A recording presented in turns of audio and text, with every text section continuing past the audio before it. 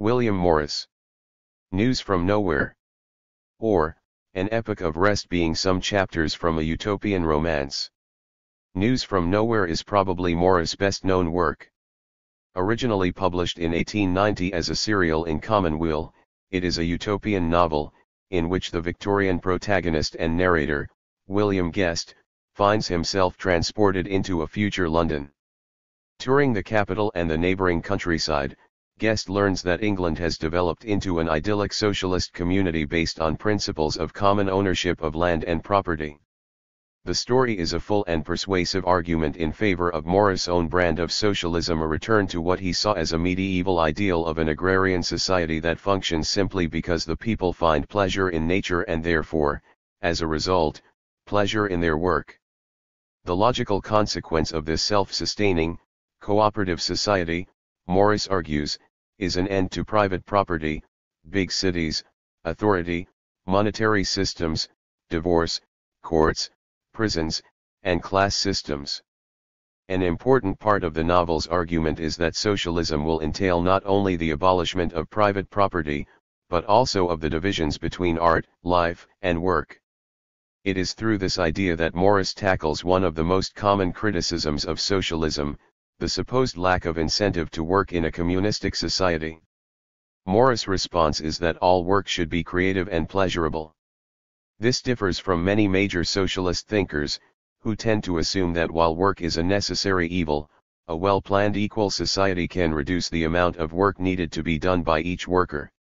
It was in response to a novel propounding just this sort of state socialism, Looking Backward by Edward Bellamy, that the novel was written, and Morris' review of that novel contains many ideas about an ideal future state, which are expanded upon in News from Nowhere. Contents. Chapter I, Discussion and Bed. Chapter 2, A Morning Bath. Chapter 3, The Guest House and Breakfast Therein. Chapter 4, A Market by the Way. Chapter V, Children on the Road. Chapter 6, A Little Shopping. Chapter 7, Trafalgar Square. Chapter 8, An Old Friend. Chapter 9, Concerning Love. Chapter X, Questions and Answers. Chapter 11, Concerning Government. Chapter 12, Concerning the Arrangement of Life. Chapter 13, Concerning Politics. Chapter 14, How Matters are Managed. Chapter 15, On the Lack of Incentive to Labor in a Communist Society.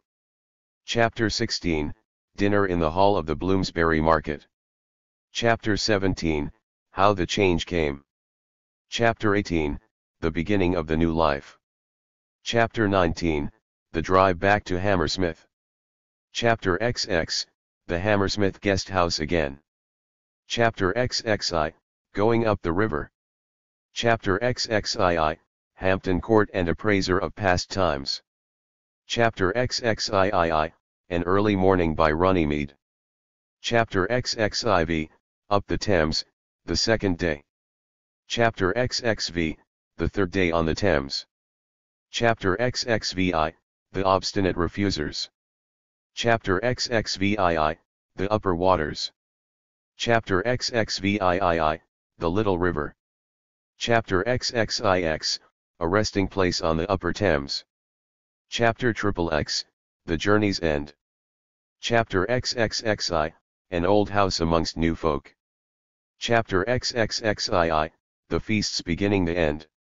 Chapter I, Discussion and Bed.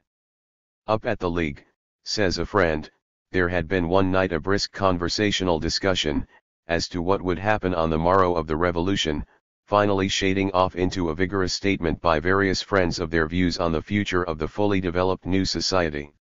Says our friend, considering the subject, the discussion was good-tempered, for those present being used to public meetings and after-lecture debates, if they did not listen to each other's opinions, which could scarcely be expected of them, at all events did not always attempt to speak all together, as is the custom of people in ordinary polite society when conversing on a subject which interests them.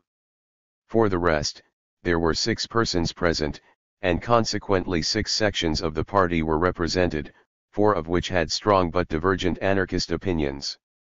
One of the sections, says our friend, a man whom he knows very well indeed, sat almost silent at the beginning of the discussion, but at last got drawn into it, and finished by roaring out very loud, and damning all the rest for fools, after which befell a period of noise, and then a lull, during which the aforesaid section, having said good night very amicably, took his way home by himself to a western suburb, using the means of travelling which civilization has forced upon us like a habit.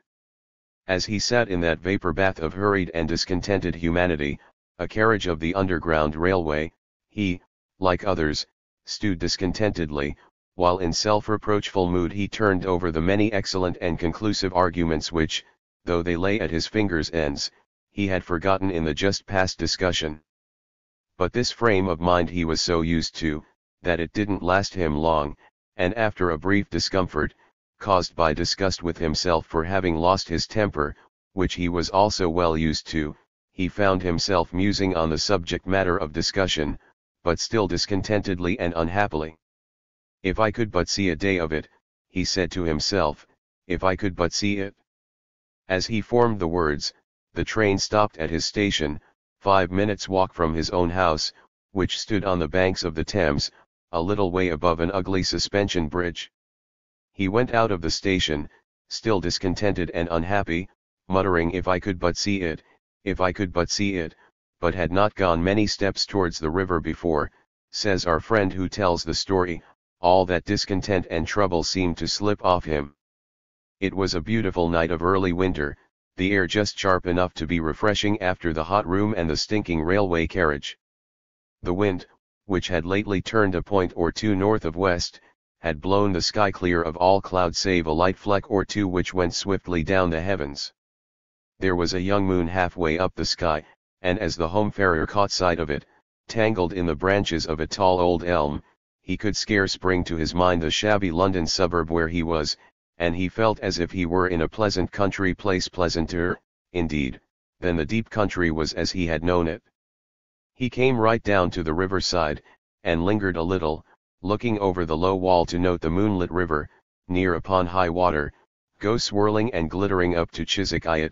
As for the ugly bridge below, he did not notice it or think of it, except when for a moment, says our friend, it struck him that he missed the row of lights downstream. Then he turned to his house door and let himself in, and even as he shut the door to, disappeared all remembrance of that brilliant logic and foresight which had so illuminated the recent discussion, and of the discussion itself there remained no trace, save a vague hope, that was now become a pleasure, for days of peace and rest and cleanness and smiling goodwill. In this mood he tumbled into bed, and fell asleep after his wont, in 2 minutes' time, but, contrary to his wont, woke up again not long after in that curiously wide-awake condition which sometimes surprises even good sleepers, a condition under which we feel all our wits preternaturally sharpened, while all the miserable muddles we have ever got into, all the disgraces and losses of our lives, will insist on thrusting themselves forward for the consideration of those sharpened wits. In this state he lay, says our friend, till he had almost begun to enjoy it, till the tale of his stupidities amused him, and the entanglements before him, which he saw so clearly, began to shape themselves into an amusing story for him. He heard 1 o'clock strike, then 2 and then 3, after which he fell asleep again. Our friend says that from that sleep he awoke once more, and afterwards went through such surprising adventures that he thinks that they should be told to our comrades, and indeed the public in general, and therefore proposes to tell them now. But, says he, I think it would be better if I told them in the first person, as if it were myself who had gone through them, which, indeed, will be the easier and more natural to me, since I understand the feelings and desires of the comrade of whom I am telling better than any one else in the world does. Chapter 2, A Morning Bath. Well, I awoke, and found that I had kicked my bedclothes off, and no wonder, for it was hot and the sun shining brightly. I jumped up and washed and hurried on my clothes, but in a hazy and half-awake condition, as if I had slept for a long, long while, and could not shake off the weight of slumber. In fact, I rather took it for granted that I was at home in my own room than saw that it was so. When I was dressed, I felt the place so hot that I made haste to get out of the room and out of the house, and my first feeling was a delicious relief caused by the fresh air and pleasant breeze. My second, as I began to gather my wits together, mere measureless wonder, for it was winter when I went to bed the last night, and now, by witness of the riverside trees, it was summer, a beautiful bright morning seemingly of early June. However, there was still the Thames sparkling under the sun, and near high water, as last night I had seen it gleaming under the moon. I had by no means shaken off the feeling of oppression, and wherever I might have been should scarce have been quite conscious of the place, so it was no wonder that I felt rather puzzled in despite of the familiar face of the Thames. Withal I felt dizzy and queer, and remembering that people often got a boat and had a swim in midstream, I thought I would do no less. It seems very early, quoth I to myself, but I dare say I shall find someone at Biffin's to take me. However, I didn't get as far as Biffin's, or even turn to my left thitherward, because just then I began to see that there was a landing stage right before me in front of my house, in fact, on the place where my next door neighbor had rigged one up, though somehow it didn't look like that either. Down I went onto it, and sure enough among the empty boats moored to it lay a man on his sculls in a solid-looking tub of a boat clearly meant for bathers.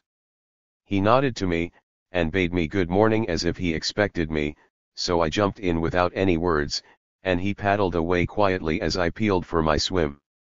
As we went, I looked down on the water, and couldn't help saying, "How clear the water is this morning." "Is it?" said he, "I didn't notice it. You know the flood tide always thickens it a bit." Said I have seen it pretty muddy even at half ebb." He said nothing in answer, but seemed rather astonished, and as he now lay just stemming the tide, and I had my clothes off, I jumped in without more ado. Of course when I had my head above water again I turned towards the tide, and my eyes naturally sought for the bridge, and so utterly astonished was I by what I saw, that I forgot to strike out, and went spluttering under water again, and when I came up made straight for the boat, for I felt that I must ask some questions of my waterman, so bewildering had been the half-sight I had seen from the face of the river with the water hardly out of my eyes, though by this time I was quit of the slumbers and dizzy feeling, and was wide awake and clear-headed. As I got in up the steps which he had lowered, and he held out his hand to help me, we went drifting speedily up towards Chiswick, but now he caught up the sculls and brought her head round again, and said, "A short swim, neighbour, but perhaps you find the water cold this morning, after your journey. Shall I put you ashore at once, or would you like to go down to Putney before breakfast?" He spoke in a way so unlike what I should have expected from a Hammersmith waterman, that I stared at him, as I answered, "Please to hold her a little, I want to look about me a bit." "All right," he said, "it's no less pretty in its way here than it is off Barn Elms, it's jolly everywhere this time in the morning. I'm glad you got up early, it's barely 5 o'clock yet." If I was astonished with my sight of the river banks, I was no less astonished at my waterman, now that I had time to look at him and see him with my head and eyes clear. He was a handsome young fellow, with a peculiarly pleasant and friendly look about his eyes, an expression which was quite new to me then, though I soon became familiar with it. For the rest, he was dark-haired and berry brown of skin, well-knit and strong, and obviously used to exercising his muscles, but with nothing rough or coarse about him, and clean as might be. His dress was not like any modern workaday clothes I had seen, but would have served very well as a costume for a picture of 14th-century life. It was of dark blue cloth, simple enough, but of fine web, and without a stain on it. He had a brown leather belt round his waist, and I noticed that its clasp was of damascene steel beautifully wrought. In short, he seemed to be like some specially manly and refined young gentleman, playing waterman for a spree, and I concluded that this was the case. I felt that I must make some conversation, so I pointed to the Surrey bank, where I noticed some light plank stages running down the foreshore, with windlasses at the landward end of them, and said, "What are they doing with those things here?" If we were on the Tay, I should have said that they were for drawing the salmon nets, but here. Well, said he, smiling, of course that is what they are for. Where there are salmon, there are likely to be salmon nets, Tay or Thames, but of course they are not always in use. We don't want salmon every day of the season. I was going to say, but is this the Thames, but held my peace in my wonder, and turned my bewildered eyes eastward to look at the bridge again, and thence to the shores of the London River, and surely there was enough to astonish me. For though there was a bridge across the stream and houses on its banks, how all was changed from last night. The soap works with their smoke-vomiting chimneys were gone, the engineers' works gone, the lead works gone, and no sound of revetting and hammering came down the west wind from Thorny Crofts. Then the bridge. I had perhaps dreamed of such a bridge, but never seen such an one out of an illuminated manuscript, for not even the Ponte Vecchio at Florence came anywhere near it. It was of stone arches, splendidly solid, and as graceful as they were strong, high enough also to let ordinary river traffic through easily. Over the parapet showed quaint and fanciful little buildings, which I supposed to be booths or shops, beset with painted and gilded vanes and spirelets. The stone was a little weathered, but showed no marks of the grimy sootiness which I was used to on every London building more than a year old. In short, to me a wonder of a bridge. The sculler noted my eager astonished look, and said, as if in answer to my thoughts, "Yes, it is a pretty bridge, isn't it? Even the upstream bridges, which are so much smaller, are scarcely daintier, and the downstream ones are scarcely more dignified and stately." I found myself saying, almost against my will, "How old is it?" "Oh, not very old," he said, "it was built or at least opened, in 2003. There used to be a rather plain timber bridge before then." The date shut my mouth as if a key had been turned in a padlock fixed to my lips, for I saw that something inexplicable had happened, and that if I said much, I should be mixed up in a game of cross questions and crooked answers. So I tried to look unconcerned, and to glance in a matter-of-course way at the banks of the river, though this is what I saw up to the bridge and a little beyond, say as far as the site of the soap works. Both shores had a line of very pretty houses, low and not large, standing back a little way from the river. They were mostly built of red brick and roofed with tiles, and looked, above all, comfortable, and as if they were, so to say, alive, and sympathetic with the life of the dwellers in them. There was a continuous garden in front of them, going down to the water's edge, in which the flowers were now blooming luxuriantly, and sending delicious waves of summer scent over the eddying stream. Behind the houses, I could see great trees rising, mostly planes, and looking down the water there were the reaches towards Putney almost as if they were a lake with a forest shore, so thick were the big trees, and I said aloud, but as if to myself, "Well, I'm glad that they have not built over Barn Elms." I blushed for my fatuity as the word slipped out of my mouth, and my companion looked at me with a half-smile which I thought I understood, so to hide my confusion I said, "Please take me ashore now, I want to get my breakfast." He nodded, and brought her head round with a sharp stroke, and in a trice we were at the landing stage again.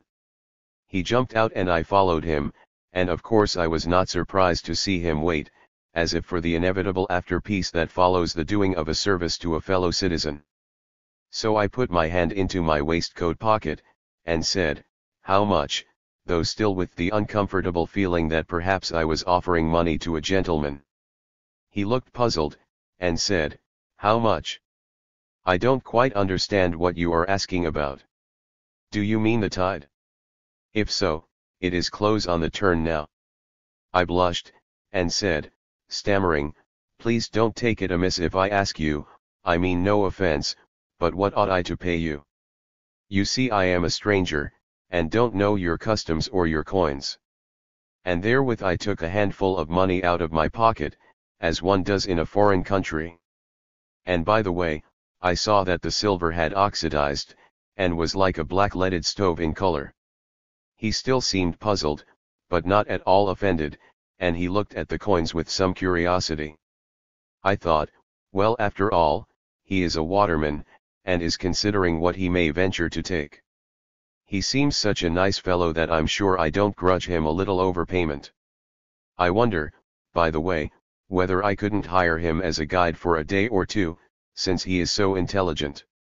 Therewith my new friend said thoughtfully, I think I know what you mean. You think that I have done you a service, so you feel yourself bound to give me something which I am not to give to a neighbor, unless he has done something special for me. I have heard of this kind of thing, but pardon me for saying, that it seems to us a troublesome and roundabout custom, and we don't know how to manage it.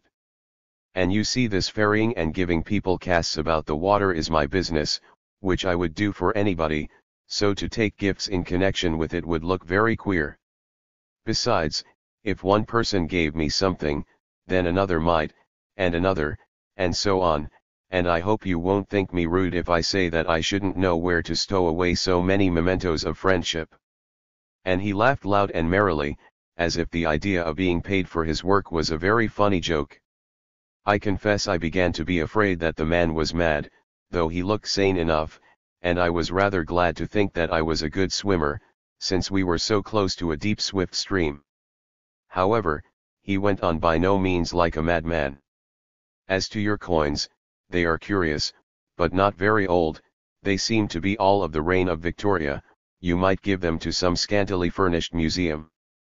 Ours has enough of such coins, besides a fair number of earlier ones, many of which are beautiful, whereas these 19th century ones are so beastly ugly, ain't they?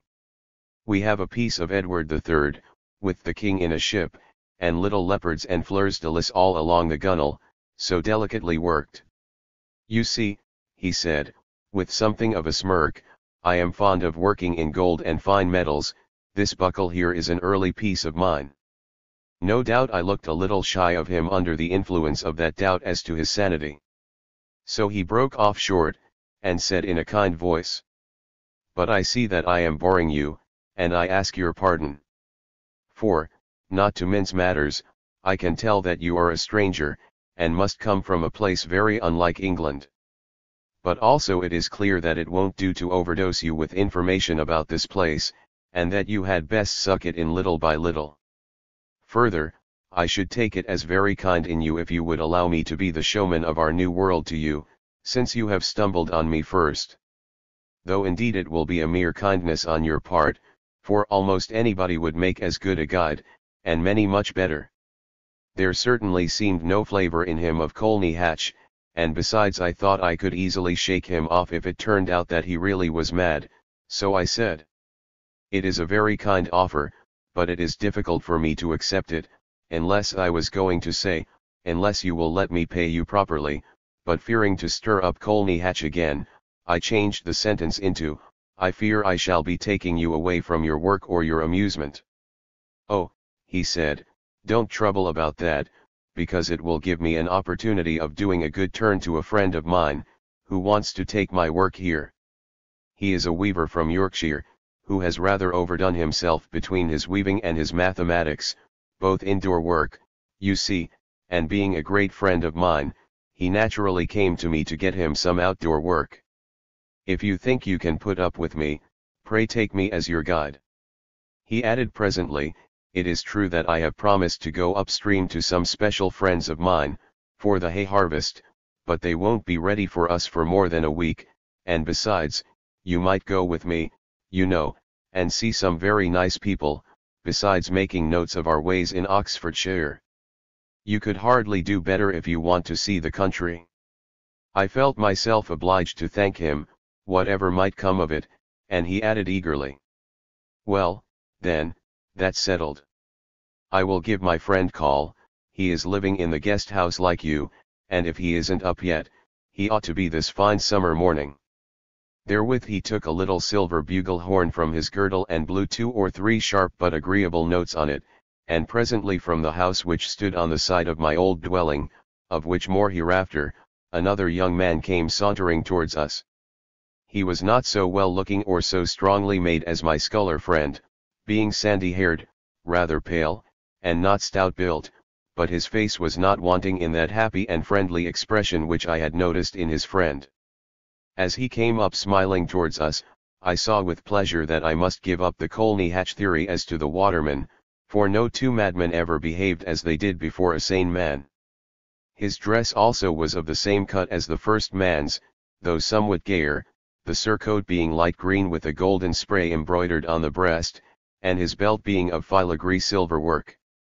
He gave me good day very civilly, and greeting his friend joyously, said, "Well, Dick, what is it this morning? Am I to have my work, or rather your work? I dreamed last night that we were off up the river fishing."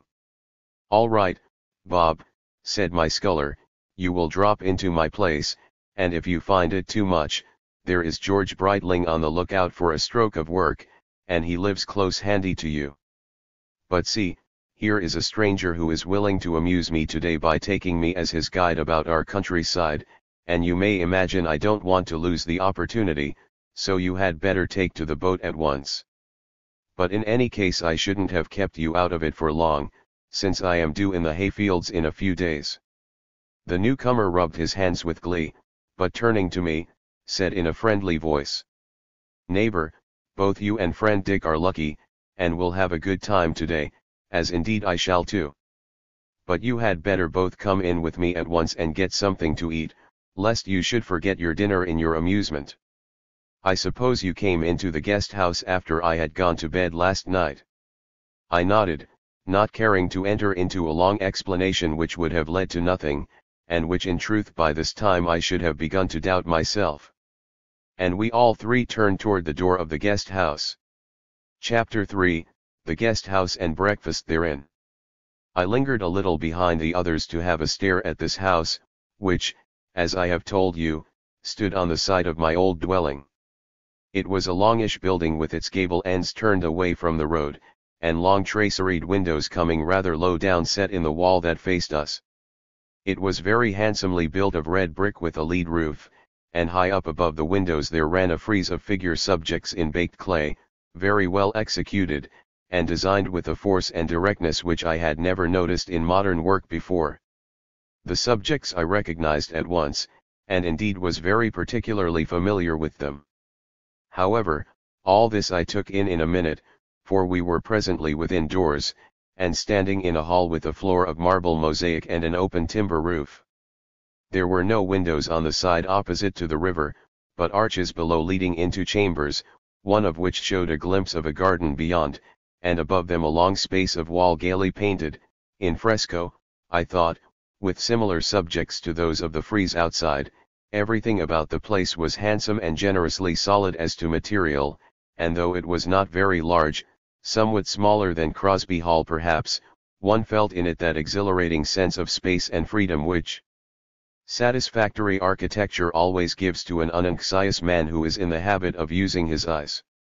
In this pleasant place, which of course I knew to be the hall of the guest house, 3 young women were flitting to and fro. As they were the first of the sex I had seen on this eventful morning, I naturally looked at them very attentively, and found them at least as good as the gardens, the architecture, and the male men.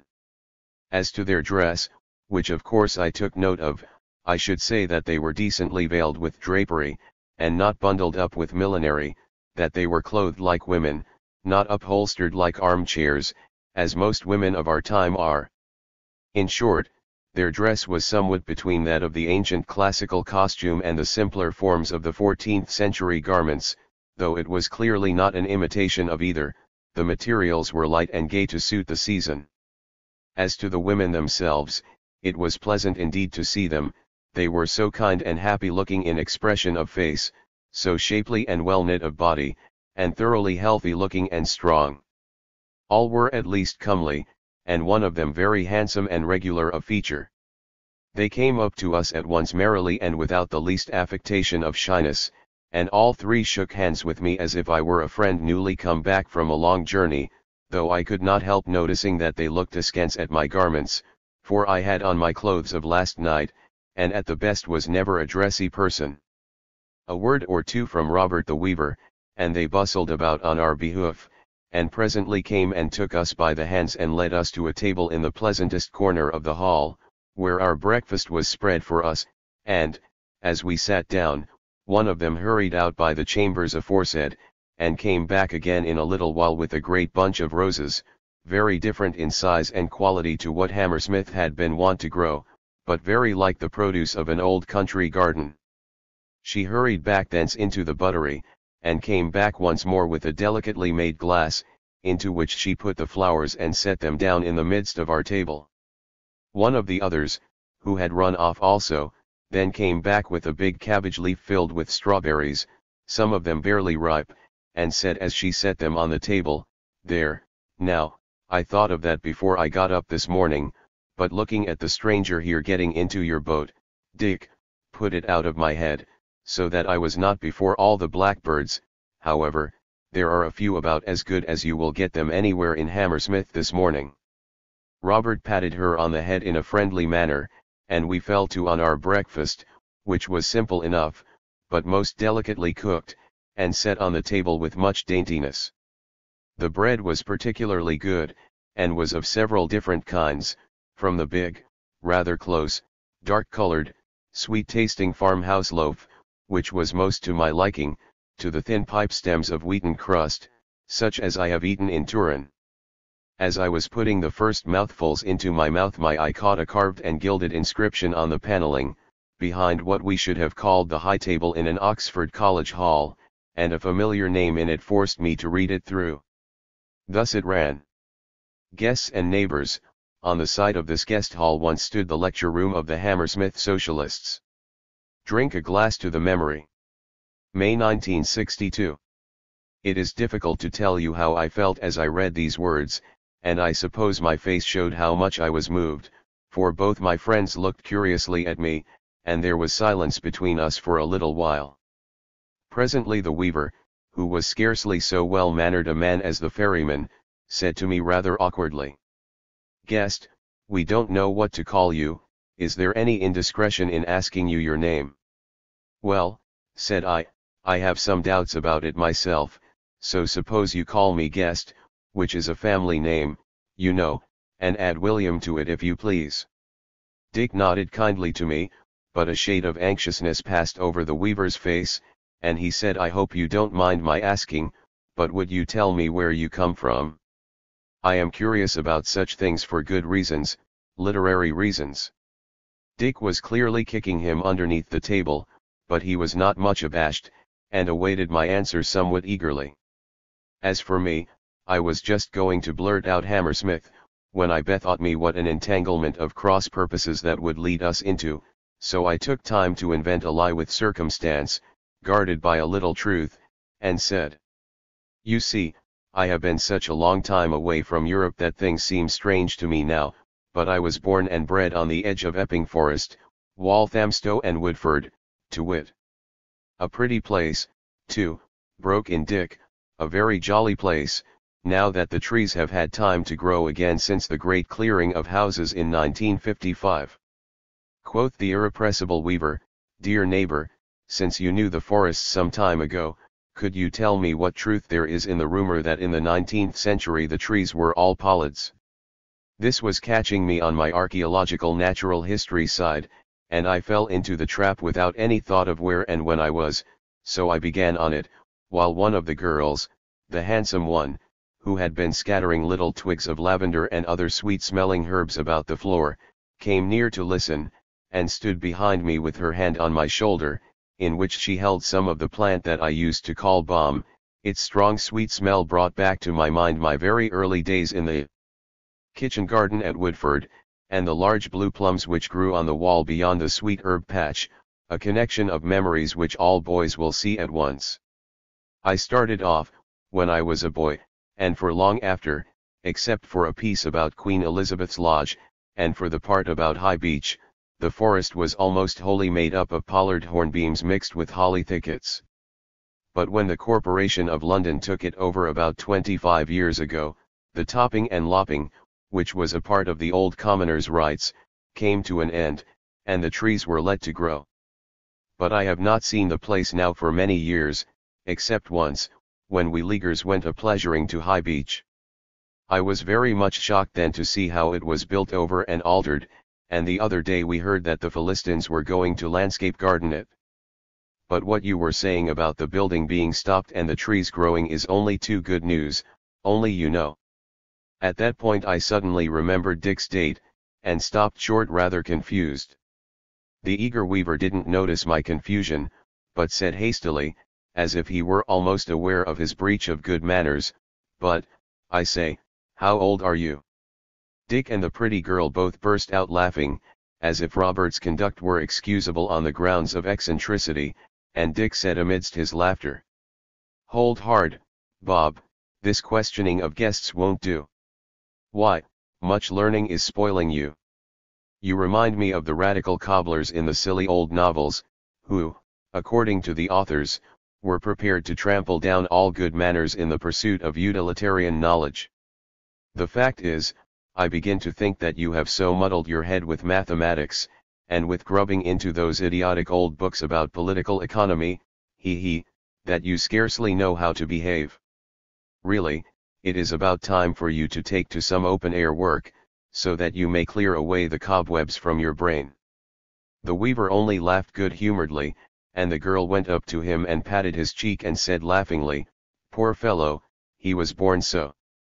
As for me, I was a little puzzled, but I laughed also, partly for company's sake, and partly with pleasure at their unanxious happiness and good temper, and before Robert could make the excuse to me which he was getting ready, I said, "But neighbors, I had caught up that word, I don't in the least mind answering questions, when I can do so, ask me as many as you please, it's fun for me.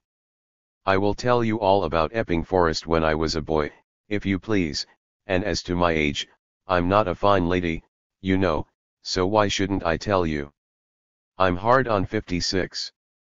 In spite of the recent lecture on good manners, the weaver could not help giving a long whew of astonishment, and the others were so amused by his naivete that the merriment flitted all over their faces, though for courtesy's sake they forbore actual laughter, while I looked from one to the other in a puzzled manner, and at last said, "Tell me, please, what is amiss, you know I want to learn from you.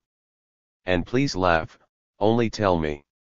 Well, they did laugh, and I joined them again, for the above stated reasons. But at last the pretty woman said coaxingly, well, he is rude, poor fellow, but you see I may as well tell you what he is thinking about, he means that you look rather old for your age. But surely there need be no wonder in that, since you have been traveling, and clearly from all you have been saying, in unsocial countries. It has often been said, and no doubt truly, that one ages very quickly if one lives amongst unhappy people. Also they say that southern England is a good place for keeping good looks. She blushed and said, "How old am I, do you think?" "Well," quoth I have always been told that a woman is as old as she looks, so without offense or flattery, I should say that you were 20. She laughed merrily, and said, "I am well served out for fishing for compliments, since I have to tell you the truth, to wit, that I am 42. I stared at her, and drew musical laughter from her again, but I might well stare, for there was not a careful line on her face, her skin was as smooth as ivory, her cheeks full and round, her lips as red as the roses she had brought in, her beautiful arms, which she had bared for her work, firm and well knit from shoulder to wrist. She blushed a little under my gaze, though it was clear that she had taken me for a man of 80, so to pass it off I said, well, you see, the old saw is proved right again, and I ought not to have let you tempt me into asking you a rude question. She laughed again, and said, well, lads, old and young, I must get to my work now. We shall be rather busy here presently, and I want to clear it off soon, for I began to read a pretty old book yesterday, and I want to get on with it this morning, so goodbye for the present. She waved a hand to us, and stepped lightly down the hall, taking, as Scott says, at least part of the sun from our table as she went.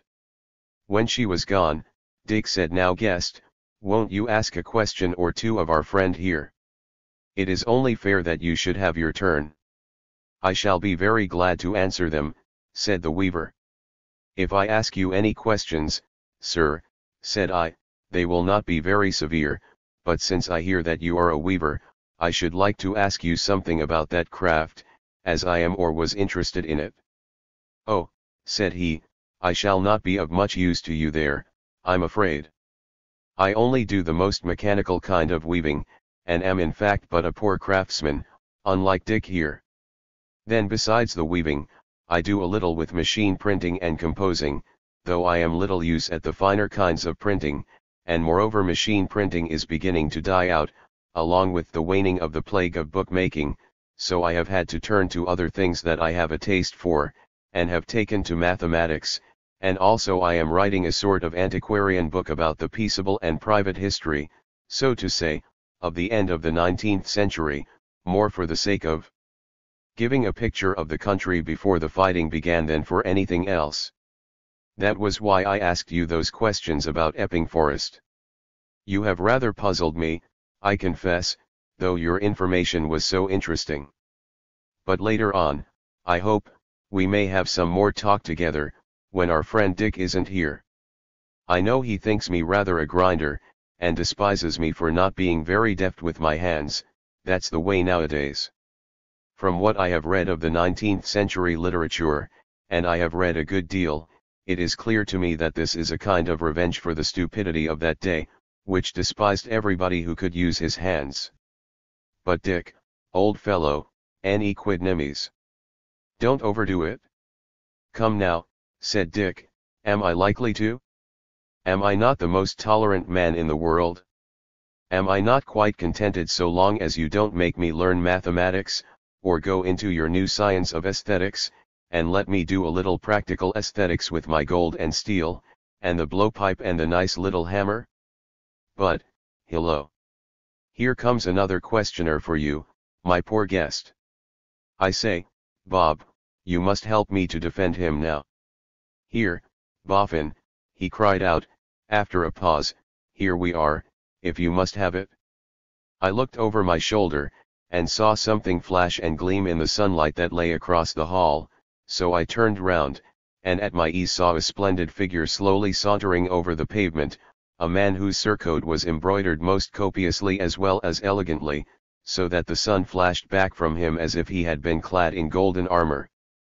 The man himself was tall, dark-haired, and exceedingly handsome, and though his face was no less kindly in expression than that of the others, he moved with that somewhat haughty mien which great beauty is apt to give to both men and women.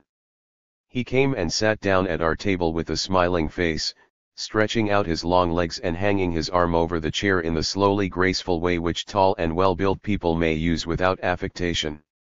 He was a man in the prime of life, but looked as happy as a child who has just got a new toy. He bowed gracefully to me and said, I see clearly that you are the guest, of whom Annie has just told me, who have come from some distant country that does not know of us, or our ways of life. So I dare say you would not mind answering me a few questions, for you see. Here Dick broke in, no, please, Boffin, let it alone for the present. Of course you want the guest to be happy and comfortable, and how can that be if he has to trouble himself with answering all sorts of questions while he is still confused with the new customs and people about him? No, no, I am going to take him where he can ask questions himself, and have them answered, that is, to my great-grandfather in Bloomsbury, and I am sure you can't have anything to say against that. So instead of bothering, you had much better go out to James Allen's and get a carriage for me, as I shall drive him up myself, and please tell Jim to let me have the old grey, for I can drive a wherry much better than a carriage. Jump up, old fellow, and don't be disappointed, our guest will keep himself for you and your stories. I stared at Dick, for I wondered at his speaking to such a dignified-looking personage so familiarly, not to say curtly, for I thought that this Mr. Boffin, in spite of his well-known name out of Dickens, must be at the least a senator of these strange people. However, he got up and said, all right, old or wearer, whatever you like, this is not one of my busy days, and though, with a condescending bow to me, my pleasure of a talk with this learned guest is put off, I admit that he ought to see your worthy kinsman as soon as possible. Besides, perhaps he will be the better able to answer my questions after his own have been answered.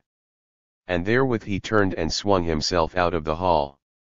When he was well gone, I said, "Is it wrong to ask what Mr. Boffin is, whose name, by the way, reminds me of many pleasant hours passed in reading Dickens?" Dick laughed. "Yes, yes," said he, "as it does us. I see you take the allusion. Of course his real name is not Boffin, but Henry Johnson.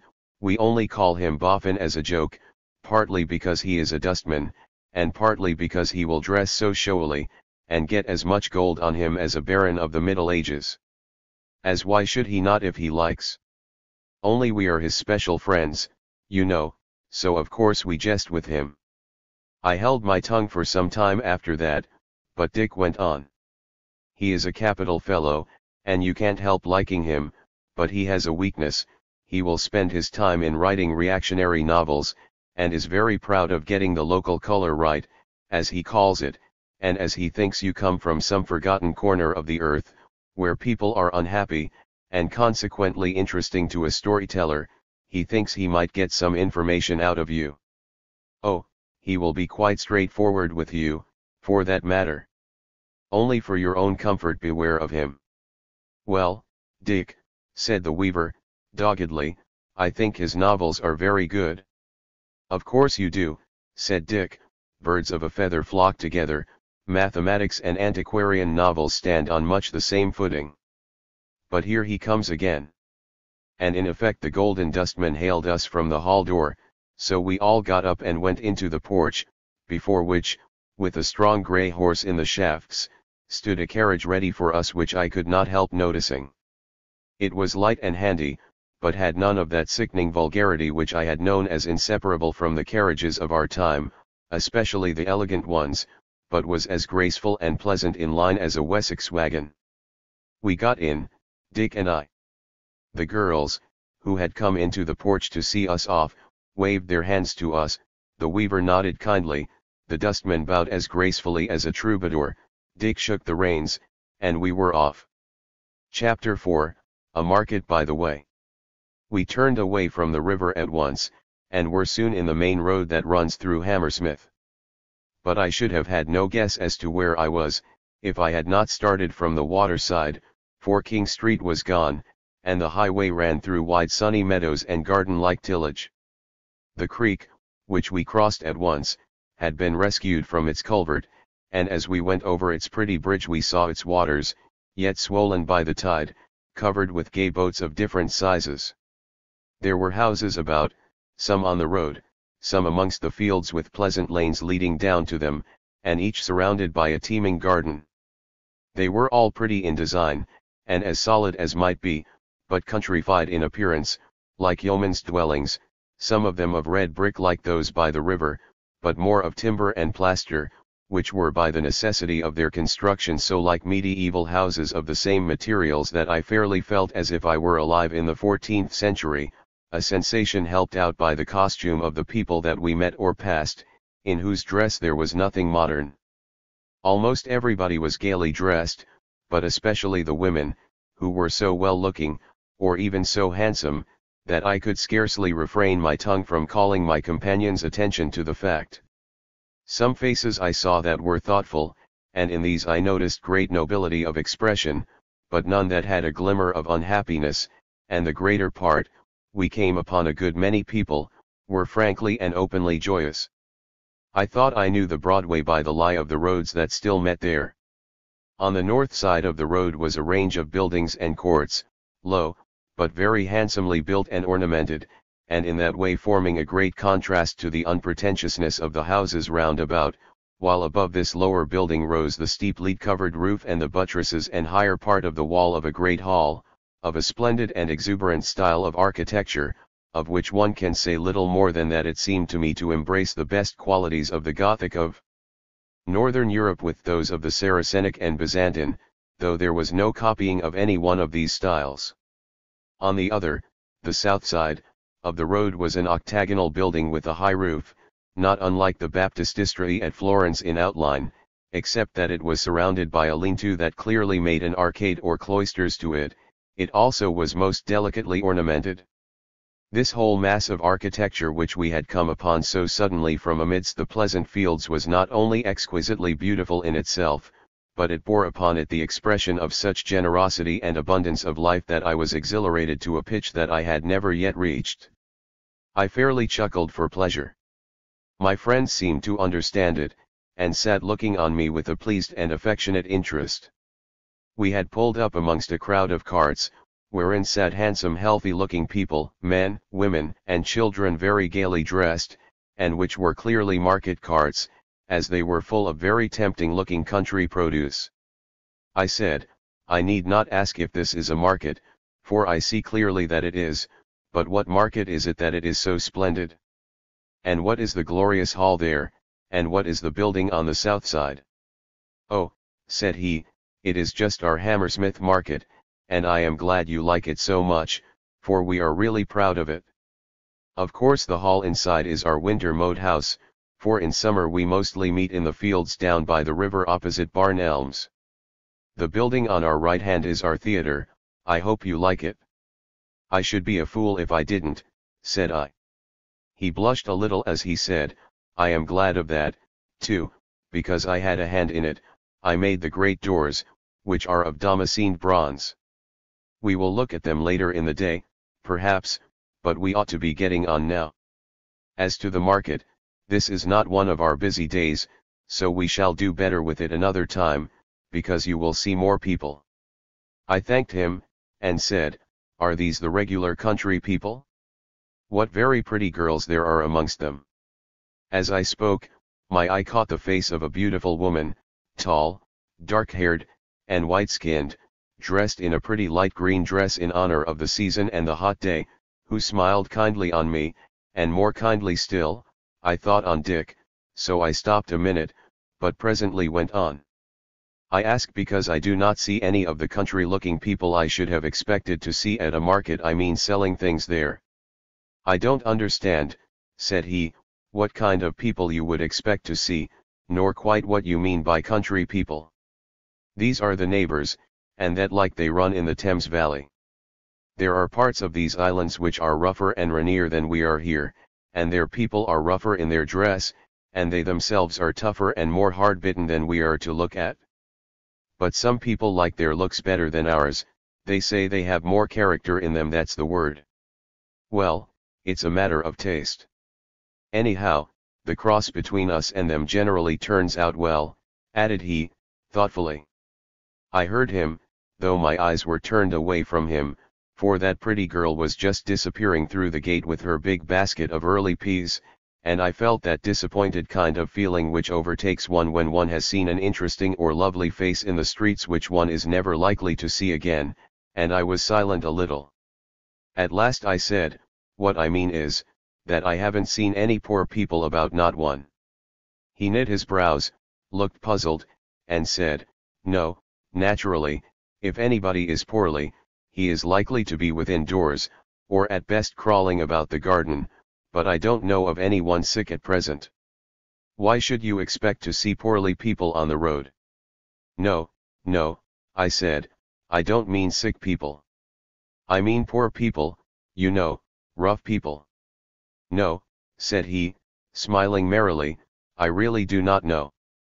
The fact is, you must come along quick to my great-grandfather, who will understand you better than I do.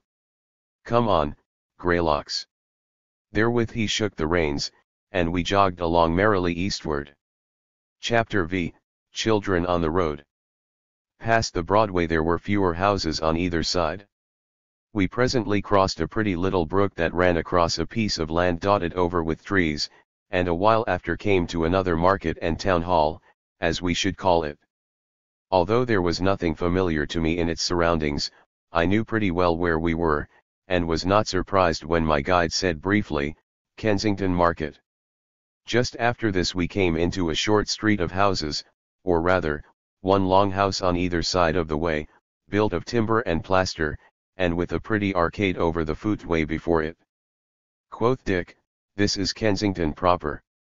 People are apt to gather here rather thick, for they like the romance of the wood, and naturalists haunt it, too, for it is a wild spot even here, what there is of it, for it does not go far to the south, it goes from here northward and west right over Paddington and a little way down Notting Hill, thence it runs northeast to Primrose Hill, and so on.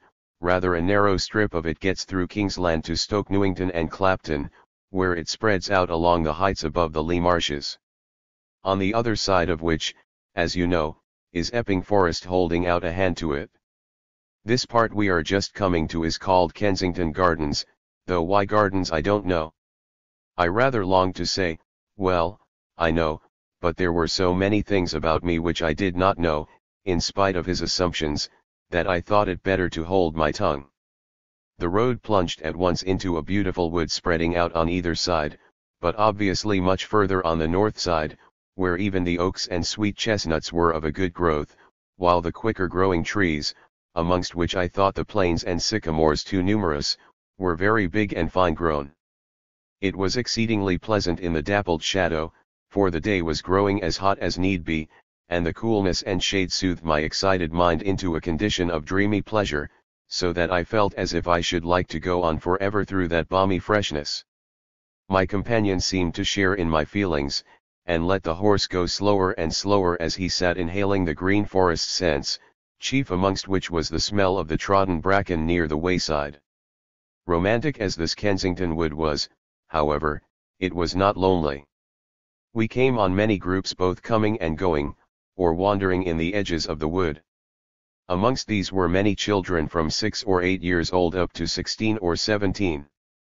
They seemed to me to be especially fine specimens of their race, and enjoying themselves to the utmost. Some of them were hanging about little tents pitched on the greensward, and by some of these fires were burning, with pots hanging over them gypsy fashion. Dick explained to me that there were scattered houses in the forest, and indeed we caught a glimpse of one or two. He said they were mostly quite small, such as used to be called cottages when there were slaves in the land, but they were pleasant enough and fitting for the wood. They must be pretty well stocked with children, said I, pointing to the many youngsters about the way. Oh, said he, these children do not all come from the near houses, the woodland houses, but from the countryside generally. They often make up parties, and come to play in the woods for weeks together in summer time, living in tents, as you see. We rather encourage them to it, they learn to do things for themselves, and get to notice the wild creatures, and, you see, the less they stew inside houses the better for them. Indeed, I must tell you that many grown people will go to live in the forests through the summer, though they for the most part go to the bigger ones, like Windsor, or the Forest of Dean, or the northern wastes. Apart from the other pleasures of it, it gives them a little rough work, which I am sorry to say is getting somewhat scarce for these last 50 years. He broke off, and then said, I tell you all this, because I see that if I talk I must be answering questions, which you are thinking, even if you are not speaking them out, but my kinsman will tell you more about it. I saw that I was likely to get out of my depth again, and so merely for the sake of tiding over an awkwardness and to say something, I said, well, the youngsters here will be all the fresher for school when the summer gets over and they have to go back again. School, he said, yes, what do you mean by that word? I don't see how it can have anything to do with children. We talk, indeed, of a school of herring, and a school of painting, and in the former sense we might talk of a school of children, but otherwise, said he, laughing, I must own myself beaten. Hang it! Thought I can't open my mouth without digging up some new complexity. I wouldn't try to set my friend right in his etymology, and I thought I had best say nothing about the boy farms which I had been used to call schools, as I saw pretty clearly that they had disappeared, so I said after a little fumbling, I was using the word in the sense of a system of education. Education, said he, meditatively, I know enough Latin to know that the word must come from educere, to lead out, and I have heard it used, but I have never met anybody who could give me a clear explanation of what it means. You may imagine how my new friends fell in my esteem when I heard this frank avowal, and I said, rather contemptuously, well, education means a system of teaching young people. Why not old people also, said he with a twinkle in his eye. But, he went on, I can assure you our children learn, whether they go through a system of teaching or not. Why, you will not find one of these children about here, boy or girl, who cannot swim, and every one of them has been used to tumbling about the little forest ponies. There's one of them now. They all of them know how to cook, the bigger lads can mow, many can thatch and do odd jobs at carpentering, or they know how to keep shop. I can tell you they know plenty of things. Yes, but their mental education, the teaching of their minds, said I, kindly translating my phrase. Guest, said he, perhaps you have not learned to do these things I have been speaking about, and if that's the case, don't you run away with the idea that it doesn't take some skill to do them, and doesn't give plenty of work for one's mind. You would change your opinion if you saw a Dorsetshire lad thatching, for instance. But, however, I understand you to be speaking of book learning, and as to that, it is a simple affair. Most children, seeing books lying about, manage to read by the time they are 4 years old, though I am told it has not always been so. As to writing, we do not encourage them to scrawl too early, though scrawl a little they will, because it gets them into a habit of ugly writing, and what's the use of a lot of ugly writing being done, when rough printing can be done so easily? You understand that handsome writing we like, and many people will write their books out when they make them, or get them written, I mean books of which only a few copies are needed, poems, and such like, you know. However, I am wandering from my lambs, but you must excuse me, for I am interested in this matter of writing, being myself a fair writer. Well, said I, about the children, when they know how to read and write, don't they learn something else, languages, for instance? Of course, he said, sometimes even before they can read, they can talk French, which is the nearest language talked on the other side of the water, and they soon get to know German also, which is talked by a huge number of communes and colleges on the mainland.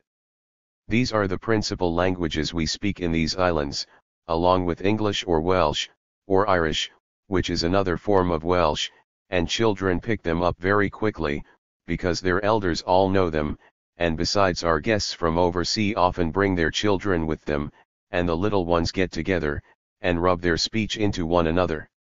And the older languages, said I.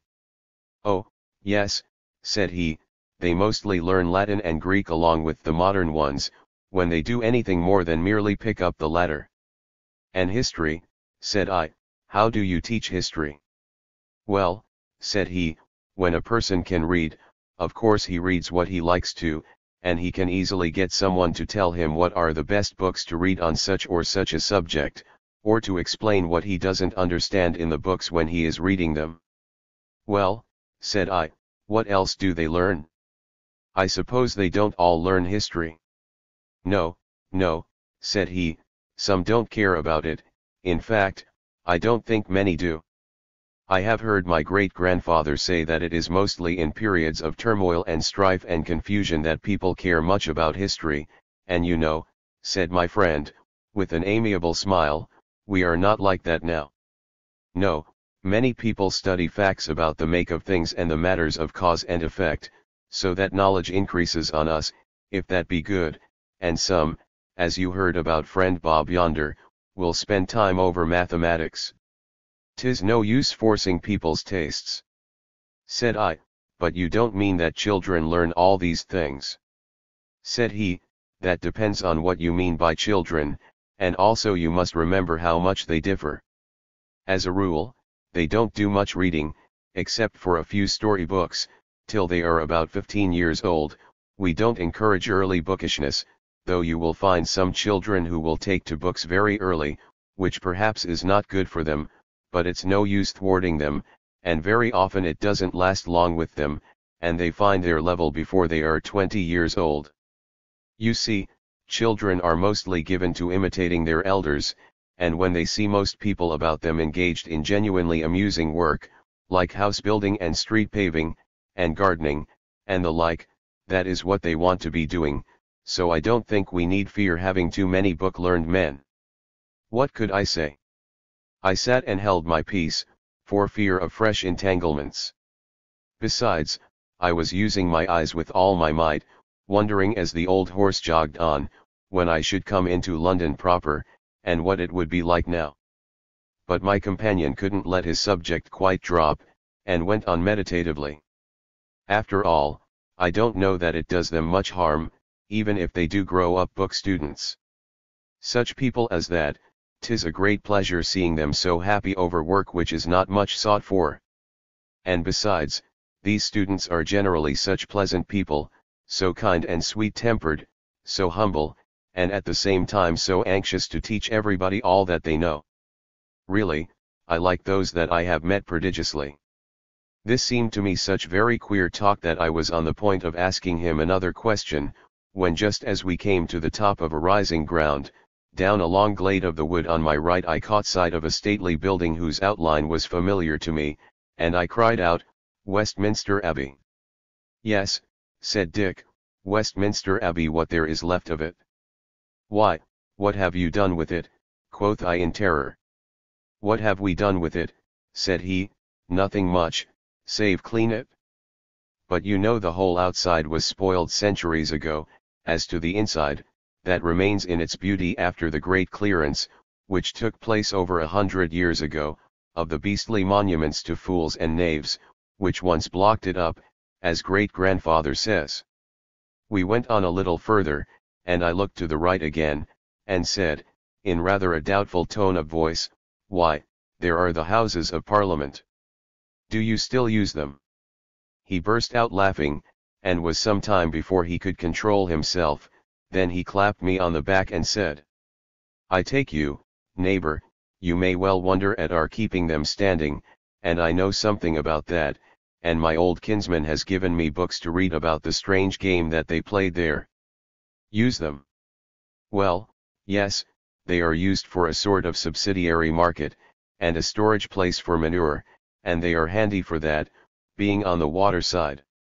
I believe it was intended to pull them down quite at the beginning of our days, but there was, I am told, a queer antiquarian society, which had done some service in past times, and which straightway set up its pipe against their destruction, as it has done with many other buildings, which most people looked upon as worthless, and public nuisances, and it was so energetic, and had such good reasons to give, that it generally gained its point, and I must say that when all is said I am glad of it.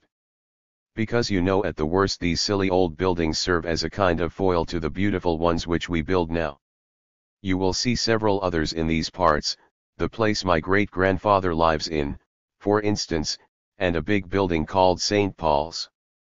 And you see, in this matter we need not grudge a few poorish buildings standing, because we can always build elsewhere, nor need we be anxious as to the breeding of pleasant work in such matters, for there is always room for more and more work in a new building, even without making it pretentious. For instance, elbow room within doors is to me so delightful that if I were driven to it I would most sacrifice outdoor space to it. Then, of course, there is the ornament, which, as we must all allow, may easily be overdone in mere living houses, but can hardly be in mote halls and markets, and so forth. I must tell you, though, that my great-grandfather sometimes tells me I am a little cracked on this subject of fine building, and indeed I do think that the energies of mankind are chiefly of use to them for such work, for in that direction I can see no end to the work, while in many others a limit does seem possible. Chapter 6, A Little Shopping. As he spoke, we came suddenly out of the woodland into a short street of handsomely built houses, which my companion named to me at once as Piccadilly. The lower part of these I should have called shops, if it had not been that, as far as I could see, the people were ignorant of the arts of buying and selling. Wares were displayed in their finely designed fronts, as if to tempt people in, and people stood and looked at them, or went in and came out with parcels under their arms, just like the real thing. On each side of the street ran an elegant arcade to protect foot passengers, as in some of the old Italian cities. About halfway down, a huge building of the kind I was now prepared to expect told me that this also was a center of some kind, and had its special public buildings. Said Dick, "Here, you see, is another market on a different plan from most others. The upper stories of these houses are used for guest houses, for people from all about the country are apt to drift up hither from time to time, as folk are very thick upon the ground, which you will see evidence of presently, and there are people who are fond of crowds, though I can't say that I am. I couldn't help smiling to see how long a tradition would last. Here was the ghost of London still asserting itself as a centre, an intellectual centre, for aught I knew. However, I said nothing, except that I asked him to drive very slowly, as the things in the booths looked exceedingly pretty. Yes, said he, this is a very good market for pretty things, and is mostly kept for the handsomer goods, as the Houses of Parliament market, where they set out cabbages and turnips and such like things, along with beer and the rougher kind of wine, is so near. Then he looked at me curiously, and said, perhaps you would like to do a little shopping, as 'tis called. I looked at what I could see of my rough blue duds, which I had plenty of opportunity of contrasting with the gay attire of the citizens we had come across, and I thought that if, as seemed likely, I should presently be shown about as a curiosity for the amusement of this most unbusinesslike people, I should like to look a little less like a discharged ship's purser. But in spite of all that had happened, my hand went down into my pocket again, where to my dismay it met nothing metallic except 2 rusty old keys, and I remembered that amidst our talk in the guest hall at Hammersmith I had taken the cash out of my pocket to show to the pretty Annie, and had left it lying there. My face fell 50%, and Dick, beholding me, said rather sharply, "Hello, guest, what's the matter now? Is it a wasp?" "No," said I, "but I've left it behind." "Well," said he, "whatever you have left behind, you can get in this market again, so don't trouble yourself about it." I had come to my senses by this time, and remembering the astounding customs of this country, had no mind for another lecture on social economy and the Edwardian coinage, so I said only, "My clothes couldn't I? You see what do you think could be done about them?" He didn't seem in the least inclined to laugh, but said quite gravely, "Oh, don't get new clothes yet. You see, my great-grandfather is an antiquarian, and he will want to see you just as you are. And, you know, I mustn't preach to you, but surely it wouldn't be right for you to take away people's pleasure of studying your attire, by just going and making yourself like everybody else. You feel that, don't you?" said he, earnestly. I did not feel it my duty to set myself up for a scarecrow amidst this beauty-loving people, but I saw I had got across some ineradicable prejudice, and that it wouldn't do to quarrel with my new friend. So I merely said, "Oh, certainly, certainly." "Well," said he, pleasantly, "you may as well see what the inside of these booths is like. Think of something you want." Said I, "Could I get some tobacco and a pipe?" "Of course," said he, "what was I thinking of, not asking you before?" "Well, Bob is always telling me that we non-smokers are a selfish lot, and I'm afraid he is right. But come along, here is a place just handy." Therewith he drew rein and jumped down, and I followed. A very handsome woman, splendidly clad in figured silk, was slowly passing by, looking into the windows as she went. To her quoth Dick, "Maiden, would you kindly hold our horse while we go in for a little?" She nodded to us with a kind smile, and fell to patting the horse with her pretty hand. "What a beautiful creature," said I to Dick as we entered. "What, old Greylocks?" said he, with a sly grin. "No, no," said I, "Goldilocks, the lady." "Well, so she is," said he. "'Tis a good job there are so many of them that every Jack may have his Jill, else I fear that we should get fighting for them." "Indeed," said he, becoming very grave, "I don't say that it does not happen even now, sometimes. For you know love is not a very reasonable thing, and perversity and self-will are commoner than some of our moralists think." He added, in a still more somber tone, "Yes, only a month ago there was a mishap down by us, that in the end cost the lives of 2 men and a woman, and, as it were, put out the sunlight for us for a while. Don't ask me about it just now, I may tell you about it later on. By this time we were within the shop or booth, which had a counter, and shelves on the walls, all very neat, though without any pretense of showiness, but otherwise not very different to what I had been used to. Within were a couple of children, a brown-skinned boy of about 12, who sat reading a book, and a pretty little girl of about a year older, who was sitting also reading behind the counter. They were obviously brother and sister. "Good morning, little neighbors," said Dick. "My friend here wants tobacco and a pipe, can you help him?" "Oh yes, certainly," said the girl with a sort of demure alertness which was somewhat amusing. The boy looked up, and fell to staring at my outlandish attire, but presently reddened and turned his head, as if he knew that he was not behaving prettily. "Dear neighbor," said the girl, with the most solemn countenance of a child playing at keeping shop, "what tobacco is it you would like?" "Latakia," quoth I, feeling as if I were assisting at a child's game, and wondering whether I should get anything but make-believe. But the girl took a dainty little basket from a shelf beside her, went to a jar, and took out a lot of tobacco and put the filled basket down on the counter before me, where I could both smell and see that it was excellent Latakia. "But you haven't waited," said I, and how much am I to take?"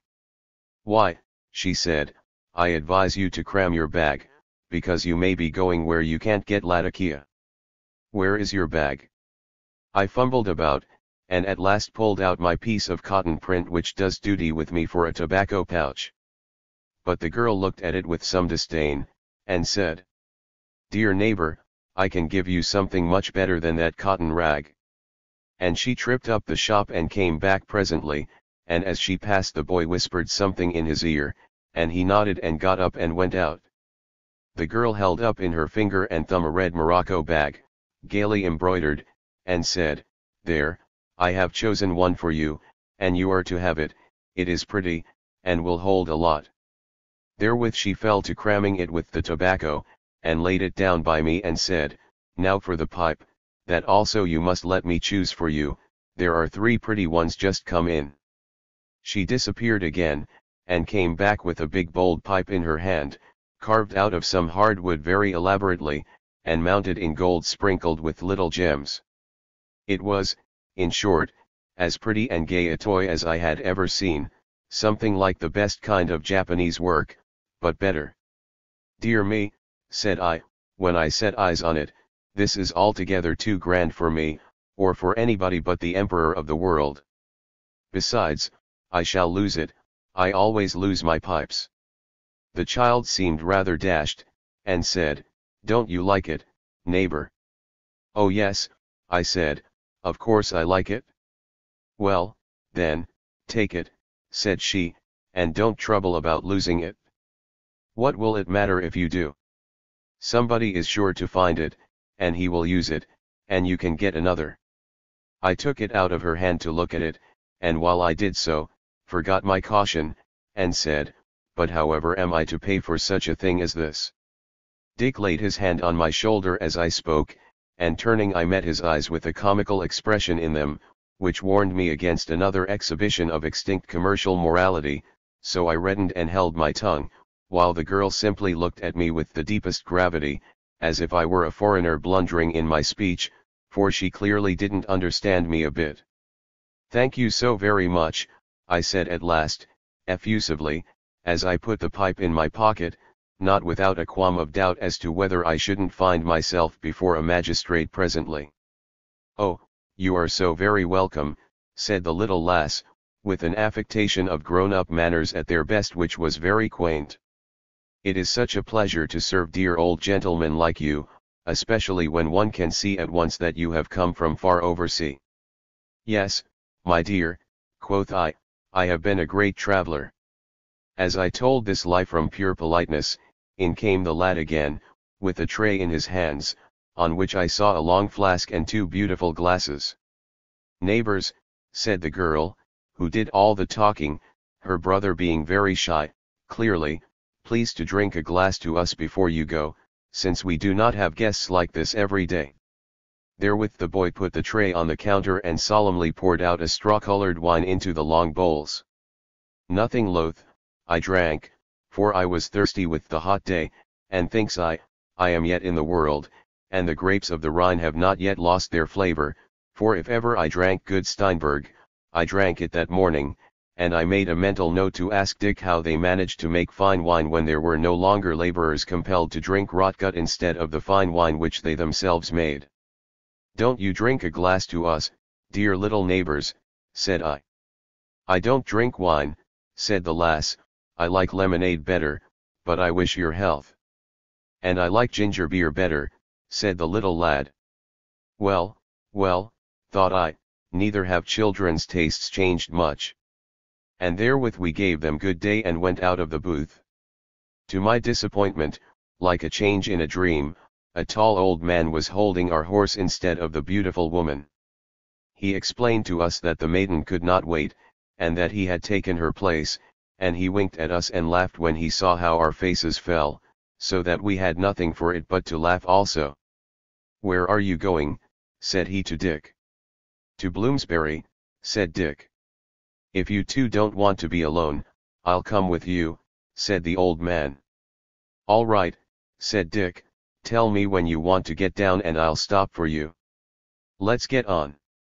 So we got under way again, and I asked if children generally waited on people in the markets.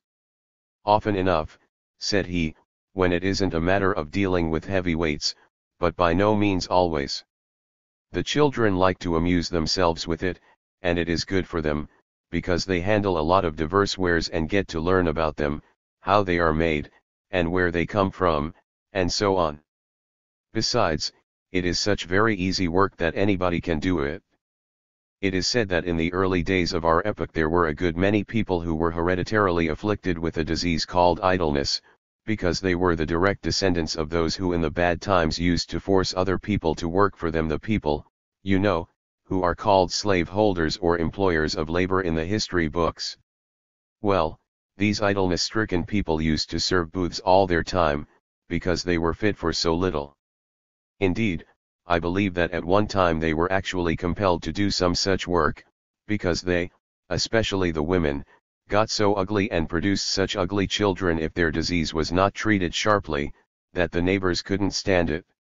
However, I'm happy to say that all that is gone by now, the disease is either extinct, or exists in such a mild form that a short course of aperient medicine carries it off.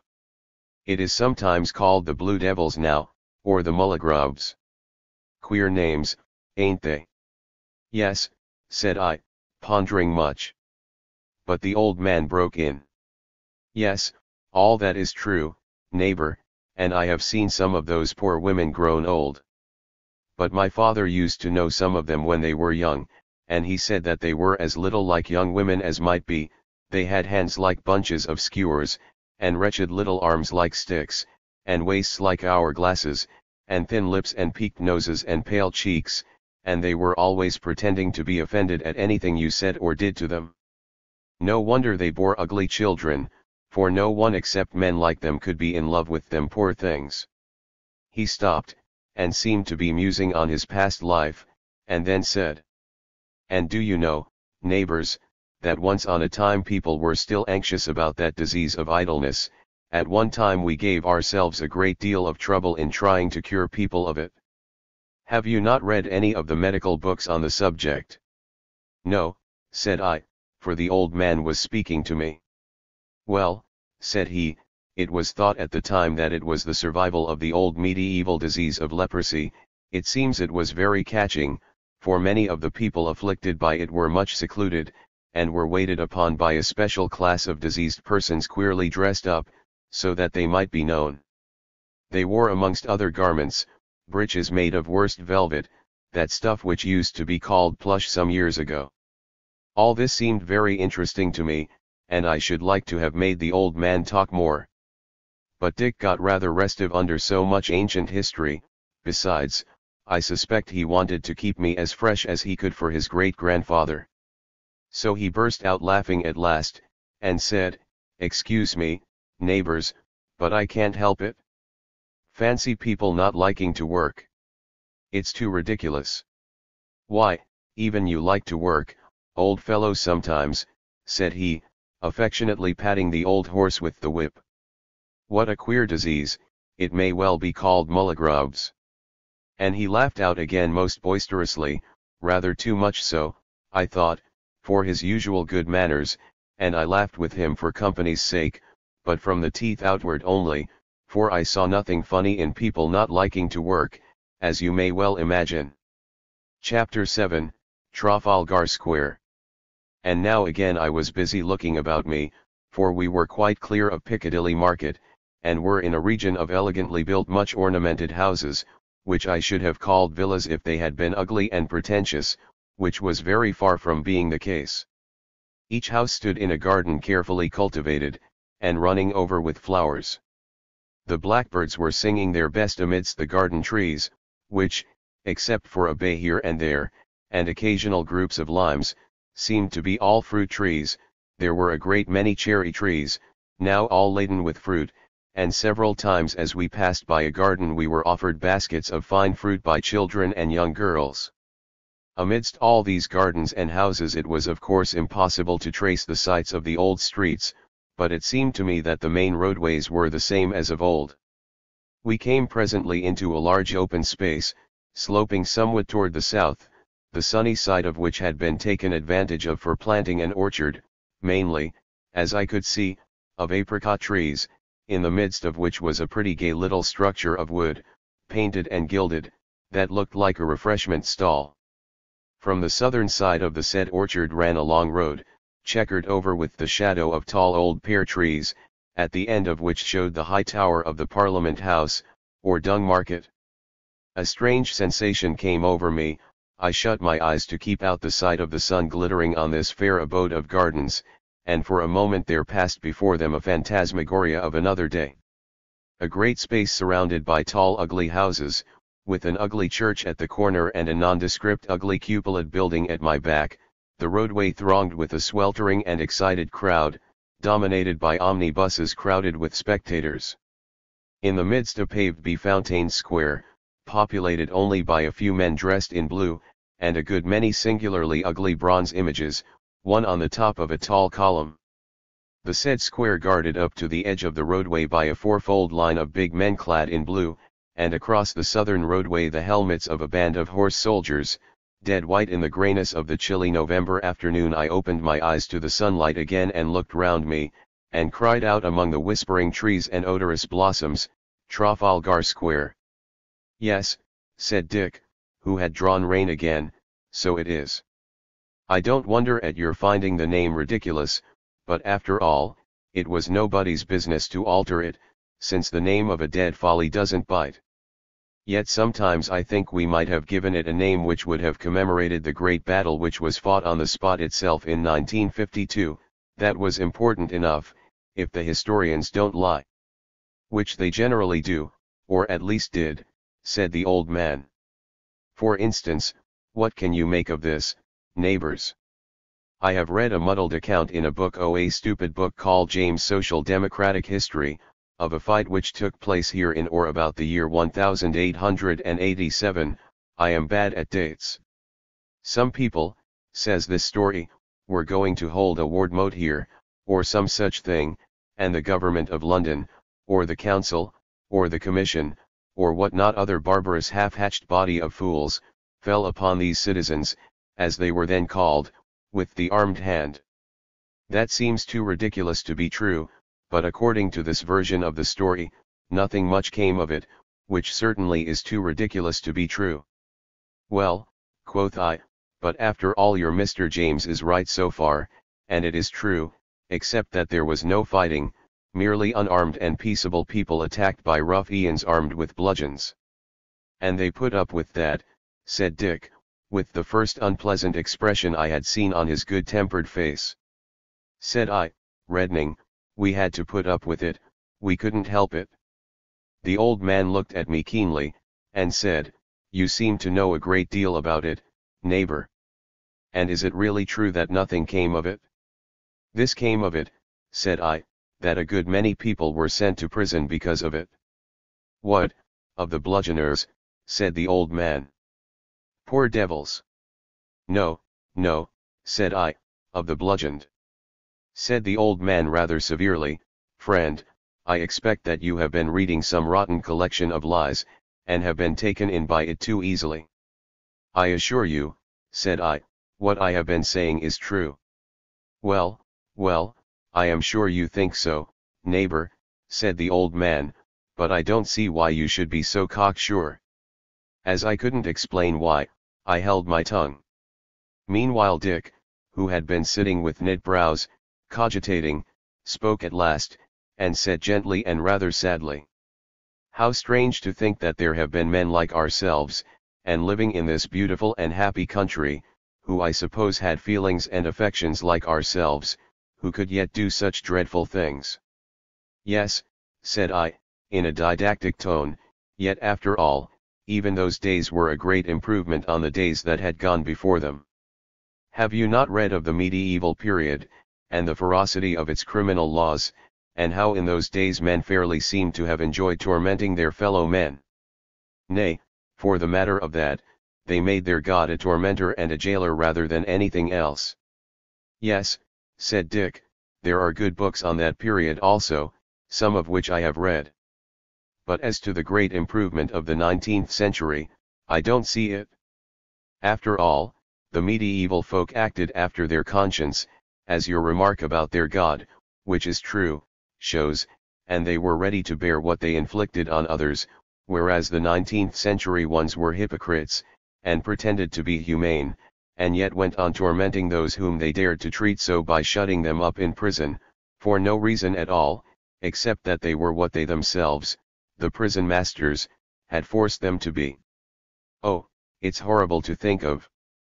But perhaps, said I, they did not know what the prisons were like. Dick seemed roused, and even angry. More shame for them, said he, when you and I know it all these years afterwards. Look you, neighbor, they couldn't fail to know what a disgrace a prison is to the Commonwealth at the best, and that their prisons were a good step on towards being at the worst. Quoth I, but have you no prisons at all now?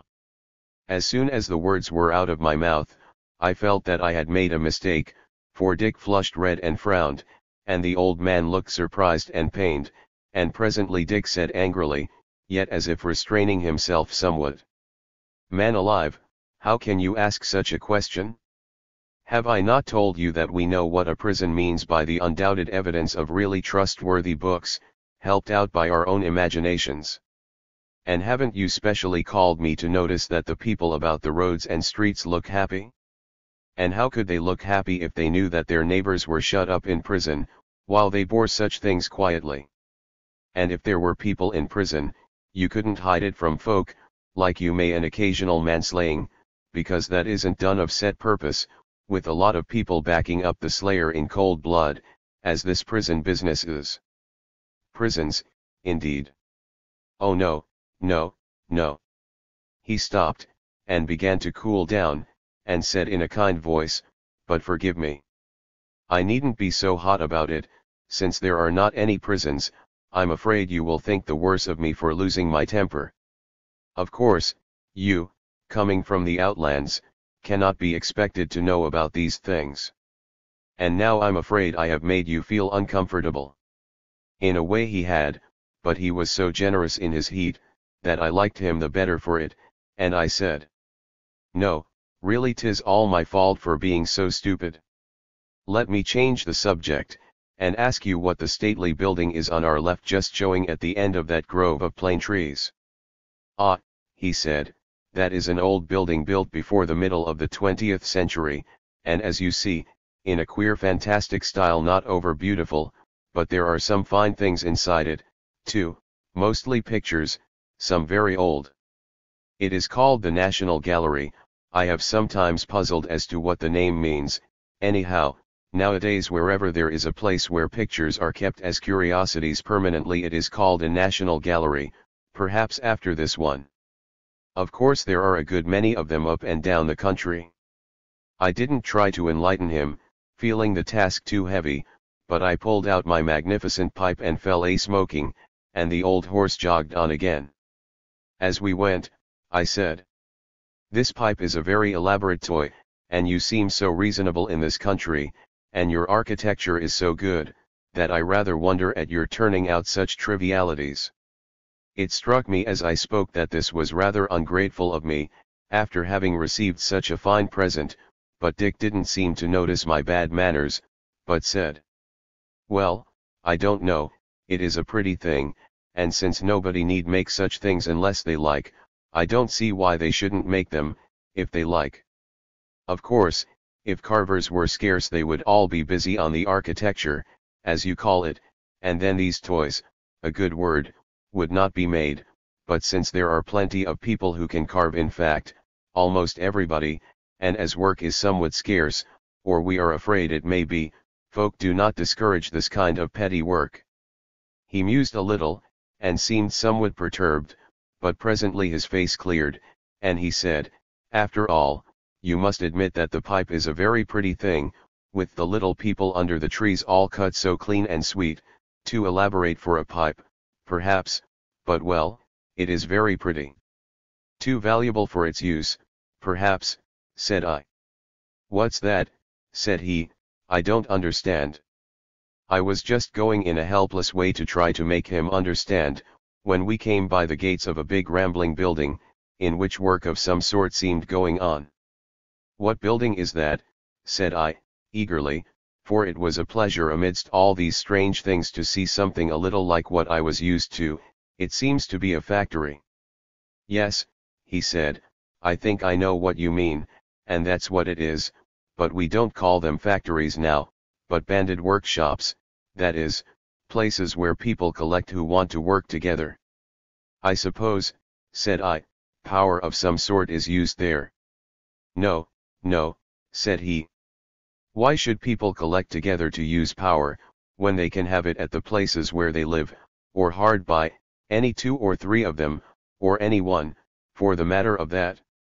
No, folk collect in these banded workshops to do handwork in which working together is necessary or convenient. Such work is often very pleasant. In there, for instance, they make pottery and glass. There, you can see the tops of the furnaces. Well, of course it's handy to have fair-sized ovens and kilns and glass pots, and a good lot of things to use them for, though of course there are a good many such places, as it would be ridiculous if a man had a liking for pot making or glass blowing that he should have to live in one place or be obliged to forego the work he liked." "I see no smoke coming from the furnaces," said I. "Smoke," said Dick, "why should you see smoke?" I held my tongue, and he went on, "It's a nice place inside, though as plain as you see outside. As to the crafts, throwing the clay must be jolly work, the glass blowing is rather a sweltering job, but some folk like it very much indeed, and I don't much wonder, there is such a sense of power, when you have got deft in it, in dealing with the hot metal. It makes a lot of pleasant work," said he, smiling, "for however much care you take of such goods, break they will, one day or another, so there is always plenty to do." I held my tongue and pondered. We came just here on a gang of men road mending which delayed us a little, but I was not sorry for it, for all I had seen hitherto seemed a mere part of a summer holiday, and I wanted to see how this folk would set to on a piece of real necessary work. They had been resting, and had only just begun work again as we came up, so that the rattle of the picks was what woke me from my musing. There were about a dozen of them, strong young men, looking much like a boating party at Oxford would have looked in the days I remembered, and not more troubled with their work. Their outer raiment lay on the roadside in an orderly pile under the guardianship of a 6-year-old boy, who had his arm thrown over the neck of a big mastiff, who was as happily lazy as if the summer day had been made for him alone. As I eyed the pile of clothes, I could see the gleam of gold and silk embroidery on it, and judged that some of these workmen had tastes akin to those of the Golden Dustman of Hammersmith. Beside them lay a good big basket that had hints about it of cold pie and wine. A half-dozen of young women stood by watching the work or the workers, both of which were worth watching, for the latter smote great strokes and were very deft in their labor, and as handsome clean-built fellows as you might find a dozen of in a summer day. They were laughing and talking merrily with each other, and the women, but presently their foreman looked up and saw our way stopped. So he stayed his pick and sang out, "Spell ho, mates, here our neighbors want to get past." Whereon the others stopped also, and, drawing around us, helped the old horse by easing our wheels over the half-undone road, and then, like men with a pleasant task on hand, hurried back to their work, only stopping to give us a smiling good day, so that the sound of the picks broke out again before Greylocks had taken to his jog-trot. Dick looked back over his shoulder at them and said, "They are in luck today, it's right down good sport trying how much pick work one can get into an hour, and I can see those neighbors know their business well. It is not a mere matter of strength getting on quickly with such work, is it, guest?" "I should think not," said I, "but to tell you the truth, I have never tried my hand at it." "Really," said he gravely, "that seems a pity, it is good work for hardening the muscles, and I like it, though I admit it is pleasanter the second week than the first. Not that I am a good hand at it, the fellows used to chaff me at one job where I was working, I remember, and sing out to me, 'Well rowed, stroke. Put your back into it, bow.' Not much of a joke, quoth I." "Well," said Dick, "everything seems like a joke when we have a pleasant spell of work on, and good fellows merry about us, we feel so happy, you know." Again I pondered silently. Chapter 8, An Old Friend. We now turned into a pleasant lane where the branches of great plane trees nearly met overhead, but behind them lay low houses standing rather close together. "This is Long Acre," quoth Dick, "so there must once have been a cornfield here. How curious it is that places change so, and yet keep their old names. Just look how thick the houses stand. And they are still going on building, look you."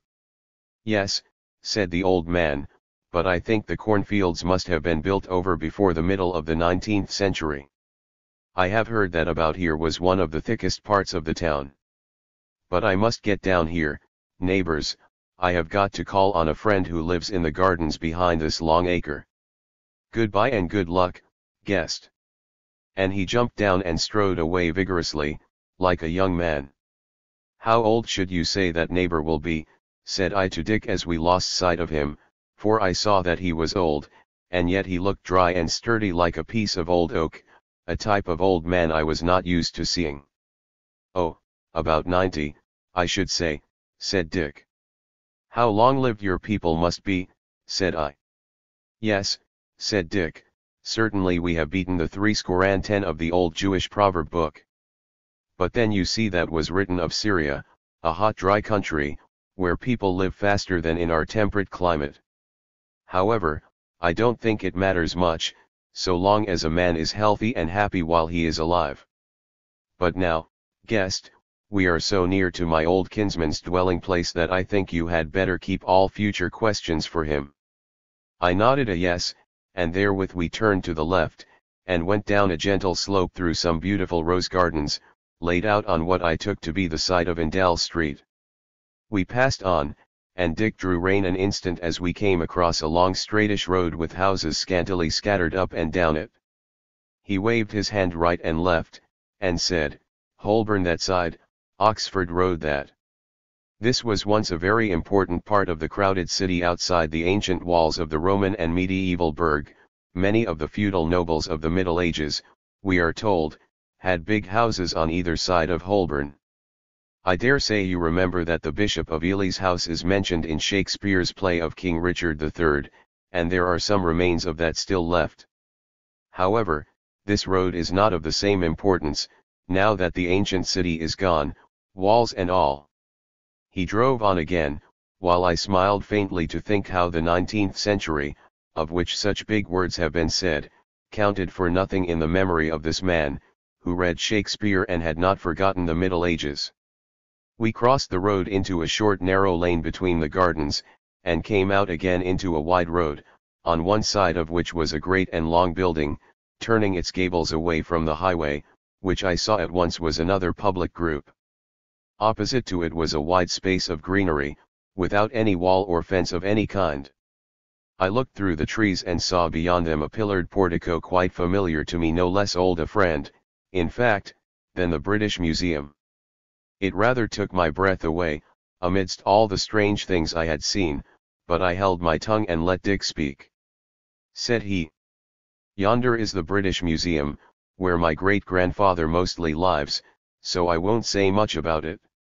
The building on the left is the Museum Market, and I think we had better turn in there for a minute or two, for Greylocks will be wanting his rest and his oats, and I suppose you will stay with my kinsman the greater part of the day, and to say the truth, there may be some one there whom I particularly want to see, and perhaps have a long talk with." He blushed and sighed, not altogether with pleasure, I thought, so of course I said nothing, and he turned the horse under an archway which brought us into a very large paved quadrangle, with a big sycamore tree in each corner and a plashing fountain in the midst.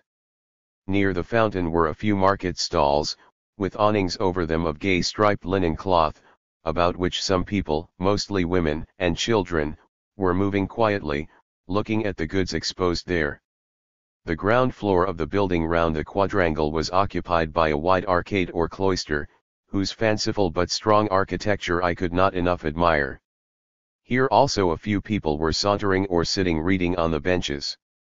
Dick said to me apologetically, "Here as elsewhere there is little doing today, on a Friday you would see it thronged, and gay with people, and in the afternoon there is generally music about the fountain. However, I dare say we shall have a pretty good gathering at our midday meal." We drove through the quadrangle and by an archway, into a large handsome stable on the other side, where we speedily stalled the old nag and made him happy with horse meat, and then turned and walked back again through the market, Dick looking rather thoughtful, as it seemed to me. I noticed that people couldn't help looking at me rather hard, and considering my clothes and theirs, I didn't wonder, but whenever they caught my eye they made me a very friendly sign of greeting.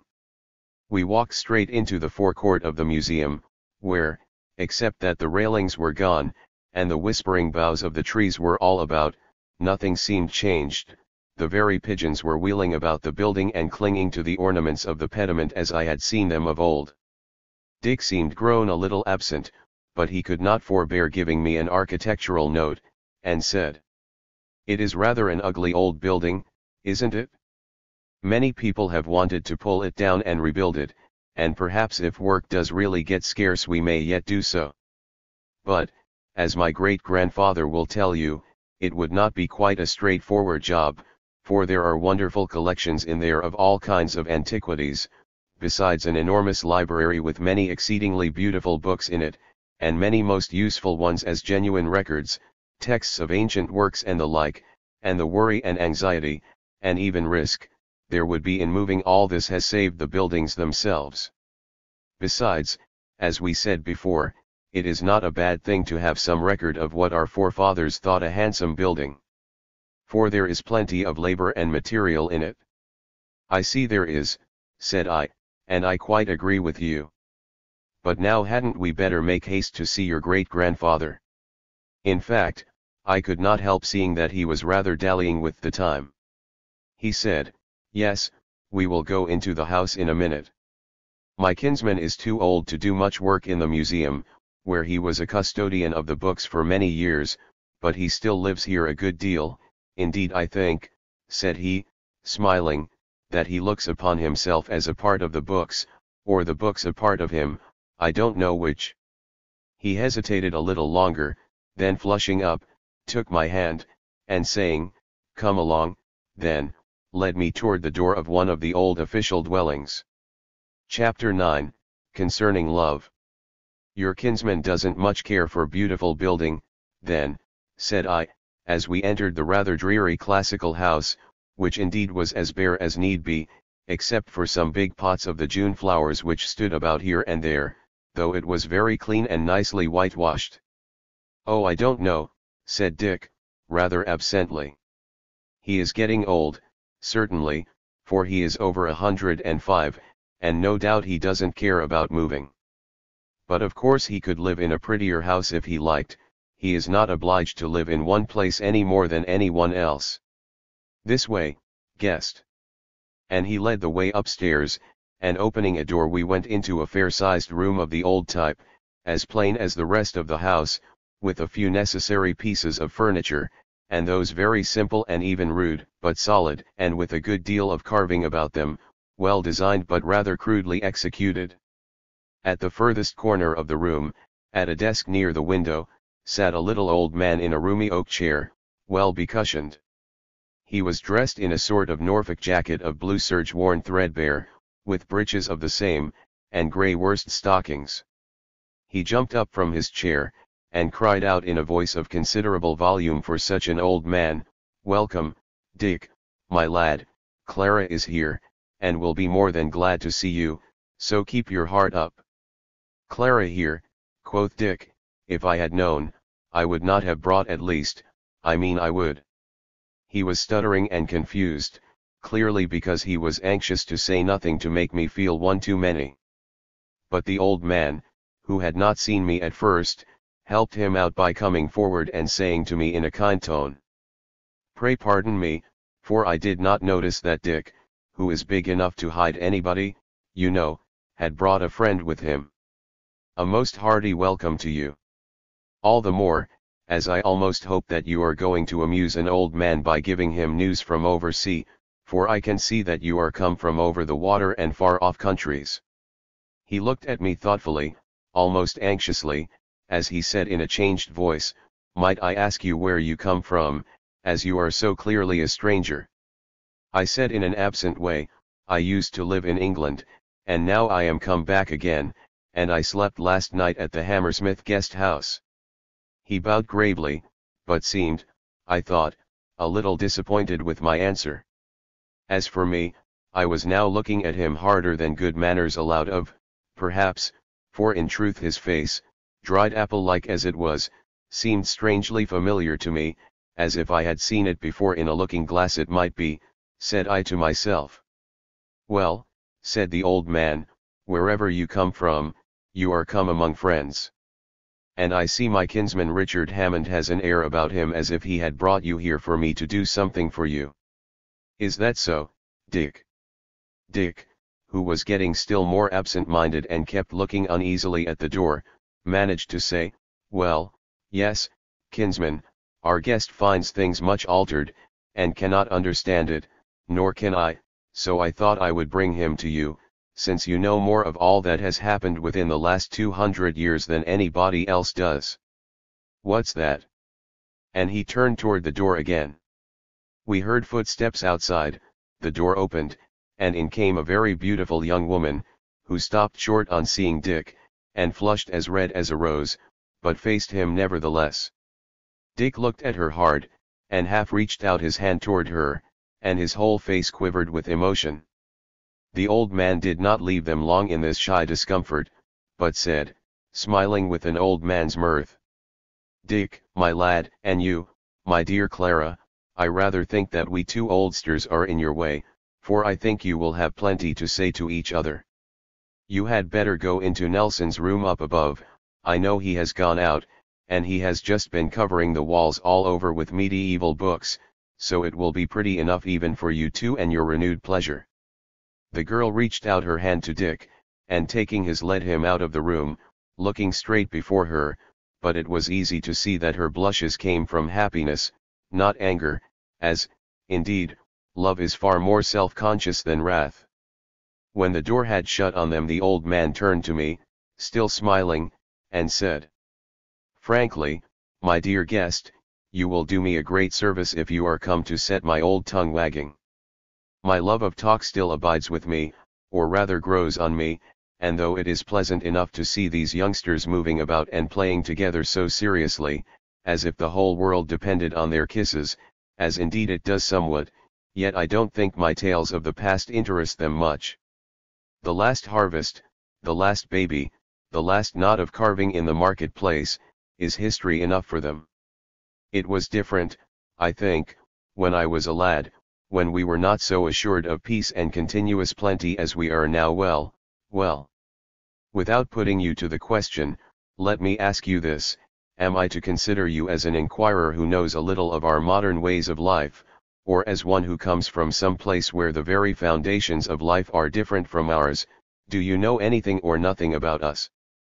He looked at me keenly and with growing wonder in his eyes as he spoke, and I answered in a low voice. I know only so much of your modern life as I could gather from using my eyes on the way here from Hammersmith, and from asking some questions of Richard Hammond, most of which he could hardly understand. The old man smiled at this. Then, said he, I am to speak to you as if I were a being from another planet, said I. The old man, whose name, by the by, like his kinsman's, was Hammond, smiled and nodded, and wheeling his seat round to me, bade me sit in a heavy oak chair, and said, as he saw my eyes fix on its curious carving. Yes, I am much tied to the past, my past, you understand. These very pieces of furniture belong to a time before my early days. It was my father who got them made. If they had been done within the last 50 years they would have been much cleverer in execution, but I don't think I should have liked them the better. We were almost beginning again in those days, and they were brisk, hot-headed times. But you hear how garrulous I am. Ask me questions about anything, dear guest, since I must talk, make my talk profitable to you. I was silent for a minute, and then I said, somewhat nervously, excuse me if I am rude, but I am so much interested in Richard, since he has been so kind to me, a perfect stranger, that I should like to ask a question about him.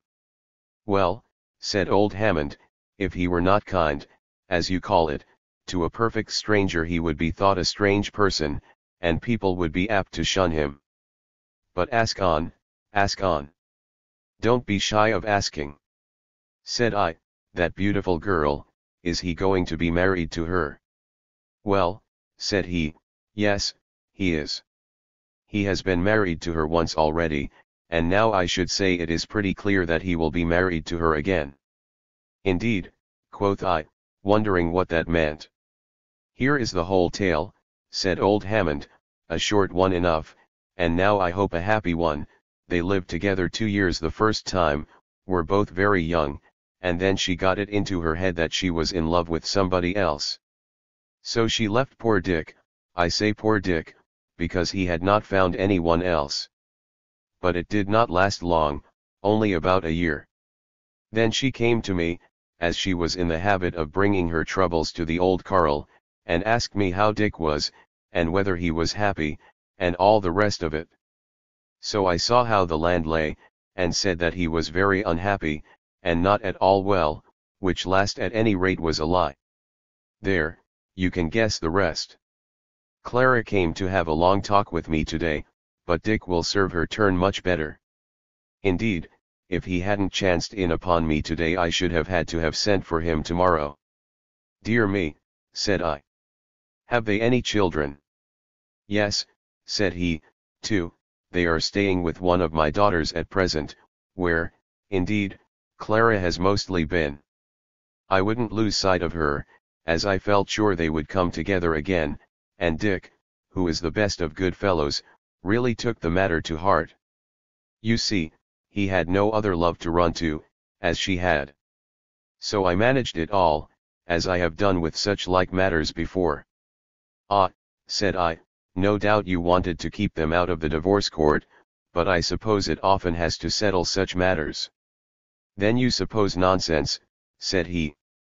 I know that there used to be such lunatic affairs as divorce courts, but just consider, all the cases that came into them were matters of property quarrels, and I think, dear guest, said he, smiling, that though you do come from another planet, you can see from the mere outside look of our world that quarrels about private property could not go on amongst us in our days.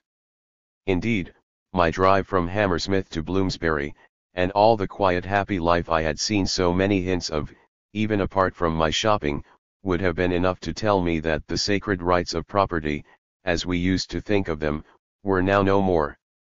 So I sat silent while the old man took up the thread of the discourse again, and said, well, then, property quarrels being no longer possible, what remains in these matters that a court of law could deal with?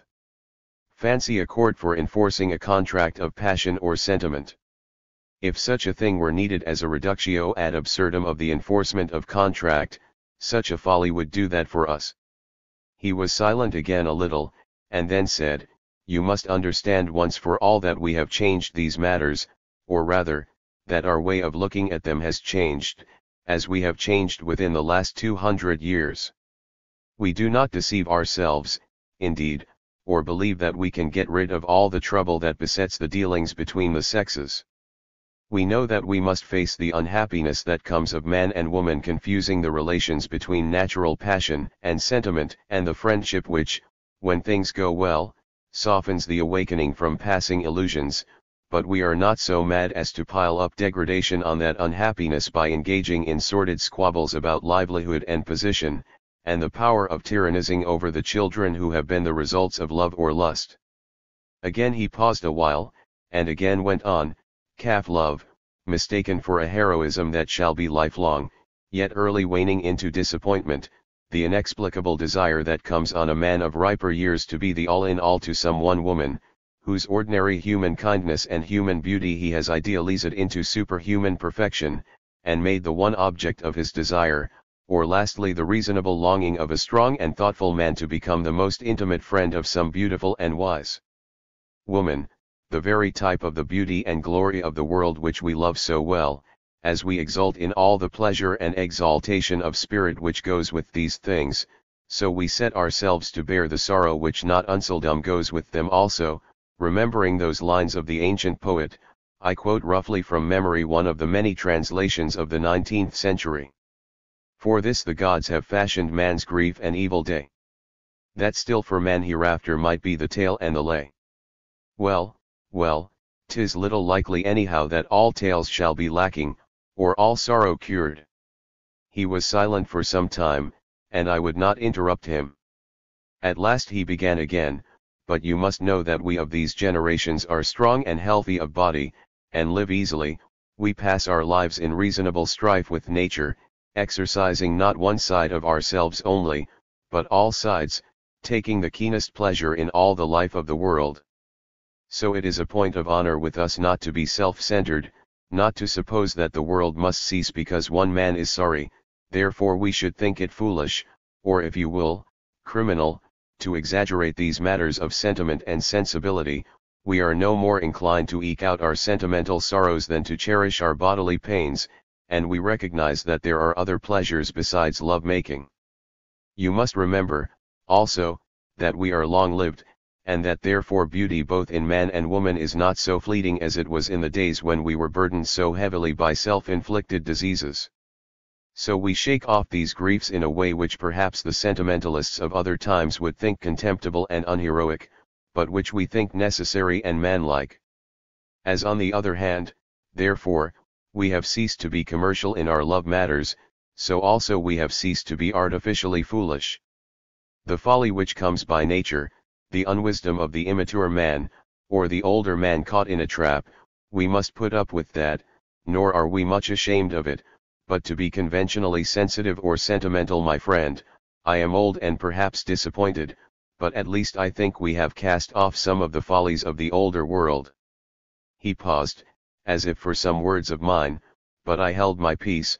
Then he went on, "At least, if we suffer from the tyranny and fickleness of nature or our own want of experience, we neither grimace about it, nor lie. If there must be sundering betwixt those who meant never to sunder, so it must be, but there need be no pretext of unity when the reality of it is gone, nor do we drive those who well know that they are incapable of it to profess an undying sentiment which they cannot really feel. Thus it is that as that monstrosity of venal lust is no longer possible, so also it is no longer needed. Don't misunderstand me. You did not seem shocked when I told you that there were no law courts to enforce contracts of sentiment or passion, but so curiously are men made, that perhaps you will be shocked when I tell you that there is no code of public opinion which takes the place of such courts, and which might be as tyrannical and unreasonable as they were. I do not say that people don't judge their neighbor's conduct, sometimes, doubtless, unfairly. But I do say that there is no unvarying conventional set of rules by which people are judged, no bed of procs to stretch or cramp their minds and lives, no hypocritical excommunication which people are forced to pronounce, either by unconsidered habit, or by the unexpressed threat of the lesser interdict if they are lax in their hypocrisy. Are you shocked now? Oh no, said I, with some hesitation. It is all so different. At any rate, said he, one thing I think I can answer for, whatever sentiment there is, it is real and general, it is not confined to people very specially refined.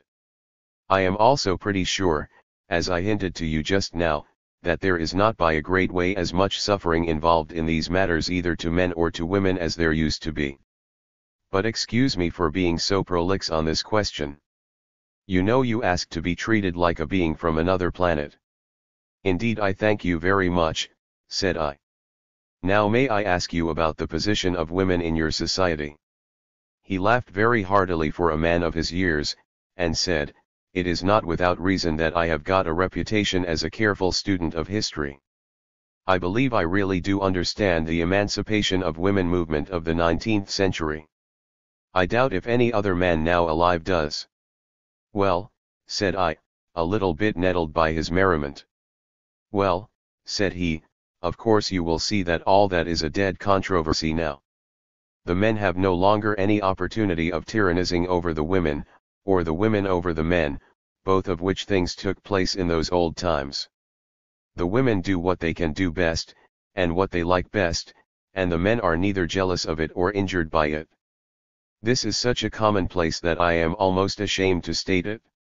I said, oh, and legislation, do they take any part in that? Hammond smiled and said, I think you may wait for an answer to that question till we get onto the subject of legislation. There may be novelties to you in that subject also. Very well, I said, but about this woman question? I saw at the guest house that the women were waiting on the men. That seems a little like reaction, doesn't it? Does it? Said the old man. Perhaps you think housekeeping an unimportant occupation, not deserving of respect. I believe that was the opinion of the advanced women of the 19th century, and their male backers.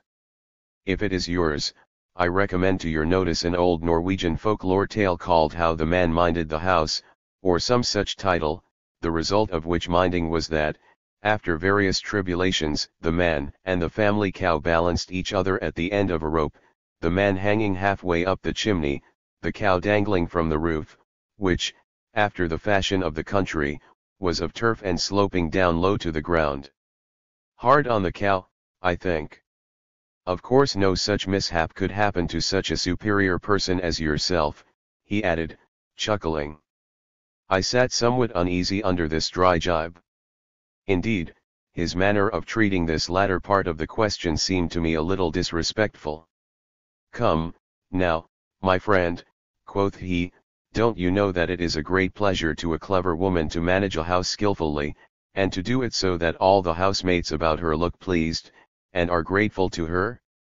And then, you know, everybody likes to be ordered about by a pretty woman. Why, it is one of the pleasantest forms of flirtation. You are not so old that you cannot remember that. Why, I remember it well. And the old fellow chuckled again, and at last fairly burst out laughing. Excuse me, said he, after a while, I am not laughing at anything you could be thinking of, but at that silly 19th century fashion, current amongst rich so-called cultivated people, of ignoring all the steps by which their daily dinner was reached, as matters too low for their lofty intelligence. Useless idiots. Come, now, I am a literary man, as we queer animals used to be called, yet I am a pretty good cook myself. So am I, said I. Well, then, said he, I really think you can understand me better than you would seem to do, judging by your words and your silence. Said I, perhaps that is so, but people putting in practice commonly the sense of interest in the ordinary occupations of life rather startles me. I will ask you a question or two presently about that. But I want to return to the position of women amongst you.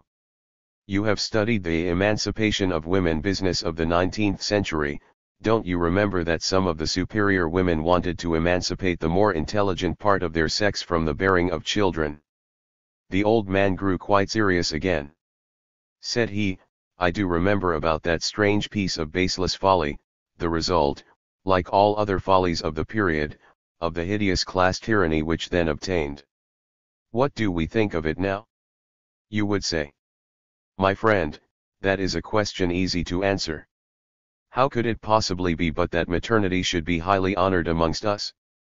Surely it is a matter of course that the natural and necessary pains which the mother must go through form a bond of union between man and woman, an extra stimulus to love and affection between them, and that this is universally recognized. For the rest, remember that all the artificial burdens of motherhood are now done away with. A mother has no longer any mere sordid anxieties for the future of her children. They may indeed turn out better or worse, they may disappoint her highest hopes. Such anxieties as these are a part of the mingled pleasure and pain which goes to make up the life of mankind. But at least she is spared the fear, it was most commonly the certainty, that artificial disabilities would make her children something less than men and women. She knows that they will live and act according to the measure of their own faculties. In times past, it is clear that the society of the day helped its Judaic God, and the man of science of the time, in visiting the sins of the fathers upon the children. How to reverse this process, how to take the sting out of heredity, has for long been one of the most constant cares of the thoughtful men amongst us. So that, you see, the ordinarily healthy woman, and almost all our women are both healthy and at least comely, respected as a child-bearer and rearer of children, desired as a woman, loved as a companion, unanxious for the future of her children, has far more instinct for maternity than the poor drudge and mother of drudges of past days could ever have had, or than her sister of the upper classes, brought up in affected ignorance of natural facts, reared in an atmosphere of mingled prudery and prurience. You speak warmly, I said, but I can see that you are right. Yes, he said, and I will point out to you a token of all the benefits which we have gained by our freedom. What did you think of the looks of the people whom you have come across today? Said I could hardly have believed that there could be so many good-looking people in any civilized country. He crowed a little, like the old bird he was. What, are we still civilized? Said he. Well, as to our looks, the English and Judish blood, which on the whole is predominant here, used not to produce much beauty. But I think we have improved it. I know a man who has a large collection of portraits printed from photographs of the 19th century, and going over those and comparing them with the everyday faces in these times, puts the improvement in our good looks beyond a doubt. Now, there are some people who think it not too fantastic to connect this increase of beauty directly with our freedom and good sense in the matters we have been speaking of. They believe that a child born from the natural and healthy love between a man and a woman, even if that be transient, is likely to turn out better in all ways, and especially in bodily beauty, than the birth of the respectable commercial marriage bed, or of the dull despair of the drudge of that system. They say, pleasure begets pleasure. What do you think? I am much of that mind, said I. Chapter X, Questions and Answers. Well, said the old man, shifting in his chair, you must get on with your questions, guest. I have been some time answering this first one. Said I want an extra word or two about your ideas of education, although I gathered from Dick that you let your children run wild and didn't teach them anything, and in short, that you have so refined your education, that now you have none. Then you gathered left-handed, quoth he. But of course I understand your point of view about education, which is that of times past, when the struggle for life, as men used to phrase it, i.e., the struggle for a slave's rations on one side, and for a bouncing share of the slaveholder's privilege on the other, pinched education for most people into a niggardly dole of not very accurate information, something to be swallowed by the beginner in the art of living whether he liked it or not, and was hungry for it or not, and which had been chewed and digested over and over again by people who didn't care about it in order to serve it out to other people who didn't care about it. I stopped the old man's rising wrath by a laugh, and said, well, you were not taught that way, at any rate, so you may let your anger run off you a little. True, said he, smiling. I thank you for correcting my ill temper. I always fancy myself as living in any period of which we may be speaking. But, however, to put it in a cooler way, you expected to see children thrust into schools when they had reached an age conventionally supposed to be the due age, whatever their varying faculties and dispositions might be, and when they're, with like disregard to facts, to be subjected to a certain conventional course of learning. My friend, can't you see that such a proceeding means ignoring the fact of growth, bodily and mental? No one could come out of such a mill uninjured, and those only would avoid being crushed by it who would have the spirit of rebellion strong in them. Fortunately most children have had that at all times, or I do not know that we should ever have reached our present position. Now you see what it all comes to. In the old times all this was the result of poverty. In the 19th century, society was so miserably poor, owing to the systematist robbery on which it was founded, that real education was impossible for anybody. The whole theory of their so-called education was that it was necessary to shove a little information into a child, even if it were by means of torture, and accompanied by twaddle which it was well known was of no use, or else he would lack information lifelong. The hurry of poverty forbade anything else. All that is past, we are no longer hurried, and the information lies ready to each one's hand when his own inclinations impel him to seek it. In this as in other matters we have become wealthy, we can afford to give ourselves time to grow. Yes, said I, but suppose the child, youth, man, never wants the information, never grows in the direction you might hope him to do. Suppose, for instance, he objects to learning arithmetic or mathematics. You can't force him when he is grown, can't you force him while he is growing, and oughtn't you to do so? Well, said he, were you forced to learn arithmetic and mathematics? A little, said I. And how old are you now? Say 56, said I. And how much arithmetic and mathematics do you know now, quoth the old man, smiling rather mockingly. Said I, none whatever, I am sorry to say. Hammond laughed quietly, but made no other comment on my admission, and I dropped the subject of education, perceiving him to be hopeless on that side.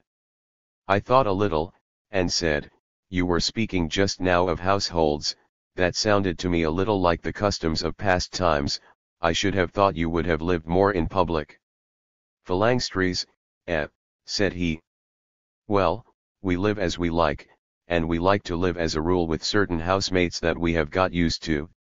Remember, again, that poverty is extinct, and that the Fourierist Phylangstries and all their kind, as was but natural at the time, implied nothing but a refuge from mere destitution.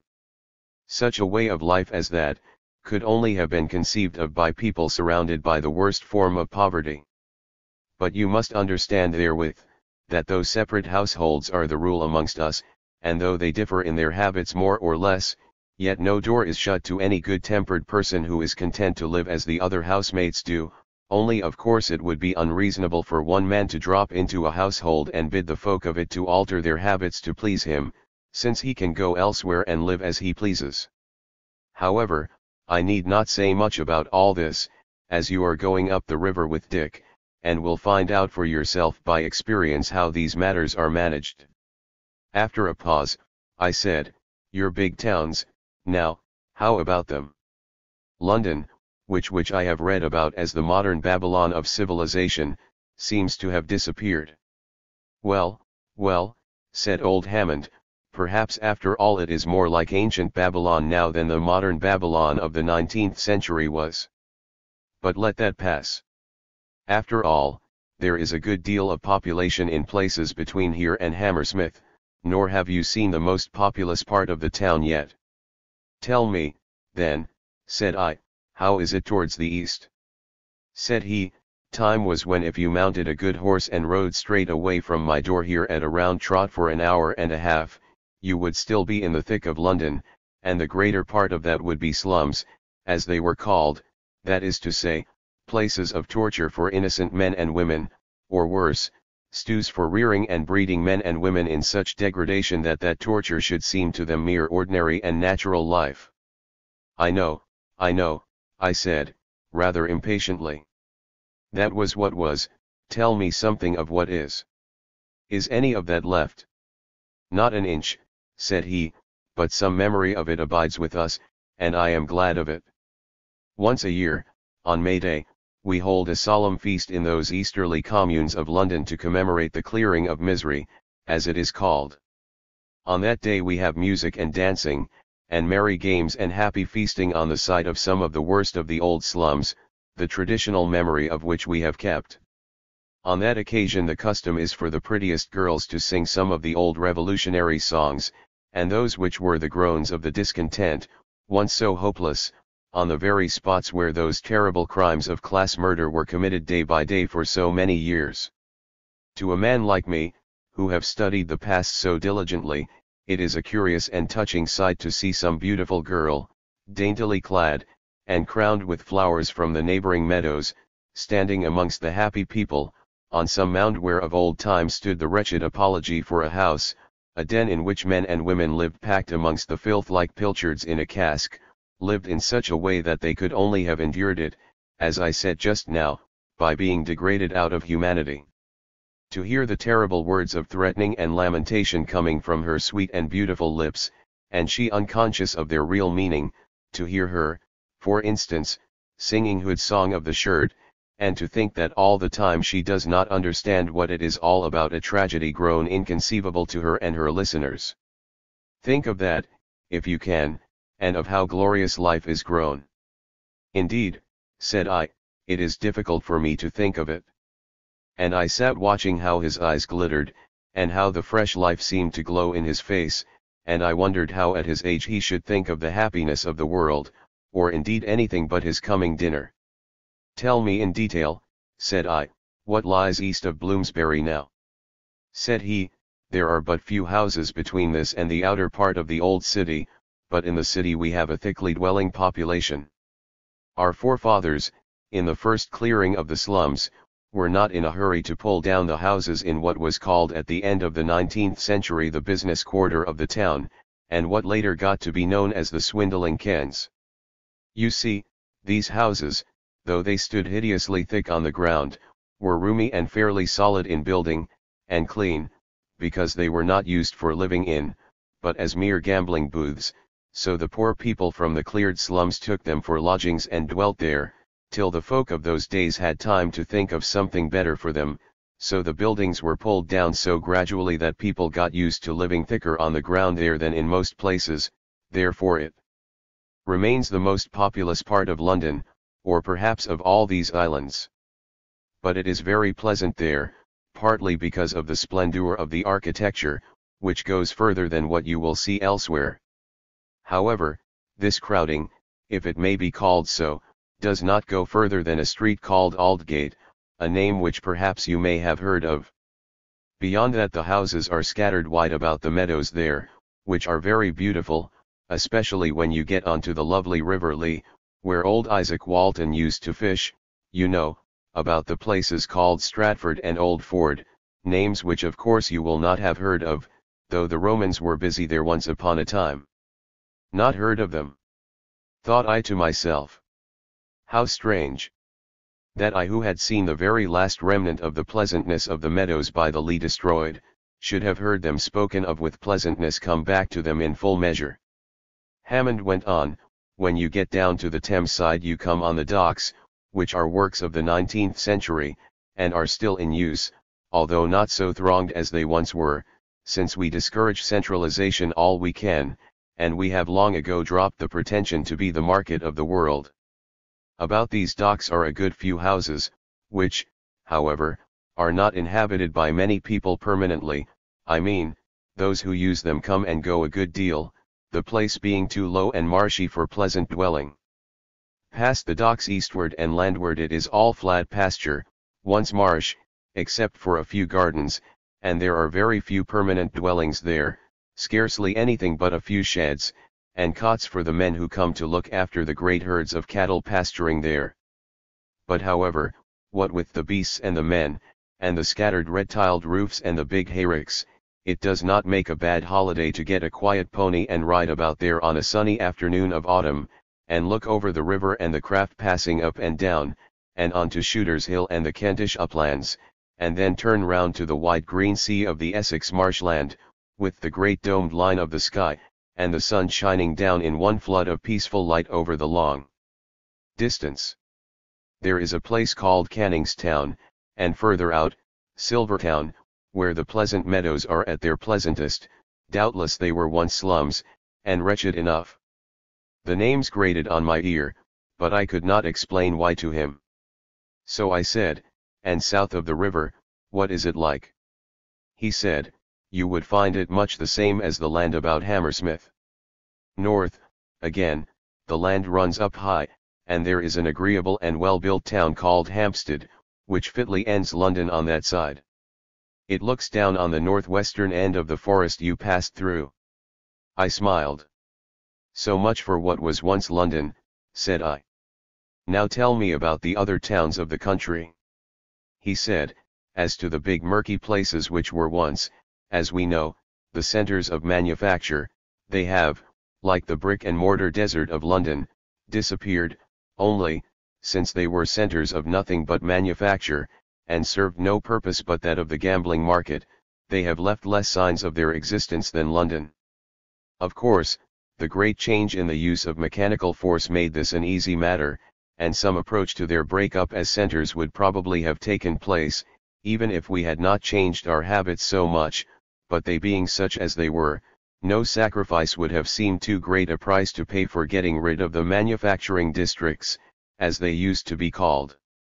For the rest, whatever coal or mineral we need is brought to grass and sent whither it is needed with as little as possible of dirt, confusion, and the distressing of quiet people's lives. One is tempted to believe from what one has read of the condition of those districts in the 19th century, that those who had them under their power worried, befouled, and degraded men out of malice prepense, but it was not so. Like the miseducation of which we were talking just now, it came of their dreadful poverty. They were obliged to put up with everything, and even pretend that they liked it, whereas we can now deal with things reasonably, and refuse to be saddled with what we do not want. I confess I was not sorry to cut short with a question his glorifications of the age he lived in. Said I, "How about the smaller towns? I suppose you have swept those away entirely." "No, no," said he, "it hasn't gone that way. On the contrary, there has been but little clearance, though much rebuilding, in the smaller towns. Their suburbs, indeed, when they had any, have melted away into the general country, and space and elbow room has been got in their centres, but there are the towns still with their streets and squares and marketplaces, so that it is by means of these smaller towns that we of today can get some kind of idea of what the towns of the older world were like, I mean to say at their best. Take Oxford, for instance," said I. "Yes," said he, "I suppose Oxford was beautiful even in the 19th century. At present it has the great interest of still preserving a great mass of pre-commercial building, and is a very beautiful place, yet there are many towns which have become scarcely less beautiful." Said I, in passing, "May I ask if it is still a place of learning?" "Still," said he, smiling. "Well, it has reverted to some of its best traditions, so you may imagine how far it is from its 19th century position. It is real learning, knowledge cultivated for its own sake, the art of knowledge, in short, which is followed there, not the commercial learning of the past. Though perhaps you do not know that in the 19th century Oxford and its less interesting sister Cambridge became definitely commercial. They, and especially Oxford, were the breeding places of a peculiar class of parasites, who called themselves cultivated people. They were indeed cynical enough, as the so-called educated classes of the day generally were, but they affected an exaggeration of cynicism in order that they might be thought knowing and worldly wise.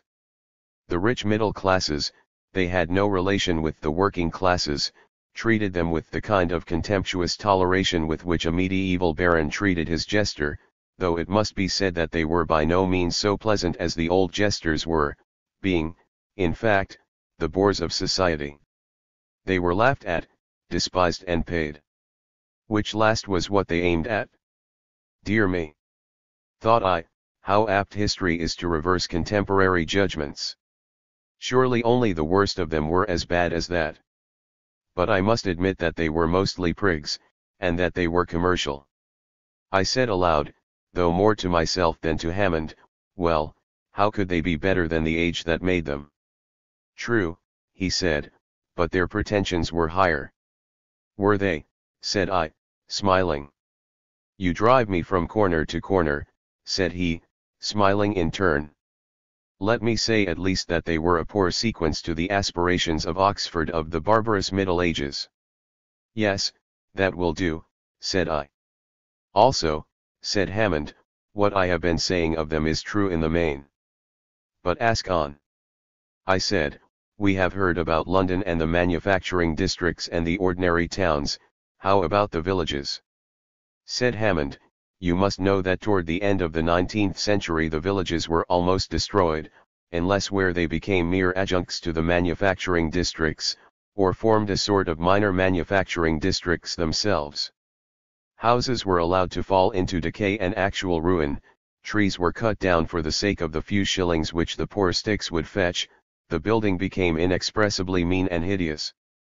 Labor was scarce, but wages fell nevertheless. All the small country arts of life which once added to the little pleasures of country people were lost.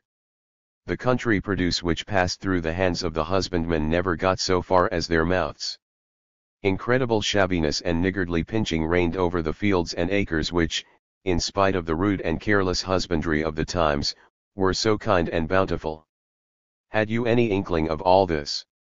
I have heard that it was so, said I, but what followed?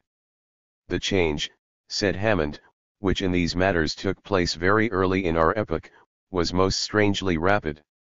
People flocked into the country villages, and, so to say, flung themselves upon the freed land like a wild beast upon his prey, and in a very little time the villages of England were more populous than they had been since the 14th century, and were still growing fast. Of course, this invasion of the country was awkward to deal with, and would have created much misery, if the folk had still been under the bondage of class monopoly. But as it was, things soon righted themselves. People found out what they were fit for, and gave up attempting to push themselves into occupations in which they must needs fail. The town invaded the country, but the invaders, like the warlike invaders of early days, yielded to the influence of their surroundings, and became country people, and in their turn, as they became more numerous than the townsmen, influenced them also, so that the difference between town and country grew less and less, and it was indeed this world of the country vivified by the thought and briskness of town-bred folk which has produced that happy and leisurely but eager life of which you have had a first taste. Again I say, many blunders were made, but we have had time to set them right. Much was left for the men of my earlier life to deal with. The crude ideas of the first half of the 20th century, when men were still oppressed by the fear of poverty, and did not look enough to the present pleasure of ordinary daily life, spoilt a great deal of what the commercial age had left us of external beauty, and I admit that it was but slowly that men recovered from the injuries that they inflicted on themselves even after they became free. But slowly as the recovery came, it did come, and the more you see of us, the clearer it will be to you that we are happy. That we live amidst beauty without any fear of becoming effeminate, that we have plenty to do, and on the whole enjoy doing it. What more can we ask of life? He paused, as if he were seeking for words with which to express his thought. Then he said, "This is how we stand. England was once a country of clearings amongst the woods and wastes, with a few towns interspersed, which were fortresses for the feudal army, markets for the folk, gathering places for the craftsmen.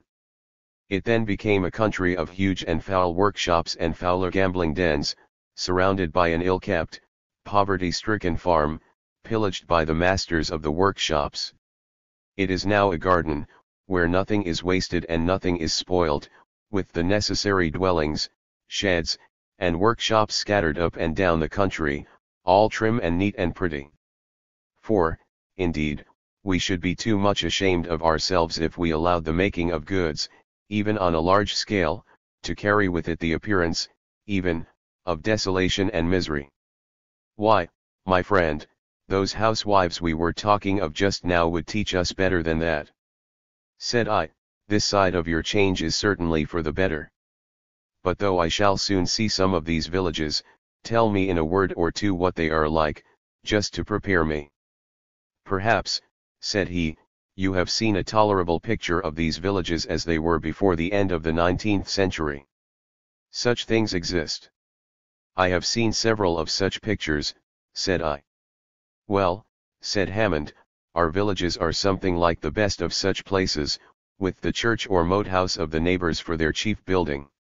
Only note that there are no tokens of poverty about them, no tumble-down picturesque, which, to tell you the truth, the artist usually availed himself of to veil his incapacity for drawing architecture. Such things do not please us, even when they indicate no misery. Like the medievals, we like everything trim and clean and orderly and bright, as people always do when they have any sense of architectural power, because then they know that they can have what they want, and they won't stand any nonsense from nature in their dealings with her.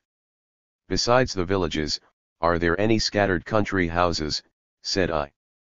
Yes, plenty, said Hammond, in fact, except in the wastes and forests and amongst the sand hills, like Hindhead in Surrey, it is not easy to be out of sight of a house, and where the houses are thinly scattered they run large, and are more like the old colleges than ordinary houses as they used to be. That is done for the sake of society, for a good many people can dwell in such houses, as the country dwellers are not necessarily husbandmen, though they almost all help in such work at times. The life that goes on in these big dwellings in the country is very pleasant, especially as some of the most studious men of our time live in them, and altogether there is a great variety of mind and mood to be found in them which brightens and quickens the society there. I am rather surprised, said I, by all this, for it seems to me that after all the country must be tolerably populous. Certainly, said he, the population is pretty much the same as it was at the end of the 19th century, we have spread it, that is all. Of course, also, we have helped to populate other countries where we were wanted and were called for. Said I, one thing, it seems to me, does not go with your word of garden for the country. You have spoken of wastes and forests, and I myself have seen the beginning of your Middlesex and Essex forest. Why do you keep such things in a garden? And isn't it very wasteful to do so? My friend, he said, we like these pieces of wild nature, and can afford them, so we have them, let alone that as to the forests, we need a great deal of timber, and suppose that our sons and sons' sons will do the like. As to the land being a garden, I have heard that they used to have shrubberies and rock eyries in gardens once, and though I might not like the artificial ones, I assure you that some of the natural rock eyries of our garden are worth seeing. Go north this summer and look at the Cumberland and Westmoreland ones, where, by the way, you will see some sheep feeding, so that they are not so wasteful as you think, not so wasteful as forcing grounds for fruit out of season, I think. Go and have a look at the sheep walks high up the slopes between Ingleborough and Penwygwent, and tell me if you think we waste the land there by not covering it with factories for making things that nobody wants, which was the chief business of the 19th century. I will try to go there, said I. It won't take much trying, said he.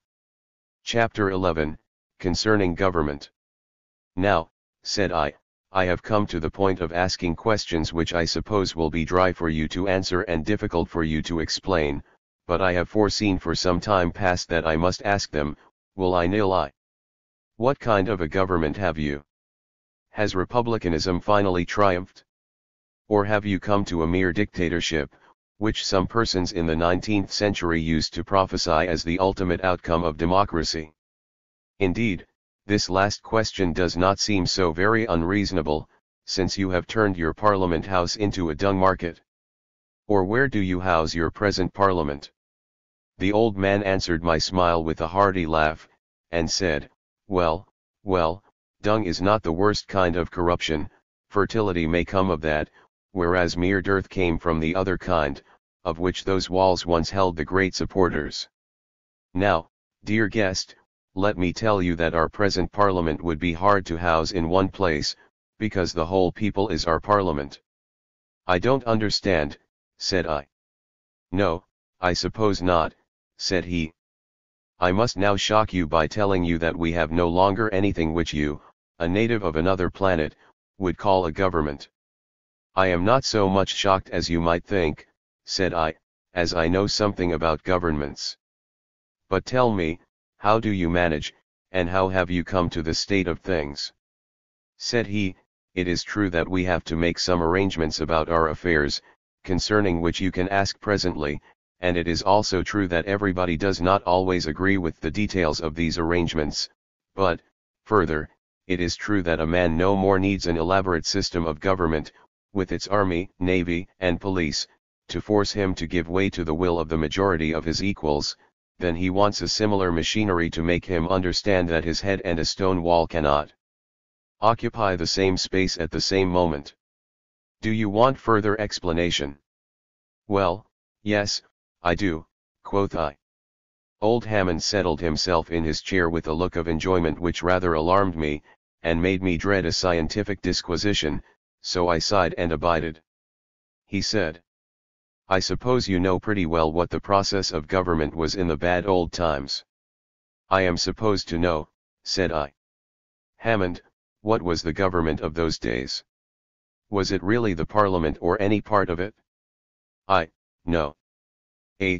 Was not the Parliament on the one side a kind of watch committee sitting to see that the interests of the upper classes took no hurt, and on the other side a sort of blind to delude the people into supposing that they had some share in the management of their own affairs? History seems to show us this. To what extent did the people manage their own affairs? I judge from what I have heard that sometimes they forced the Parliament to make a law to legalize some alteration which had already taken place. Anything else? I think not. As I am informed, if the people made any attempt to deal with the cause of their grievances, the law stepped in and said, this is sedition, revolt, or what not, and slew or tortured the ringleaders of such attempts. If Parliament was not the government then, nor the people either, what was the government? Can you tell me? I think we shall not be far wrong if we say that government was the law courts, backed up by the executive, which handled the brute force that the deluded people allowed them to use for their own purposes, I mean the army, navy, and police. Reasonable men must needs think you are right. Now as to those law courts. Were they places of fair dealing according to the ideas of the day? Had a poor man a good chance of defending his property and person in them? It is a commonplace that even rich men looked upon a lawsuit as a dire misfortune, even if they gained the case, and as for a poor one, why, it was considered a miracle of justice and beneficence if a poor man who had once got into the clutches of the law escaped prison or utter ruin. It seems, then, my son, that the government by law courts and police, which was the real government of the 19th century, was not a great success even to the people of that day, living under a class system which proclaimed inequality and poverty as the law of God and the bond which held the world together. So it seems, indeed. And now that all this is changed, and the rights of property, which mean the clenching the fist on a piece of goods and crying out to the neighbors, you shan't have this. Now that all this has disappeared so utterly that it is no longer possible even to jest upon its absurdity, is such a government possible? It is impossible. Yes, happily.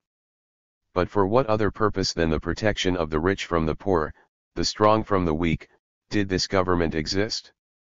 I have heard that it was said that their office was to defend their own citizens against attack from other countries. It was said, but was anyone expected to believe this?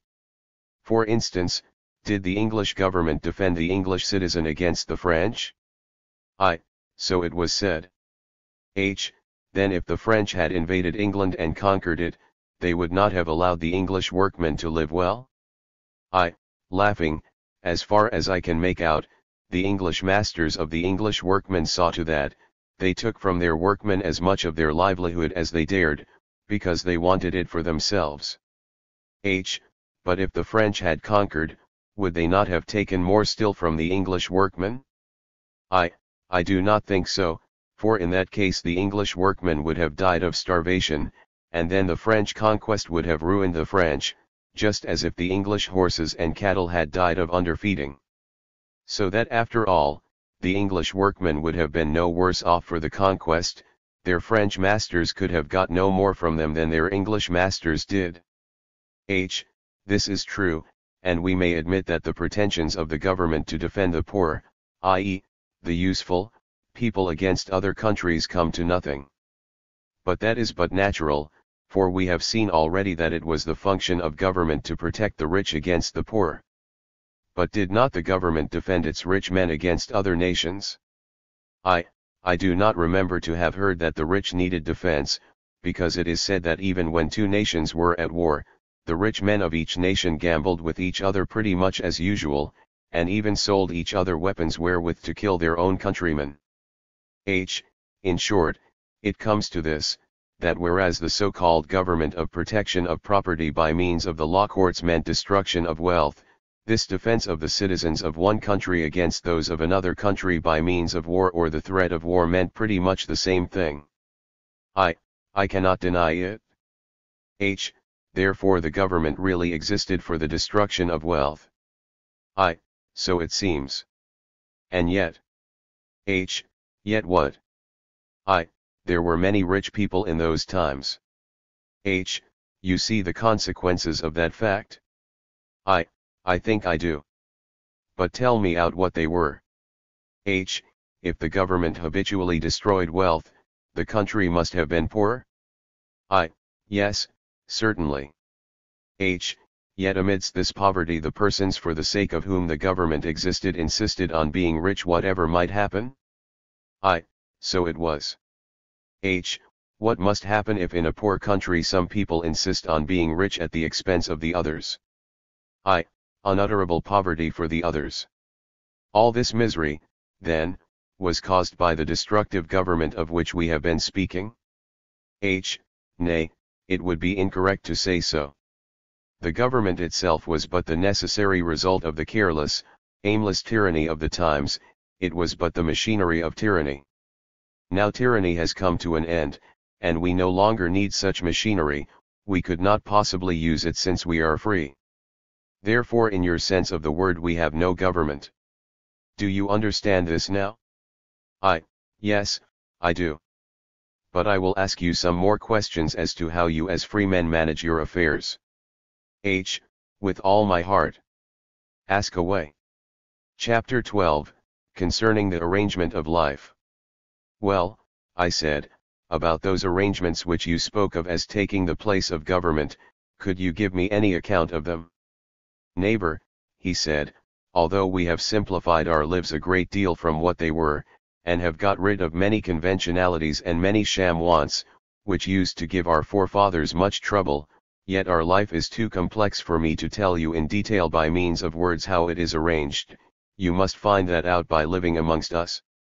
It is true that I can better tell you what we don't do, than what we do. Well, said I. This is the way to put it, said he, we have been living for 150 years, at least, more or less in our present manner, and a tradition or habit of life has been growing on us, and that habit has become a habit of acting on the whole for the best. It is easy for us to live without robbing each other. It would be possible for us to contend with and rob each other, but it would be harder for us than refraining from strife and robbery. That is in short the foundation of our life and our happiness. Whereas in the old days, said I, it was very hard to live without strife and robbery. That's what you mean, isn't it, by giving me the negative side of your good conditions?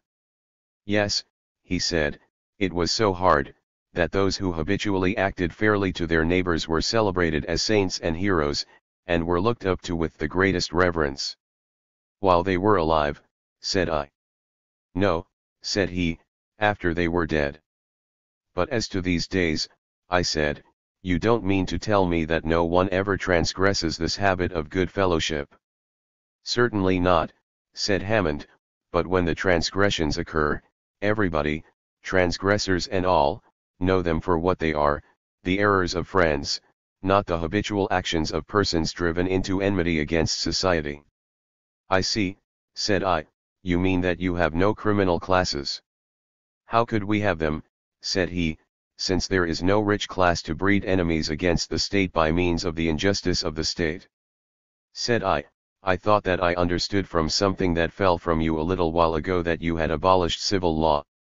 Is that so, literally? It abolished itself, my friend, said he. As I said before, the civil law courts were upheld for the defense of private property, for nobody ever pretended that it was possible to make people act fairly to each other by means of brute force. Well, private property being abolished, all the laws and all the legal crimes which it had manufactured of course came to an end. Thou shalt not steal, had to be translated into, thou shalt work in order to live happily. Is there any need to enforce that commandment by violence? Well, said I, that is understood, and I agree with it, but how about crimes of violence? Would not their occurrence, and you admit that they occur, make criminal law necessary? Said he, in your sense of the word, we have no criminal law either. Let us look at the matter closer, and see whence crimes of violence spring. By far the greater part of these in past days were the result of the laws of private property, which forbade the satisfaction of their natural desires to all but a privileged few, and of the general visible coercion which came of those laws. All that cause of violent crime is gone. Again, many violent acts came from the artificial perversion of the sexual passions, which caused overweening jealousy and the like miseries. Now, when you look carefully into these, you will find that what lay at the bottom of them was mostly the idea, a law-made idea, of the woman being the property of the man, whether he were husband, father, brother, or what not. That idea has of course vanished with private property, as well as certain follies about the ruin of women for following their natural desires in an illegal way, which of course was a convention caused by the laws of private property. Another cognate cause of crimes of violence was the family tyranny, which was the subject of so many novels and stories of the past, and which once more was the result of private property. Of course that is all ended, since families are held together by no bond of coercion, legal or social, but by mutual liking and affection, and everybody is free to come or go as he or she pleases. Furthermore, our standards of honor and public estimation are very different from the old ones. Success in besting our neighbors is a road to renown now closed, let us hope forever. Each man is free to exercise his special faculty to the utmost, and every one encourages him in so doing. So that we have got rid of the scowling envy, coupled by the poets with hatred, and surely with good reason, heaps of unhappiness and ill blood were caused by it, which with irritable and passionate men, i.e., energetic and active men, often led to violence. I laughed, and said, so that you now withdraw your admission, and say that there is no violence amongst you. No, said he, I withdraw nothing, as I told you, such things will happen. Hot blood will err sometimes. A man may strike another, and the stricken strike back again, and the result be a homicide, to put it at the worst. But what then? Shall we the neighbors make it worse still? Shall we think so poorly of each other as to suppose that the slain man calls on us to revenge him, when we know that if he had been maimed, he would, when in cold blood and able to weigh all the circumstances, have forgiven his manner? Or will the death of the slayer bring the slain man to life again and cure the unhappiness his loss has caused? Yes, I said, but consider, must not the safety of society be safeguarded by some punishment? There, neighbor, said the old man, with some exultation, you have hit the mark. That punishment of which men used to talk so wisely and act so foolishly, what was it but the expression of their fear? And they had need to fear, since they, i.e., the rulers of society, were dwelling like an armed band in a hostile country. But we who live amongst our friends need neither fear nor punish. Surely if we, in dread of an occasional rare homicide, an occasional rough blow, were solemnly and legally to commit homicide and violence, we could only be a society of ferocious cowards. Don't you think so, neighbor? Yes, I do, when I come to think of it from that side, said I. Yet you must understand, said the old man, that when any violence is committed, we expect the transgressor to make any atonement possible to him, and he himself expects it. But again, think if the destruction or serious injury of a man momentarily overcome by wrath or folly can be any atonement to the commonwealth. Surely it can only be an additional injury to it. Said I, but suppose the man has a habit of violence, kills a man a year, for instance. Such a thing is unknown, said he. In a society where there is no punishment to evade, no law to triumph over, remorse will certainly follow transgression. And lesser outbreaks of violence, said I, how do you deal with them, for hitherto we have been talking of great tragedies, I suppose. Said Hammond, if the ill-doer is not sick or mad, in which case he must be restrained till his sickness or madness is cured, it is clear that grief and humiliation must follow the ill-deed, and society in general will make that pretty clear to the ill-doer if he should chance to be dull to it, and again, some kind of atonement will follow, at the least, an open acknowledgement of the grief and humiliation. Is it so hard to say, I ask your pardon, neighbor? Well, sometimes it is hard, and let it be. You think that enough, said I. Yes, said he, and moreover it is all that we can do. If in addition we torture the man, we turn his grief into anger, and the humiliation he would otherwise feel for his wrongdoing is swallowed up by a hope of revenge for our wrongdoing to him. He has paid the legal penalty, and can go and sin again with comfort. Shall we commit such a folly, then? Remember, Jesus had got the legal penalty remitted before he said go and sin no more. Let alone that in a society of equals you will not find anyone to play the part of torturer or jailer, though many to act as nurse or doctor.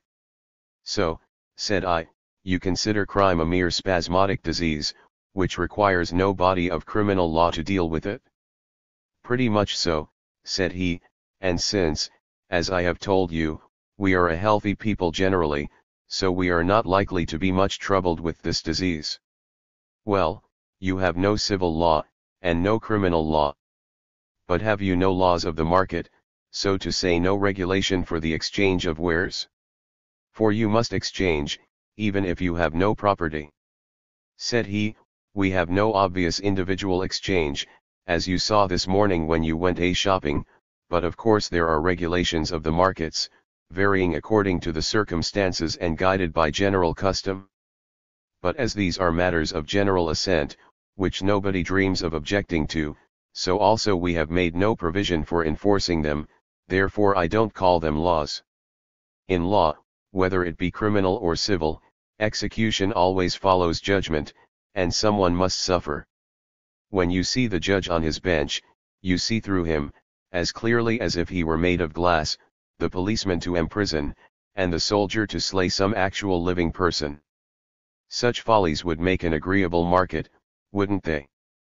Certainly, said I, that means turning the market into a mere battlefield, in which many people must suffer as much as in the battlefield of bullet and bayonet. And from what I have seen I should suppose that your marketing, great and little, is carried on in a way that makes it a pleasant occupation. You are right, neighbor, said he. Although there are so many, indeed by far the greater number amongst us, who would be unhappy if they were not engaged in actually making things, and things which turn out beautiful under their hands, there are many, like the housekeepers I was speaking of, whose delight is in administration and organization, to use long-tailed words, I mean people who like keeping things together, avoiding waste, seeing that nothing sticks fast uselessly. Such people are thoroughly happy in their business, all the more as they are dealing with actual facts, and not merely passing counters round to see what share they shall have in the privileged taxation of useful people, which was the business of the commercial folk in past days. Well, what are you going to ask me next? Chapter 13, Concerning Politics. Said I, how do you manage with politics? Said Hammond, smiling, I am glad that it is of me that you ask that question, I do believe that anybody else would make you explain yourself, or try to do so, till you were sickened of asking questions. Indeed, I believe I am the only man in England who would know what you mean, and since I know, I will answer your question briefly by saying that we are very well off as to politics, because we have none. If ever you make a book out of this conversation, put this in a chapter by itself, after the model of old Horribo snakes in Iceland. I will, said I. Chapter 14, How Matters Are Managed. Said I, how about your relations with foreign nations? I will not affect not to know what you mean, said he, but I will tell you at once that the whole system of rival and contending nations which played so great a part in the government of the world of civilization has disappeared along with the inequality betwixt man and man in society. Does not that make the world duller, said I. Why, said the old man. The obliteration of national variety, said I. Nonsense, he said, somewhat snappishly. Cross the water and see. You will find plenty of variety, the landscape, the building, the diet, the amusements, all various. The men and women varying in looks as well as in habits of thought, the costume far more various than in the commercial period. How should it add to the variety or dispel the dullness, to coerce certain families or tribes, often heterogeneous and jarring with one another, into certain artificial and mechanical groups, and call them nations, and stimulate their patriotism, i.e., their foolish and envious prejudices? Well, I don't know how, said I. That's right, said Hammond cheerily, you can easily understand that now we are freed from this folly it is obvious to us that by means of this very diversity the different strains of blood in the world can be serviceable and pleasant to each other, without in the least wanting to rob each other. We are all bent on the same enterprise, making the most of our lives. And I must tell you, whatever quarrels or misunderstandings arise, they very seldom take place between people of different race, and consequently, since there is less unreason in them, they are the more readily appeased. Good, said I, but as to those matters of politics, as to general differences of opinion in one and the same community, do you assert that there are none? No, not at all, said he, somewhat snappishly, but I do say that differences of opinion about real solid things need not, and with us do not, crystallize people into parties permanently hostile to one another, with different theories as to the build of the universe and the progress of time. Isn't that what politics used to mean? Well, said I am not so sure of that. Said he, I take you, neighbor, they only pretended to this serious difference of opinion, for if it had existed they could not have dealt together in the ordinary business of life, couldn't have eaten together, bought and sold together, gambled together, cheated other people together, but must have fought whenever they met, which would not have suited them at all. The game of the masters of politics was to cajole or force the public to pay the expense of a luxurious life and exciting amusement for a few cliques of ambitious persons, and the pretense of serious difference of opinion, belied by every action of their lives, was quite good enough for that. What has all that got to do with us? Said I, why, nothing, I should hope. But I fear, in short, I have been told that political strife was a necessary result of human nature. Human nature, cried the old boy, impetuously, what human nature? The human nature of paupers, of slaves, of slaveholders, or the human nature of wealthy freemen? Which? Come, tell me that. Well, said I suppose there would be a difference according to circumstances in people's action about these matters. I should think so, indeed, said he. At all events, experience shows that it is so. Amongst us, our differences concern matters of business, and passing events as to them, and could not divide men permanently. As a rule, the immediate outcome shows which opinion on a given subject is the right one. It is a matter of fact, not of speculation. For instance, it is clearly not easy to knock up a political party on the question as to whether haymaking in such and such a countryside shall begin this week or next, when all men agree that it must at latest begin the week after next, and when any man can go down into the fields himself and see whether the seeds are ripe enough for the cutting. Said I, and you settle these differences, great and small, by the will of the majority, I suppose. Certainly, said he, how else could we settle them?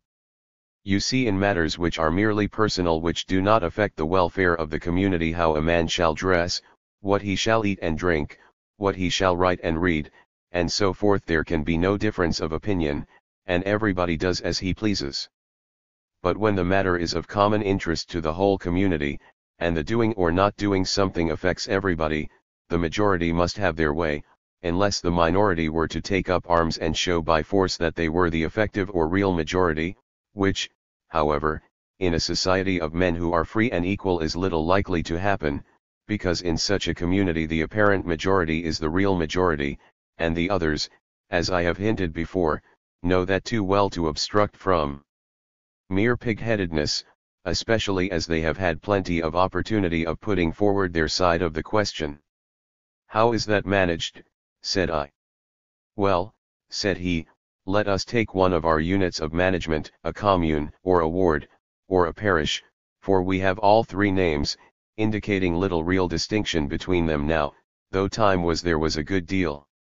In such a district, as you would call it, some neighbors think that something ought to be done or undone, a new town hall built, a clearance of inconvenient houses, or say a stone bridge substituted for some ugly old iron one, there you have undoing and doing in one. Well, at the next ordinary meeting of the neighbors, or mote, as we call it, according to the ancient tongue of the times before bureaucracy, a neighbor proposes the change, and of course, if everybody agrees, there is an end of discussion, except about details.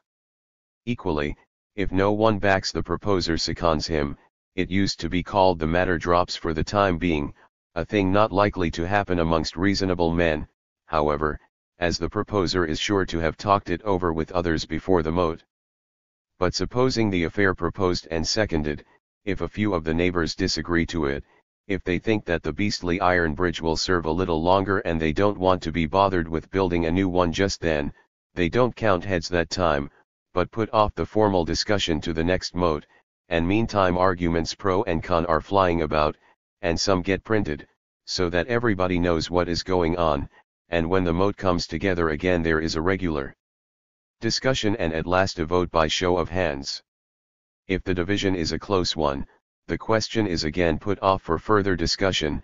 If the division is a wide one, the minority are asked if they will yield to the more general opinion, which they often, nay, most commonly do.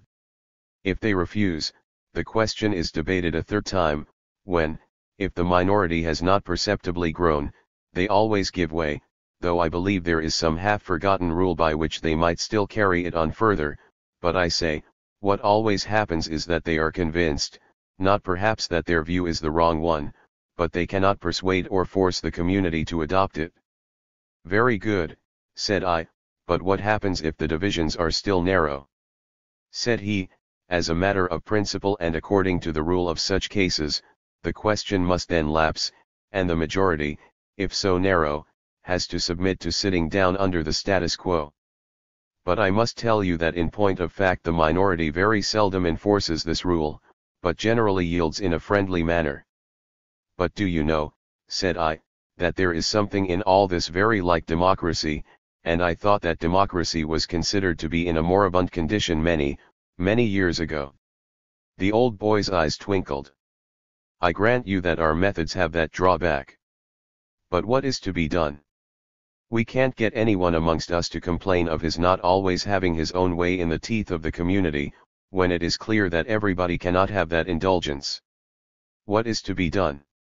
Well, said I don't know. Said he, the only alternatives to our method that I can conceive of are these.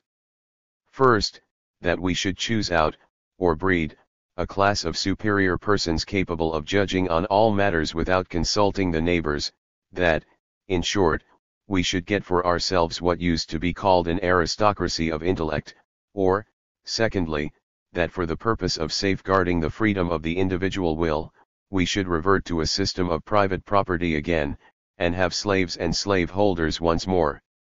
What do you think of those two expedients? Well, said I, there is a third possibility, to wit, that every man should be quite independent of every other, and that thus the tyranny of society should be abolished. He looked hard at me for a second or two, and then burst out laughing very heartily, and I confess that I joined him. When he recovered himself he nodded at me, and said, "Yes, yes, I quite agree with you, and so we all do." "Yes," I said, "and besides, it does not press hardly on the minority, for, take this matter of the bridge, no man is obliged to work on it if he doesn't agree to its building. At least, I suppose not." He smiled, and said, "Shrewdly put, and yet from the point of view of the native of another planet. If the man of the minority does find his feelings hurt, doubtless he may relieve them by refusing to help in building the bridge. But, dear neighbor, that is not a very effective salve for the wound caused by the tyranny of a majority in our society, because all work that is done is either beneficial or hurtful to every member of society. The man is benefited by the bridge building if it turns out a good thing, and hurt by it if it turns out a bad one, whether he puts a hand to it or not, and meanwhile he is benefiting the bridge builders by his work, whatever that may be.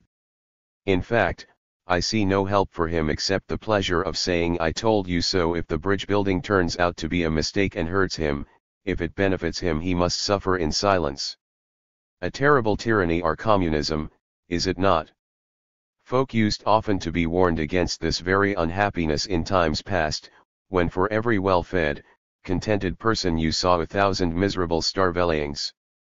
Whereas for us, we grow fat and well liking on the tyranny, a tyranny, to say the truth, not to be made visible by any microscope I know.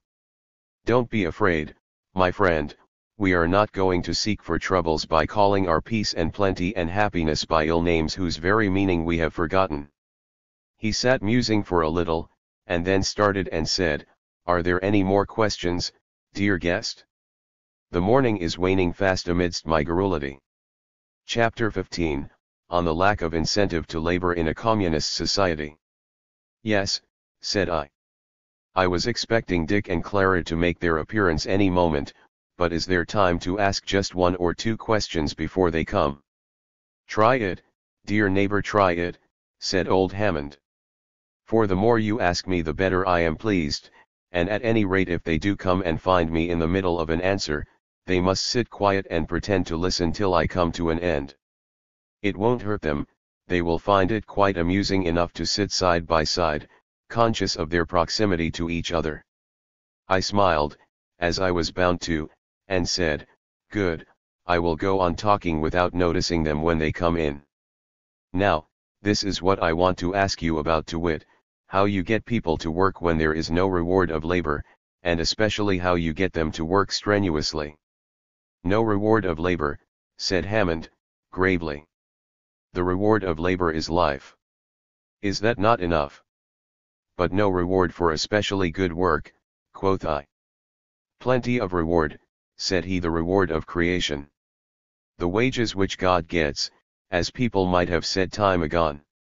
If you are going to ask to be paid for the pleasure of creation, which is what excellence in work means, the next thing we shall hear of will be a bill sent in for the begetting of children." "Well, but," said I, "the man of the 19th century would say there is a natural desire towards the procreation of children, and a natural desire not to work." "Yes, yes," said he, "I know the ancient platitude, wholly untrue, indeed, to us quite meaningless." Fourier, whom all men laughed at, understood the matter better. "Why is it meaningless to you?" said I. He said, "Because it implies that all work is suffering, and we are so far from thinking that, as you may have noticed, whereas we are not short of wealth, there is a kind of fear growing up amongst us that we shall one day be short of work. It is a pleasure which we are afraid of losing, not a pain." "Yes," said I have noticed that, and I was going to ask you about that also. But in the meantime, what do you positively mean to assert about the pleasurableness of work amongst you?" "This, that all work is now pleasurable, either because of the hope of gain in honor and wealth with which the work is done, which causes pleasurable excitement, even when the actual work is not pleasant, or else because it has grown into a pleasurable habit, as in the case with what you may call mechanical work, and lastly, and most of our work is of this kind, because there is conscious sensuous pleasure in the work itself, it is done, that is, by artists. I see, said I. Can you now tell me how you have come to this happy condition? For, to speak plainly, this change from the conditions of the older world seems to me far greater and more important than all the other changes you have told me about as to crime, politics, property, marriage. You are right there, said he. Indeed, you may say rather that it is this change which makes all the others possible. What is the object of revolution? Surely to make people happy. Revolution having brought its foredoomed change about, how can you prevent the counter-revolution from setting in except by making people happy? What? Shall we expect peace and stability from unhappiness? The gathering of grapes from thorns and figs from thistles is a reasonable expectation compared with that. And happiness without happy daily work is impossible. Most obviously true, said I, for I thought the old boy was preaching a little. But answer my question, as to how you gain this happiness. Briefly, said he, by the absence of artificial coercion, and the freedom for every man to do what he can do best, joined to the knowledge of what productions of labor we really wanted. I must admit that this knowledge we reached slowly and painfully. Go on, said I, give me more detail, explain more fully. For this subject interests me intensely. Yes, I will, said he, but in order to do so I must weary you by talking a little about the past. Contrast is necessary for this explanation. Do you mind? No, no, said I. Said he, settling himself in his chair again for a long talk, it is clear from all that we hear and read, that in the last age of civilization men had got into a vicious circle in the matter of production of wares. They had reached a wonderful facility of production, and in order to make the most of that facility they had gradually created, or allowed to grow, rather, a most elaborate system of buying and selling, which has been called the world market, and that world market, once set a-going, forced them to go on making more and more of these wares, whether they needed them or not. So that while, of course, they could not free themselves from the toil of making real necessaries, they created in a never-ending series sham or artificial necessaries, which became, under the iron rule of the aforesaid world market, of equal importance to them with the real necessaries which supported life. By all this they burdened themselves with a prodigious mass of work merely for the sake of keeping their wretched system going. Yes, and then, said I. Why, then, since they had forced themselves to stagger along under this horrible burden of unnecessary production, it became impossible for them to look upon labor and its results from any other point of view than one, to wit, the ceaseless endeavor to expend the least possible amount of labor on any article made, and yet at the same time to make as many articles as possible. To this cheapening of production, as it was called, everything was sacrificed, the happiness of the workman at his work, nay, his most elementary comfort and bare health, his food, his clothes, his dwelling, his leisure, his amusement, his education, his life, in short, did not weigh a grain of sand in the balance against this dire necessity of cheap production of things, a great part of which were not worth producing at all. Nay, we are told, and we must believe it, so overwhelming is the evidence, though many of our people scarcely can believe it, that even rich and powerful men, the masters of the poor devils aforesaid, submitted to live amidst sights and sounds and smells which it is in the very nature of man to abhor and flee from, in order that their riches might bolster up this supreme folly. The whole community, in fact, was cast into the jaws of this ravening monster, the cheap production forced upon it by the world market. Dear me, said I. But what happened? Did not their cleverness and facility in production master this chaos of misery at last? Couldn't they catch up with the world market, and then set to work to devise means for relieving themselves from this fearful task of extra labor? He smiled bitterly. Did they even try to, said he. I am not sure. You know that according to the old saw the beetle gets used to living in dung, and these people, whether they found the dung sweet or not, certainly lived in it. His estimate of the life of the 19th century made me catch my breath a little, and I said feebly, but the labor-saving machines. Heyday, quoth he. What's that you are saying, the labor-saving machines? Yes, they were made to save labor, or, to speak more plainly, the lives of men, on one piece of work in order that it might be expended, I will say wasted on another, probably useless, piece of work. Friend, all their devices for cheapening labor simply resulted in increasing the burden of labor. The appetite of the world market grew with what it fed on. The countries within the ring of civilization, that is, organized misery, were glutted with the abortions of the market, and force and fraud were used unsparingly to open up countries outside that pale. This process of opening up is a strange one to those who have read the professions of the men of that period and do not understand their practice, and perhaps shows us at its worst the great vice of the 19th century, the use of hypocrisy and cant to evade the responsibility of vicarious ferocity.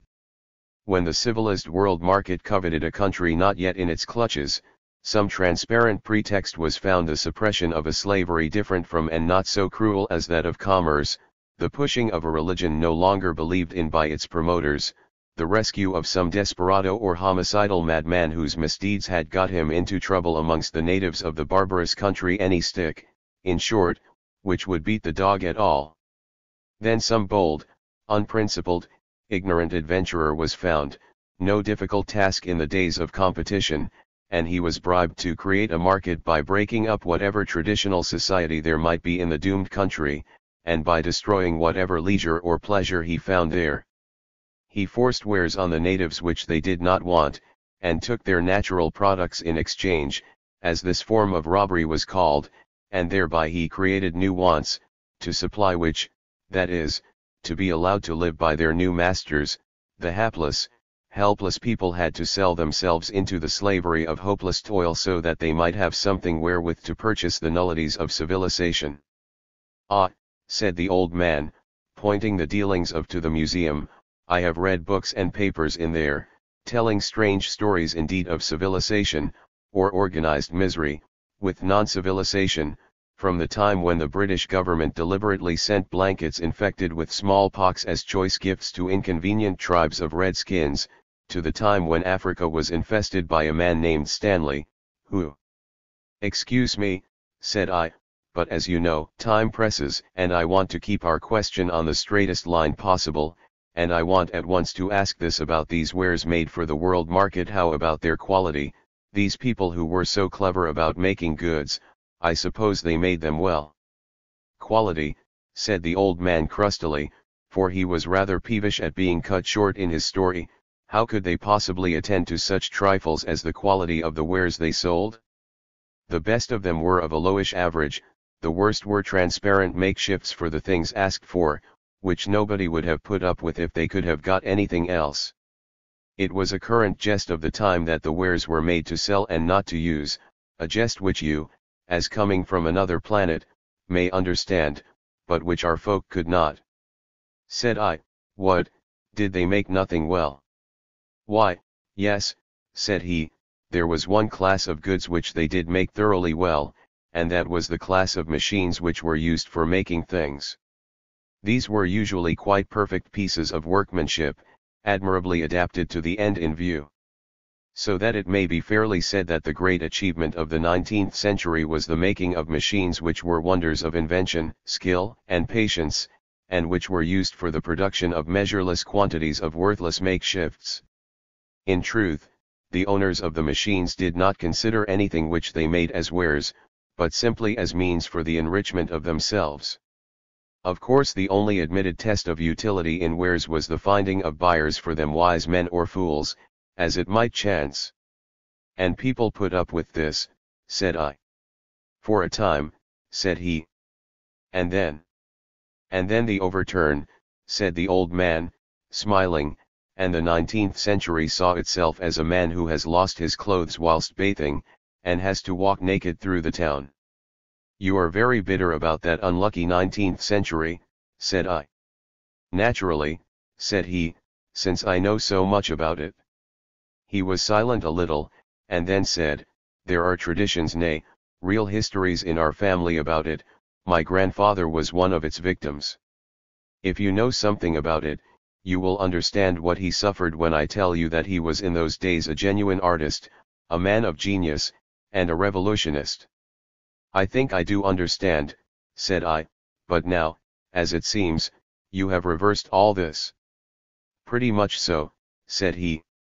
The wares which we make are made because they are needed, men make for their neighbors' use as if they were making for themselves, not for a vague market of which they know nothing, and over which they have no control. As there is no buying and selling, it would be mere insanity to make goods on the chance of their being wanted, for there is no longer anyone who can be compelled to buy them.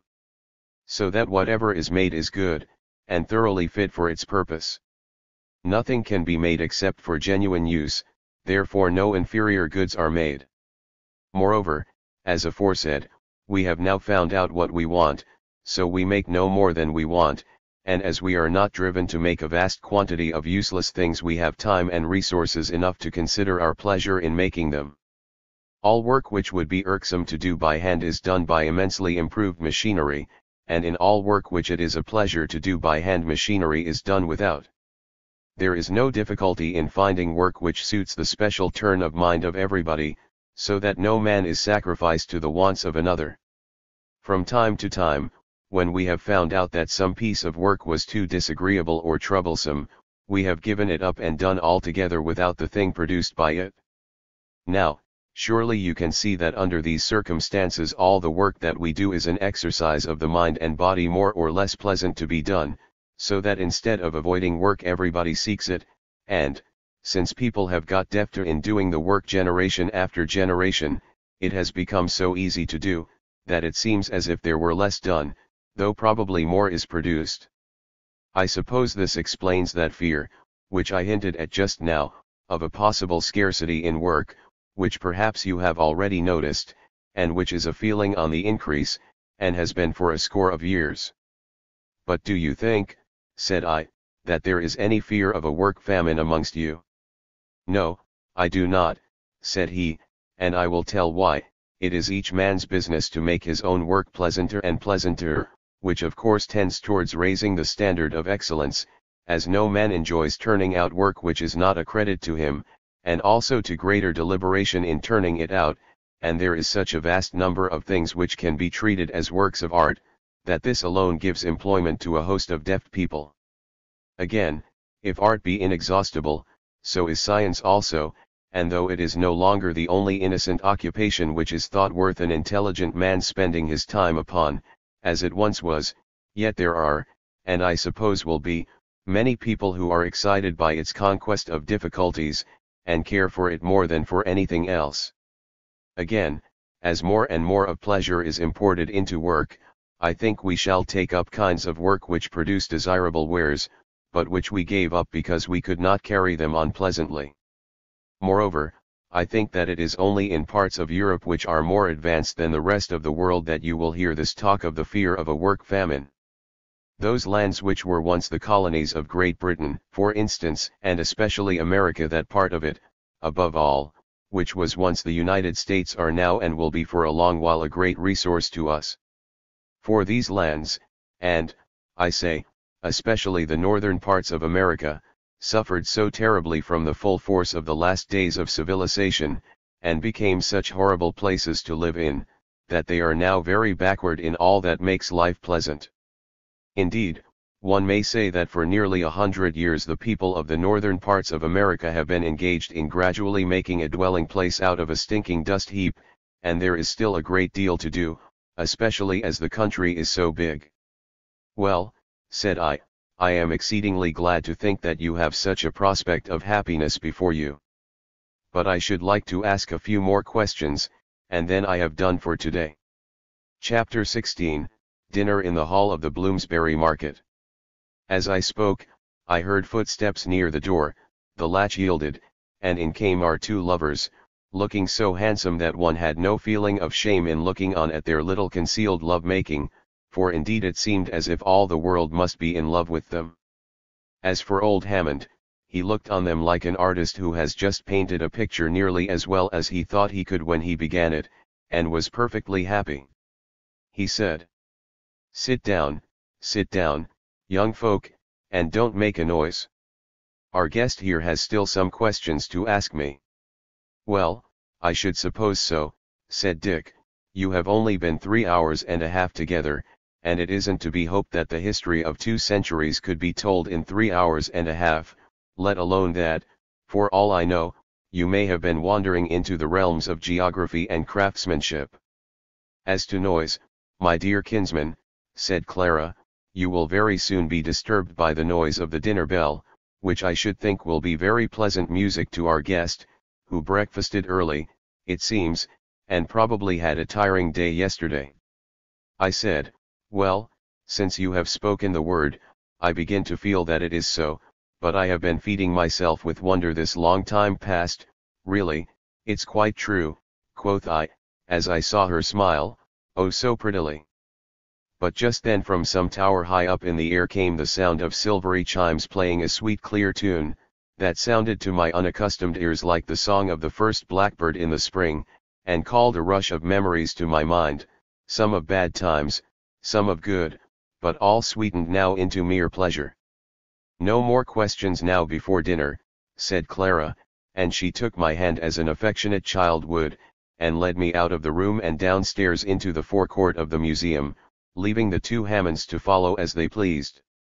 We went into the marketplace which I had been in before, a thinnish stream of elegantly dressed people going in along with us.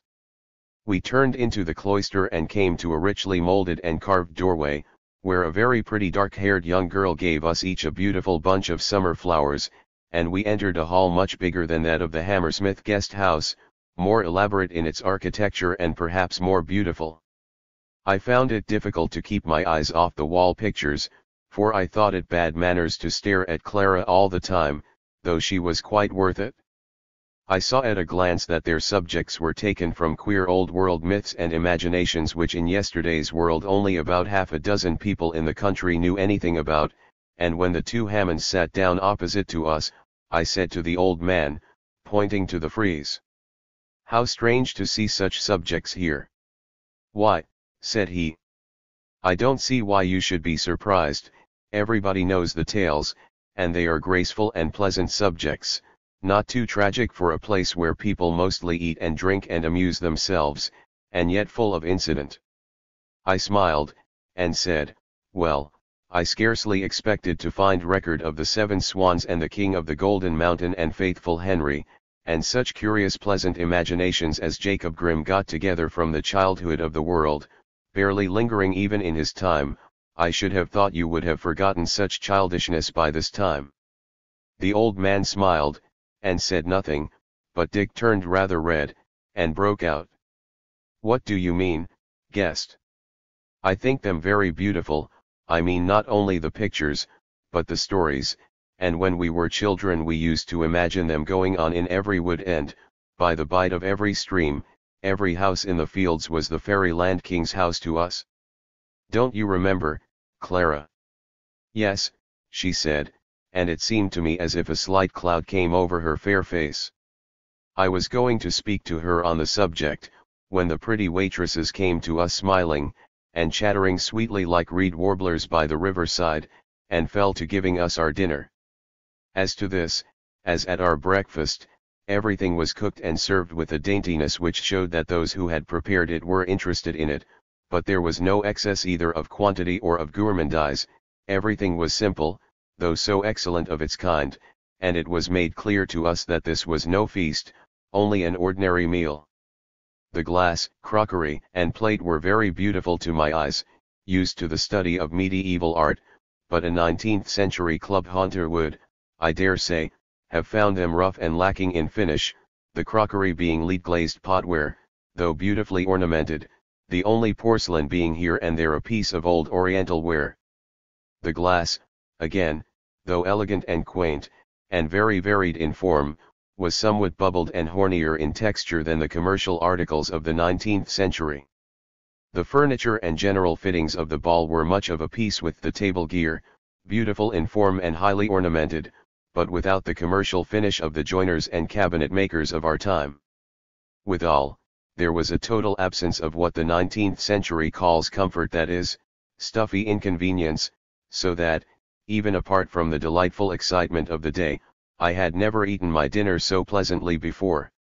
When we had done eating, and were sitting a little while, with a bottle of very good Bordeaux wine before us, Clara came back to the question of the subject matter of the pictures, as though it had troubled her. She looked up at them, and said, "How is it that though we are so interested with our life for the most part, yet when people take to writing poems or painting pictures they seldom deal with our modern life, or if they do, take good care to make their poems or pictures unlike that life? Are we not good enough to paint ourselves? How is it that we find the dreadful times of the past so interesting to us in pictures and poetry?" Old Hammond smiled. "It always was so, and I suppose always will be," said he, "however it may be explained. It is true that in the 19th century, when there was so little art and so much talk about it, there was a theory that art and imaginative literature ought to deal with contemporary life, but they never did so, for, if there was any pretence of it, the author always took care, as Clara hinted just now, to disguise or exaggerate or idealize, and in some way or another make it strange, so that, for all the verisimilitude there was, he might just as well have dealt with the times of the pharaohs. "Well," said Dick, "surely it is but natural to like these things strange, just as when we were children, as I said just now, we used to pretend to be so and so in such and such a place. That's what these pictures and poems do, and why shouldn't they?" "Thou hast hit it, Dick," quoth old Hammond, "it is the childlike part of us that produces works of imagination. When we are children time passes so slow with us that we seem to have time for everything." He sighed, and then smiled and said, "At least let us rejoice that we have got back our childhood again. I drink to the days that are." "Second childhood," said I in a low voice, and then blushed at my double rudeness, and hoped that he hadn't heard. But he had, and turned to me smiling, and said, "Yes, why not? And for my part, I hope it may last long, and that the world's next period of wise and unhappy manhood, if that should happen, will speedily lead us to a third childhood, if indeed this age be not our third. Meantime, my friend, you must know that we are too happy, both individually and collectively, to trouble ourselves about what is to come hereafter." "Well, for my part," said Clara, "I wish we were interesting enough to be written or painted about." Dick answered her with some lover's speech, impossible to be written down, and then we sat quiet a little. Chapter 17, How the Change Came. Dick broke the silence at last, saying, "Guest, forgive us for a little after-dinner dullness. What would you like to do? Shall we have out Greylocks and trot back to Hammersmith? Or will you come with us and hear some Welsh folk sing in a hall close by here? Or would you like presently to come with me into the city and see some really fine building? Or what shall it be?" "Well," said I, "as I am a stranger, I must let you choose for me." In point of fact, I did not by any means want to be amused just then, and also I rather felt as if the old man, with his knowledge of past times, and even a kind of inverted sympathy for them caused by his active hatred of them, was as it were a blanket for me against the cold of this very new world, where I was, so to say, stripped bare of every habitual thought and way of acting, and I did not want to leave him too soon. He came to my rescue at once, and said, "Wait a bit, Dick, there is someone else to be consulted besides you and the guest here, and that is I. I am not going to lose the pleasure of his company just now, especially as I know he has something else to ask me. So go to your Welshman, by all means, but first of all bring us another bottle of wine to this nook, and then be off as soon as you like, and come again and fetch our friend to go westward, but not too soon." Dick nodded smilingly, and the old man and I were soon alone in the great hall, the afternoon sun gleaming on the red wine in our tall quaint-shaped glasses. Then said Hammond, "Does anything especially puzzle you about our way of living, now you have heard a good deal and seen a little of it?" Said I think what puzzles me most is how it all came about." "It well may," said he, "so great as the change is. It would be difficult indeed to tell you the whole story, perhaps impossible. Knowledge, discontent, treachery, disappointment, ruin, misery, despair. Those who worked for the change because they could see further than other people went through all these phases of suffering, and doubtless all the time the most of men looked on, not knowing what was doing, thinking it all a matter of course, like the rising and setting of the sun, and indeed it was so." "Tell me one thing, if you can," said I. "Did the change, the revolution it used to be called, come peacefully?" "Peacefully," said he, "what peace was there amongst those poor confused wretches of the 19th century? It was war from beginning to end, bitter war, till hope and pleasure put an end to it." "Do you mean actual fighting with weapons," said I, "or the strikes and lockouts and starvation of which we have heard?" "Both, he said. "As a matter of fact, the history of the terrible period of transition from commercial slavery to freedom may thus be summarized. When the hope of realizing a communal condition of life for all men arose, quite late in the 19th century, the power of the middle classes, the then tyrants of society, was so enormous and crushing, that to almost all men, even those who had, you may say despite themselves, despite their reason and judgment, conceived such hopes, it seemed a dream. So much was this the case that some of those more enlightened men who were then called socialists, although they well knew, and even stated in public, that the only reasonable condition of society was that of pure communism, such as you now see around you, yet shrunk from what seemed to them the barren task of preaching the realization of a happy dream. Looking back now, we can see that the great motive power of the change was a longing for freedom and equality, akin if you please to the unreasonable passion of the lover, a sickness of heart that rejected with loathing the aimless solitary life of the well-to-do educated man of that time, phrases, my dear friend, which have lost their meaning to us of the present day, so far removed we are from the dreadful facts which they represent. Well, these men, though conscious of this feeling, had no faith in it, as a means of bringing about the change. Nor was that wonderful, for looking around them they saw the huge mass of the oppressed classes too much burdened with the misery of their lives, and too much overwhelmed by the selfishness of misery, to be able to form a conception of any escape from it except by the ordinary way prescribed by the system of slavery under which they lived, which was nothing more than a remote chance of climbing out of the oppressed into the oppressing class. Therefore, though they knew that the only reasonable aim for those who would better the world was a condition of equality, in their impatience and despair they managed to convince themselves that if they could by hook or by crook get the machinery of production and the management of property so altered that the lower classes, so the horrible word ran, might have their slavery somewhat ameliorated, they would be ready to fit into this machinery, and would use it for bettering their condition. Still more and still more, until at last the result would be a practical equality.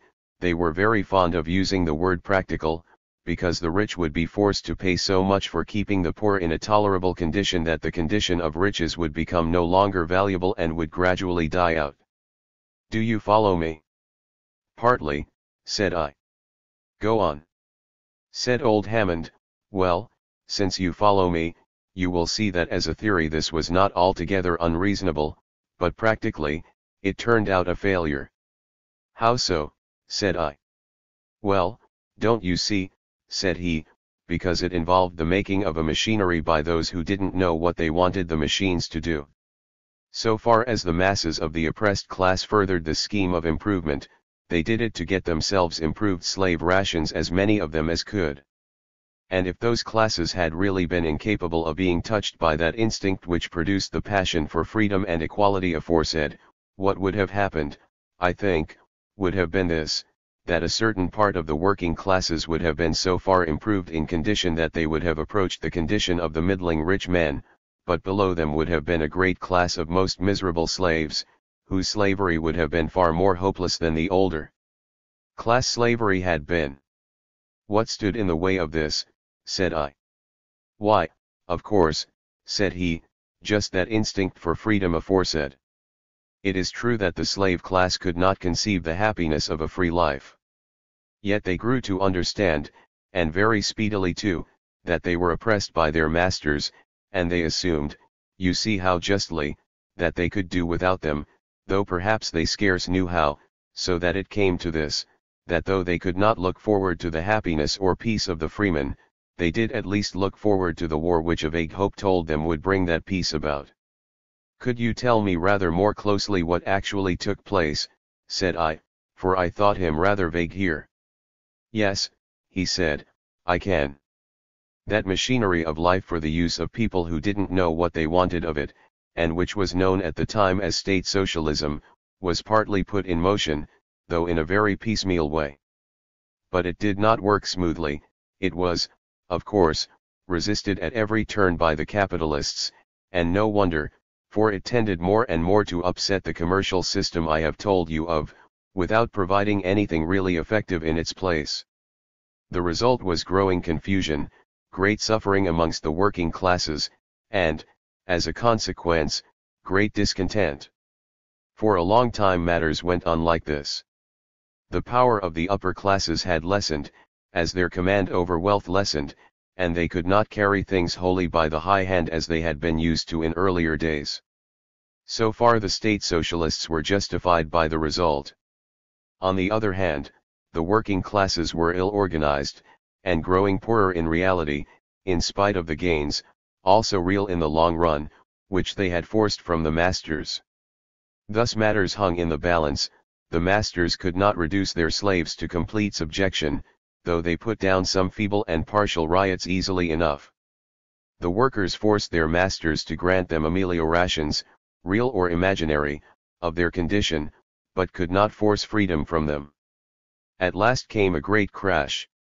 To explain this you must understand that very great progress had been made amongst the workers, though as before said but little in the direction of improved livelihood.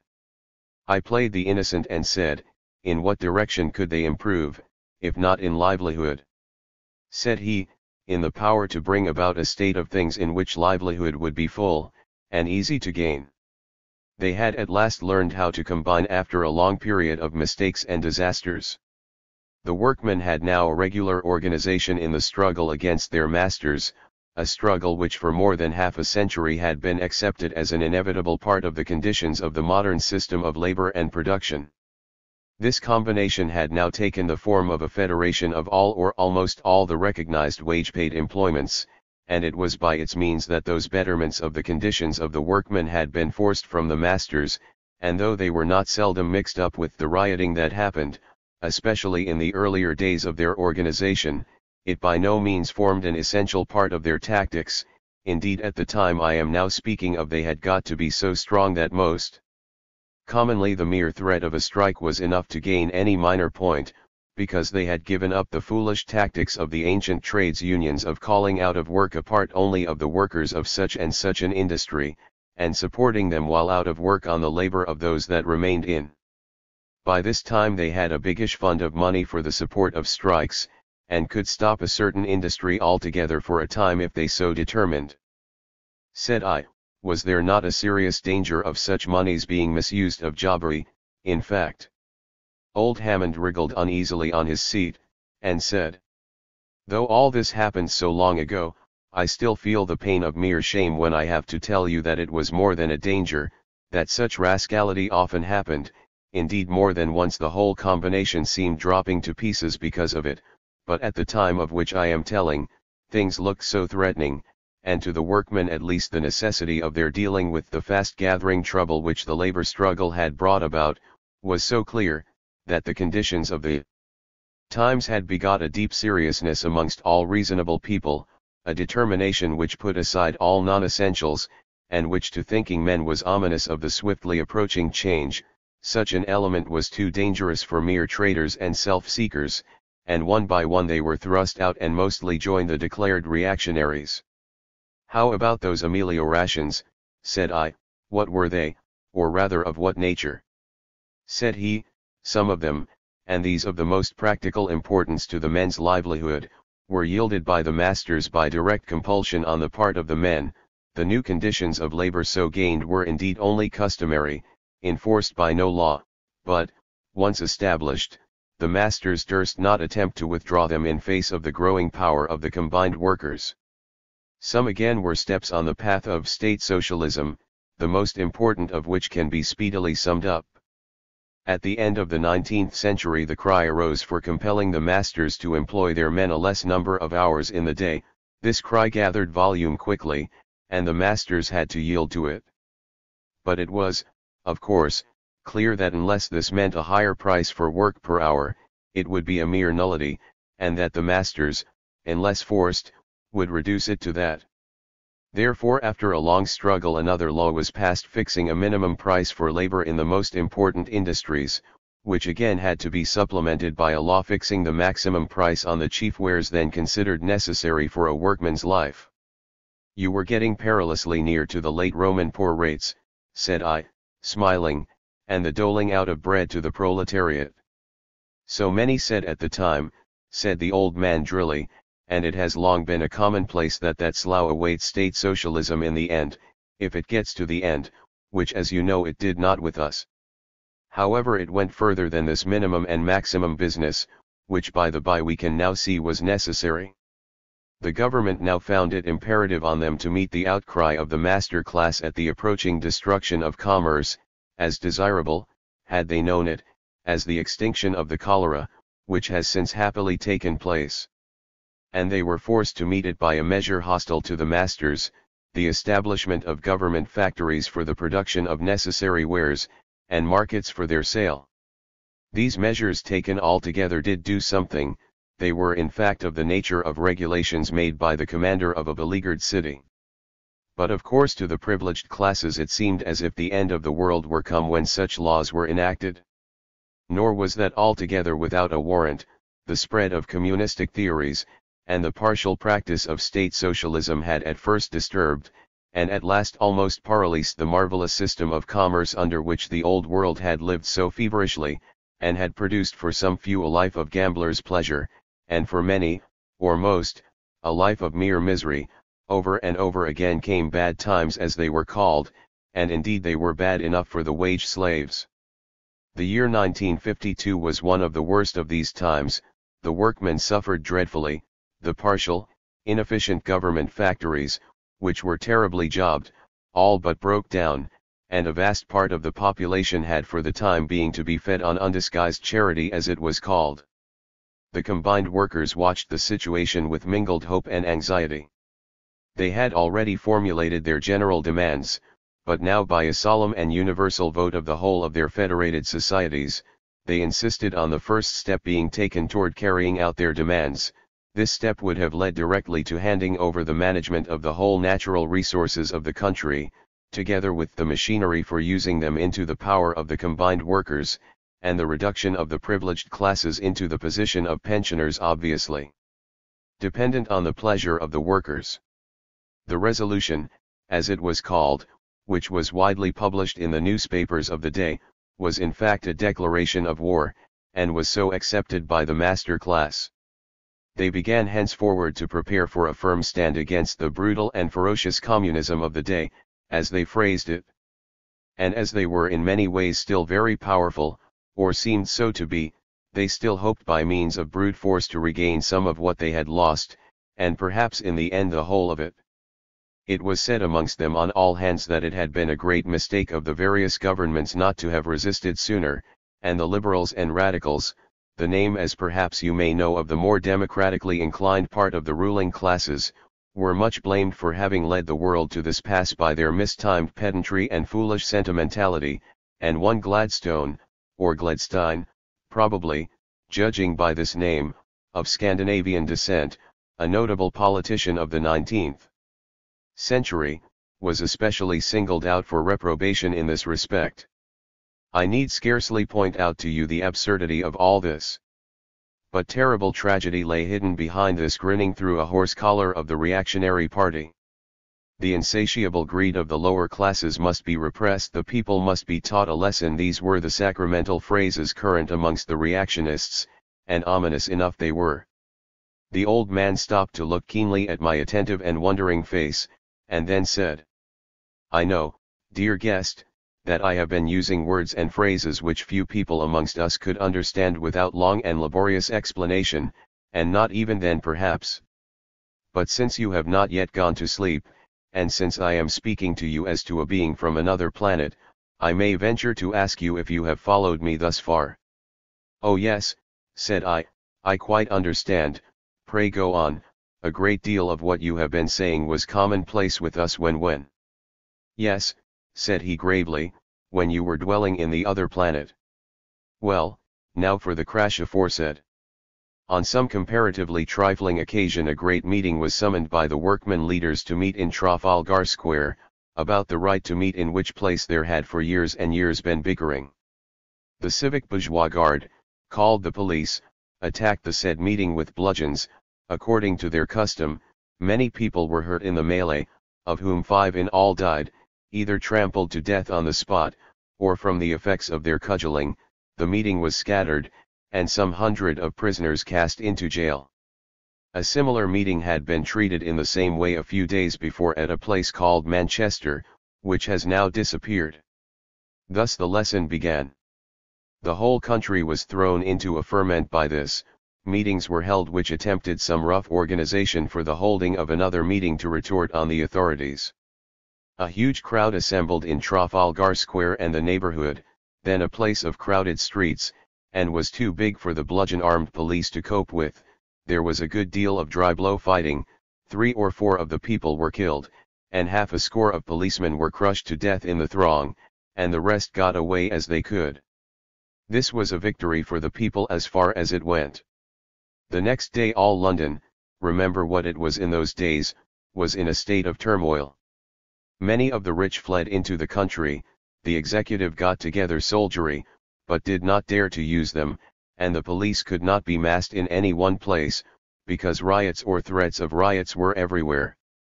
But in Manchester, where the people were not so courageous or not so desperate as in London, several of the popular leaders were arrested. In London a convention of leaders was got together from the Federation of Combined Workmen, and sat under the old revolutionary name of the Committee of Public Safety, but as they had no drilled and armed body of men to direct, they attempted no aggressive measures, but only placarded the walls with somewhat vague appeals to the workmen not to allow themselves to be trampled upon. However, they called a meeting in Trafalgar Square for the day fortnight of the last mentioned skirmish. Meantime the town grew no quieter, and business came pretty much to an end. The newspapers then, as always hitherto, almost entirely in the hands of the masters, clamored to the government for repressive measures. The rich citizens were enrolled as an extra body of police, and armed with bludgeons like them.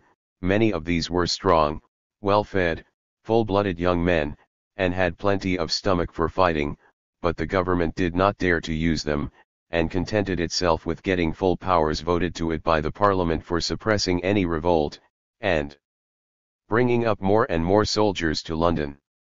Thus passed the week after the great meeting. Almost as large a one was held on the Sunday, which went off peaceably on the whole, as no opposition to it was offered, and again the people cried victory. But on the Monday the people woke up to find that they were hungry. During the last few days there had been groups of men parading the streets asking, or, if you please, demanding, money to buy food, and what for goodwill, what for fear. The richer people gave them a good deal. The authorities of the parishes also, I haven't time to explain that phrase at present, gave willy-nilly what provisions they could to wandering people, and the government, by means of its feeble national workshops, also fed a good number of half-starved folk. But in addition to this, several bakers' shops and other provision stores had been emptied without a great deal of disturbance. So far, so good. But on the Monday in question the Committee of Public Safety, on the one hand afraid of general unorganized pillage, and on the other emboldened by the wavering conduct of the authorities, sent a deputation provided with carts and all necessary gear to clear out 2 or 3 big provision stores in the center of the town, leaving papers with the shop managers promising to pay the price of them, and also in the part of the town where they were strongest they took possession of several bakers' shops and set men at work in them for the benefit of the people, all of which was done with little or no disturbance, the police assisting in keeping order at the sack of the stores, as they would have done at a big fire. But at this last stroke the reactionaries were so alarmed, that they were determined to force the executive into action. The newspapers next day all blazed into the fury of frightened people, and threatened the people, the government, and everybody they could think of, unless order were at once restored. A deputation of leading commercial people waited on the government and told them that if they did not at once arrest the Committee of Public Safety, they themselves would gather a body of men, arm them, and fall on the incendiaries, as they called them. They, together with a number of the newspaper editors, had a long interview with the heads of the government and 2 or 3 military men, the deftest in their art that the country could furnish. The deputation came away from that interview, says a contemporary eyewitness, smiling and satisfied, and said no more about raising an anti-popular army, but that afternoon left London with their families for their country seats or elsewhere. The next morning the government proclaimed a state of siege in London, a thing common enough amongst the absolutist governments on the continent, but unheard of in England in those days. They appointed the youngest and cleverest of their generals to command the proclaimed district, a man who had won a certain sort of reputation in the disgraceful wars in which the country had been long engaged from time to time. The newspapers were in ecstasies, and all the most fervent of the reactionaries now came to the front, men who in ordinary times were forced to keep their opinions to themselves or their immediate circle, but who began to look forward to crushing once for all the socialist, and even democratic tendencies, which, said they, had been treated with such foolish indulgence for the last 60 years. But the clever general took no visible action, and yet only a few of the minor newspapers abused him. Thoughtful men gathered from this that a plot was hatching. As for the Committee of Public Safety, whatever they thought of their position, they had now gone too far to draw back, and many of them, it seems, thought that the government would not act. They went on quietly organizing their food supply, which was a miserable driblet when all is said, and also as a retort to the state of siege, they armed as many men as they could in the quarter where they were strongest, but did not attempt to drill or organize them, thinking, perhaps, that they could not at the best turn them into trained soldiers till they had some breathing space. The clever general, his soldiers, and the police did not meddle with all this in the least in the world, and things were quieter in London that week-end, though there were riots in many places of the provinces, which were quelled by the authorities without much trouble. The most serious of these were at Glasgow and Bristol. Well, the Sunday of the meeting came, and great crowds came to Trafalgar Square in procession, the greater part of the committee amongst them, surrounded by their band of men armed somehow or other. The streets were quite peaceful and quiet, though there were many spectators to see the procession pass. Trafalgar Square had no body of police in it, the people took quiet possession of it, and the meeting began. The armed men stood round the principal platform, and there were a few others armed amidst the general crowd, but by far the greater part were unarmed.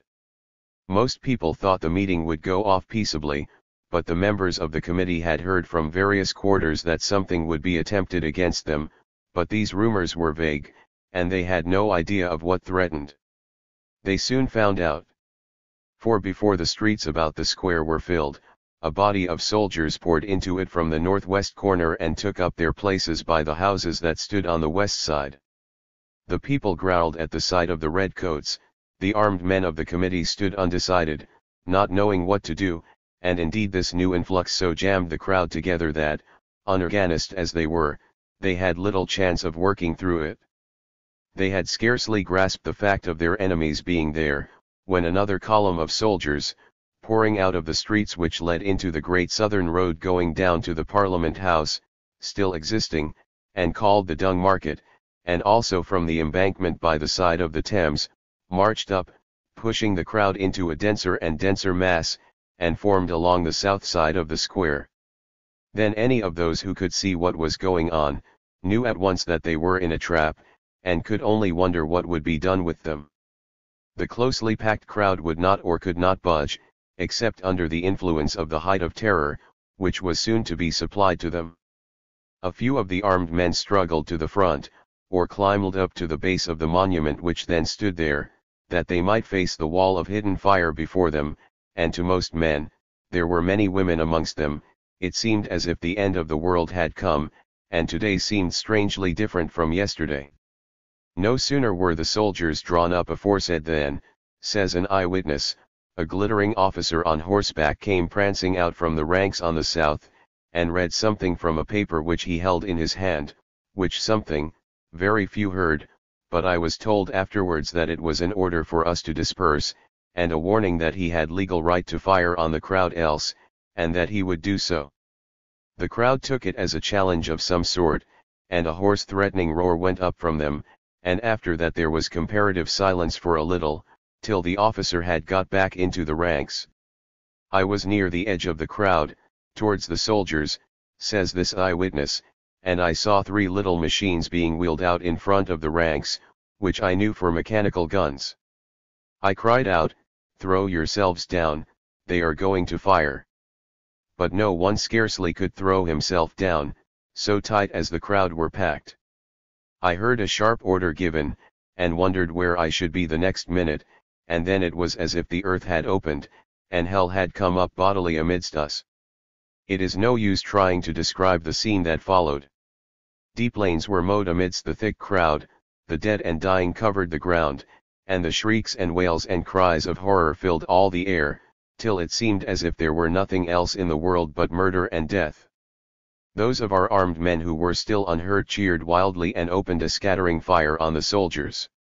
1 or 2 soldiers fell, and I saw the officers going up and down the ranks urging the men to fire again, but they received the orders in sullen silence, and let the butts of their guns fall. Only one sergeant ran to a machine gun and began to set it going, but a tall young man, an officer too, ran out of the ranks and dragged him back by the collar, and the soldiers stood there motionless while the horror-stricken crowd, nearly wholly unarmed, for most of the armed men had fallen in that first discharge, drifted out of the square. I was told afterwards that the soldiers on the west side had fired also, and done their part of the slaughter. How I got out of the square I scarcely know. I went, not feeling the ground under me, what with rage and terror and despair. So says our eyewitness. The number of the slain on the side of the people in that shooting during a minute was prodigious, but it was not easy to come at the truth about it. It was probably between 1 and 2,000. Of the soldiers, 6 were killed outright, and a dozen wounded. I listened, trembling with excitement. The old man's eyes glittered and his face flushed as he spoke, and told the tale of what I had often thought might happen. Yet I wondered that he should have got so elated about a mere massacre, and I said, "How fearful! And I suppose that this massacre put an end to the whole revolution for that time." "No, no," cried old Hammond, "it began it." He filled his glass and mine, and stood up and cried out, "Drink this glass to the memory of those who died there, for indeed it would be a long tale to tell how much we owe them." I drank, and he sat down again and went on. "That massacre of Trafalgar Square began the Civil War, though, like all such events, it gathered head slowly, and people scarcely knew what a crisis they were acting in. Terrible as the massacre was, and hideous and overpowering as the first terror had been, when the people had time to think about it, their feeling was one of anger rather than fear, although the military organization of the state of siege was now carried out without shrinking by the clever young general. For though the ruling classes when the news spread next morning felt one gasp of horror and even dread, yet the government and their immediate backers felt that now the wine was drawn and must be drunk. However, even the most reactionary of the capitalist papers, with 2 exceptions, stunned by the tremendous news, simply gave an account of what had taken place, without making any comment upon it. The exceptions were 1, a so-called liberal paper, the government of the day was of that complexion, which, after a preamble in which it declared its undeviating sympathy with the cause of labor, proceeded to point out that in times of revolutionary disturbance it behoved the government to be just but firm, and that by far the most merciful way of dealing with the poor madmen who were attacking the very foundations of society, which had made them mad and poor, was to shoot them at once, so as to stop others from drifting into a position in which they would run a chance of being shot. In short, it praised the determined action of the government as the acme of human wisdom and mercy, and exulted in the inauguration of an epoch of reasonable democracy free from the tyrannical fads of socialism. The other exception was a paper thought to be one of the most violent opponents of democracy, and so it was, but the editor of it found his manhood, and spoke for himself and not for his paper. In a few simple, indignant words he asked people to consider what a society was worth which had to be defended by the massacre of unarmed citizens, and called on the government to withdraw their state of siege and put the general and his officers who fired on the people on their trial for murder. He went further, and declared that whatever his opinion might be as to the doctrines of the socialists, he for one should throw in his lot with the people, until the government atoned for their atrocity by showing that they were prepared to listen to the demands of men who knew what they wanted, and whom the decrepitude of society forced into pushing their demands in some way or other.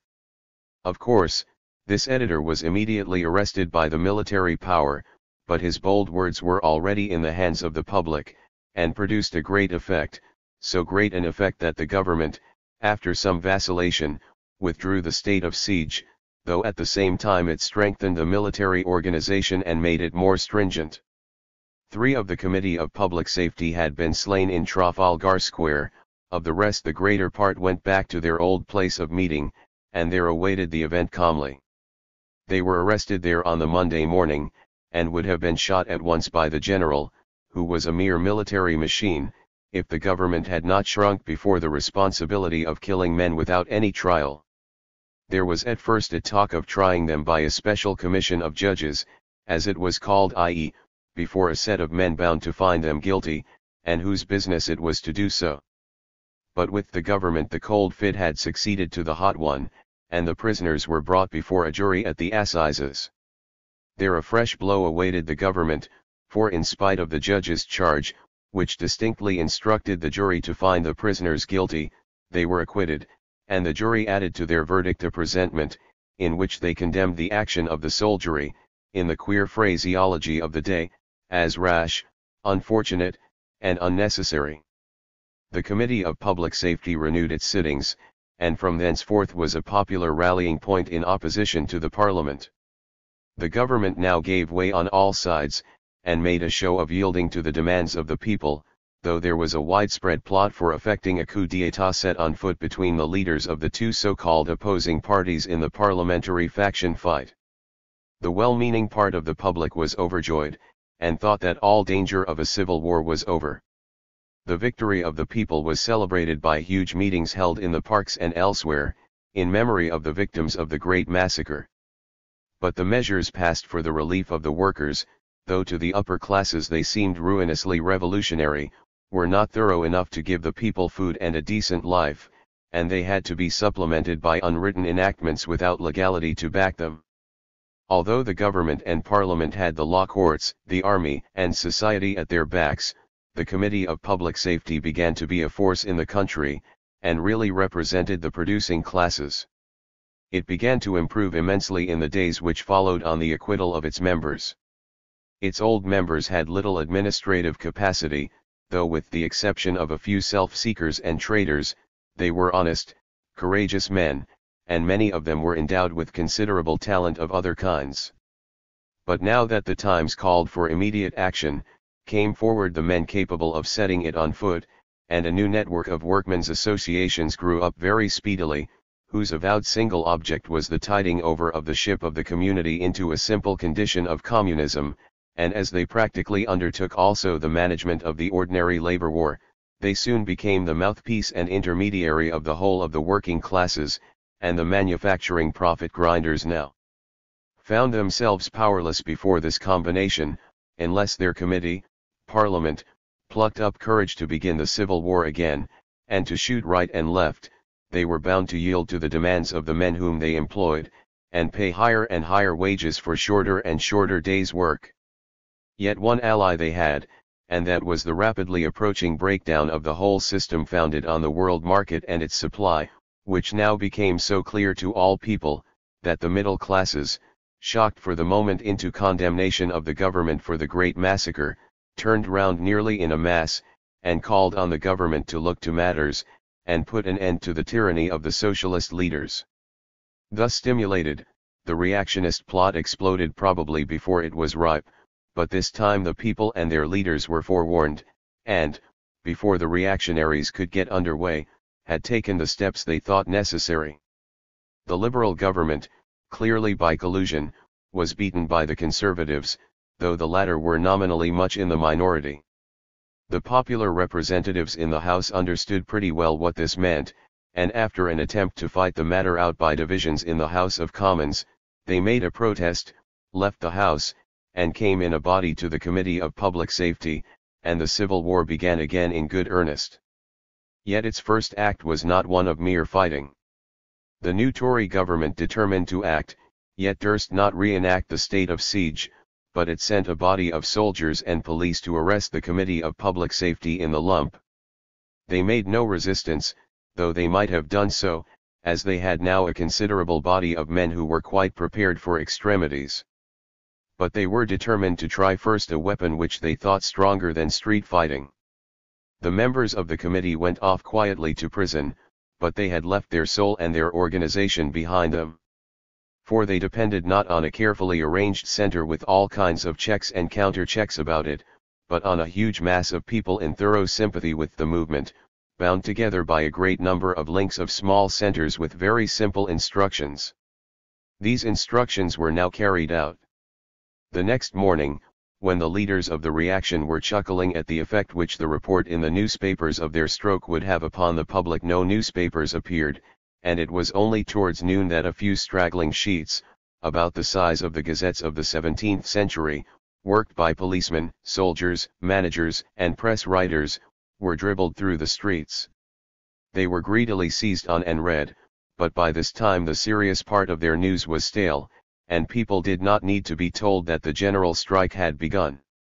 The railways did not run, the telegraph wires were unserved, flesh, fish, and green stuff brought to market was allowed to lie there still packed and perishing, the thousands of middle-class families, who were utterly dependent for the next meal on the workers, made frantic efforts through their more energetic members to cater for the needs of the day, and amongst those of them who could throw off the fear of what was to follow, there was, I am told, a certain enjoyment of this unexpected picnic, a forecast of the days to come, in which all labor grew pleasant.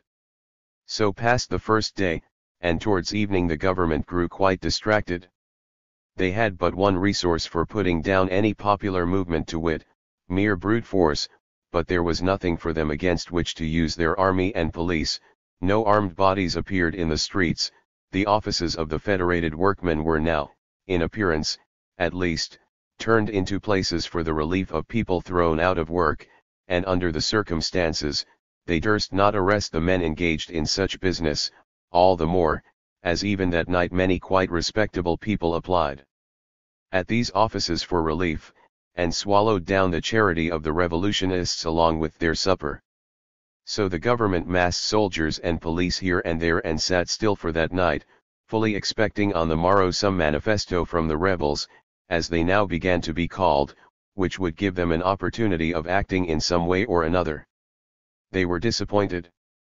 The ordinary newspapers gave up the struggle that morning, and only one very violent reactionary paper, called the Daily Telegraph, attempted an appearance, and rated the rebels in good set terms for their folly and ingratitude in tearing out the bowels of their common mother, the English nation, for the benefit of a few greedy paid agitators, and the fools whom they were deluding. On the other hand, the socialist papers, of which three only, representing somewhat different schools, were published in London, came out full to the throat of well-printed matter. They were greedily bought by the whole public, who, of course, like the government, expected a manifesto in them. But they found no word of reference to the great subject. It seemed as if their editors had ransacked their drawers for articles which would have been in place 40 years before, under the technical name of educational articles.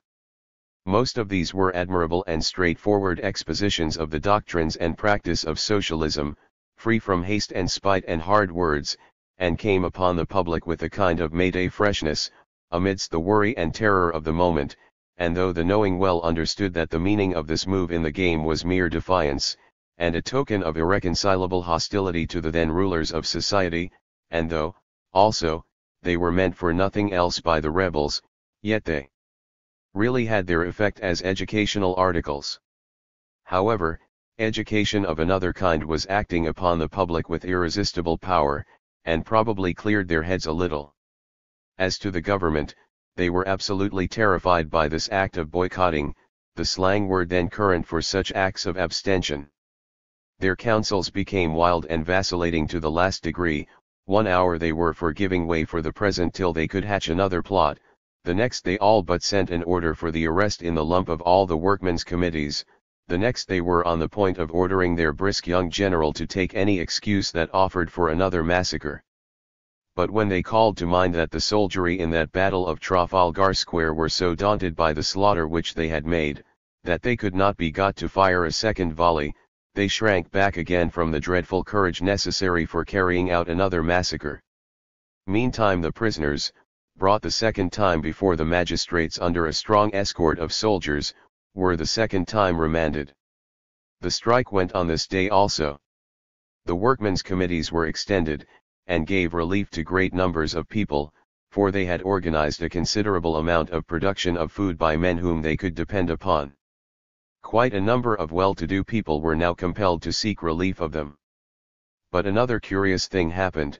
A band of young men of the upper classes armed themselves, and coolly went marauding in the streets, taking what suited them of such eatables and portables that they came across in the shops which had ventured to open. This operation they carried out in Oxford Street, then a great street of shops of all kinds.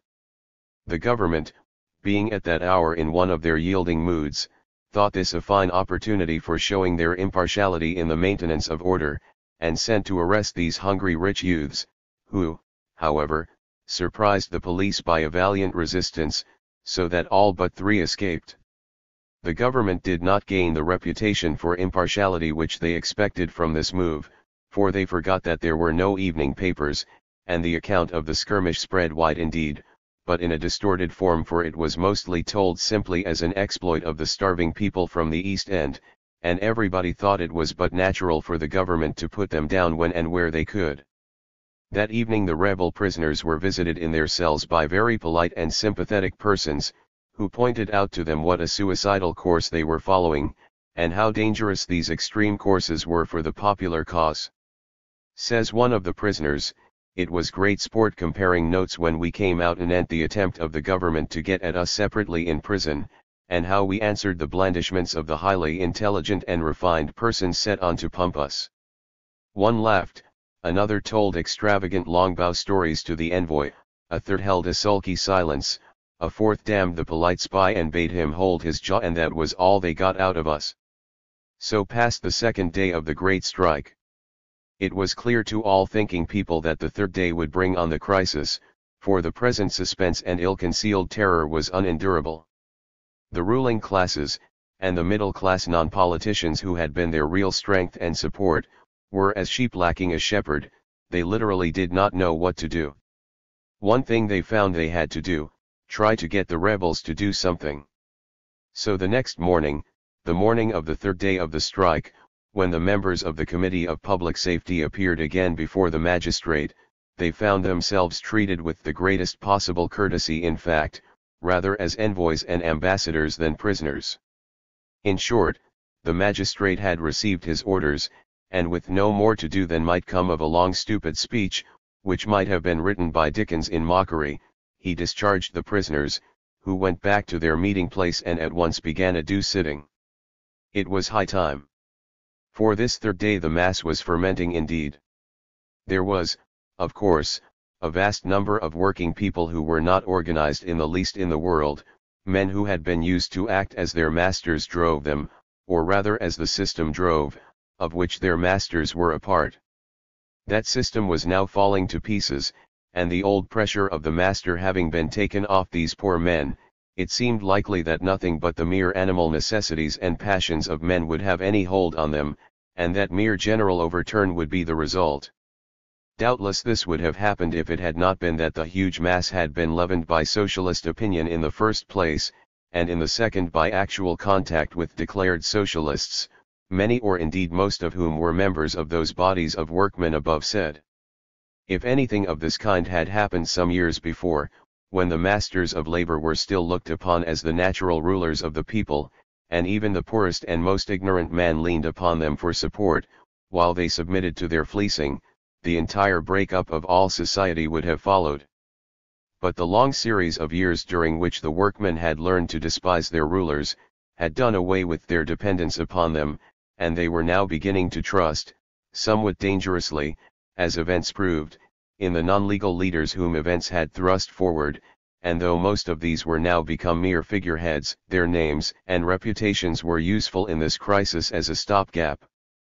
The effect of the news, therefore, of the release of the committee gave the government some breathing time, for it was received with the greatest joy by the workers, and even the well-to-do saw in it a respite from the mere destruction which they had begun to dread, and the fear of which most of them attributed to the weakness of the government.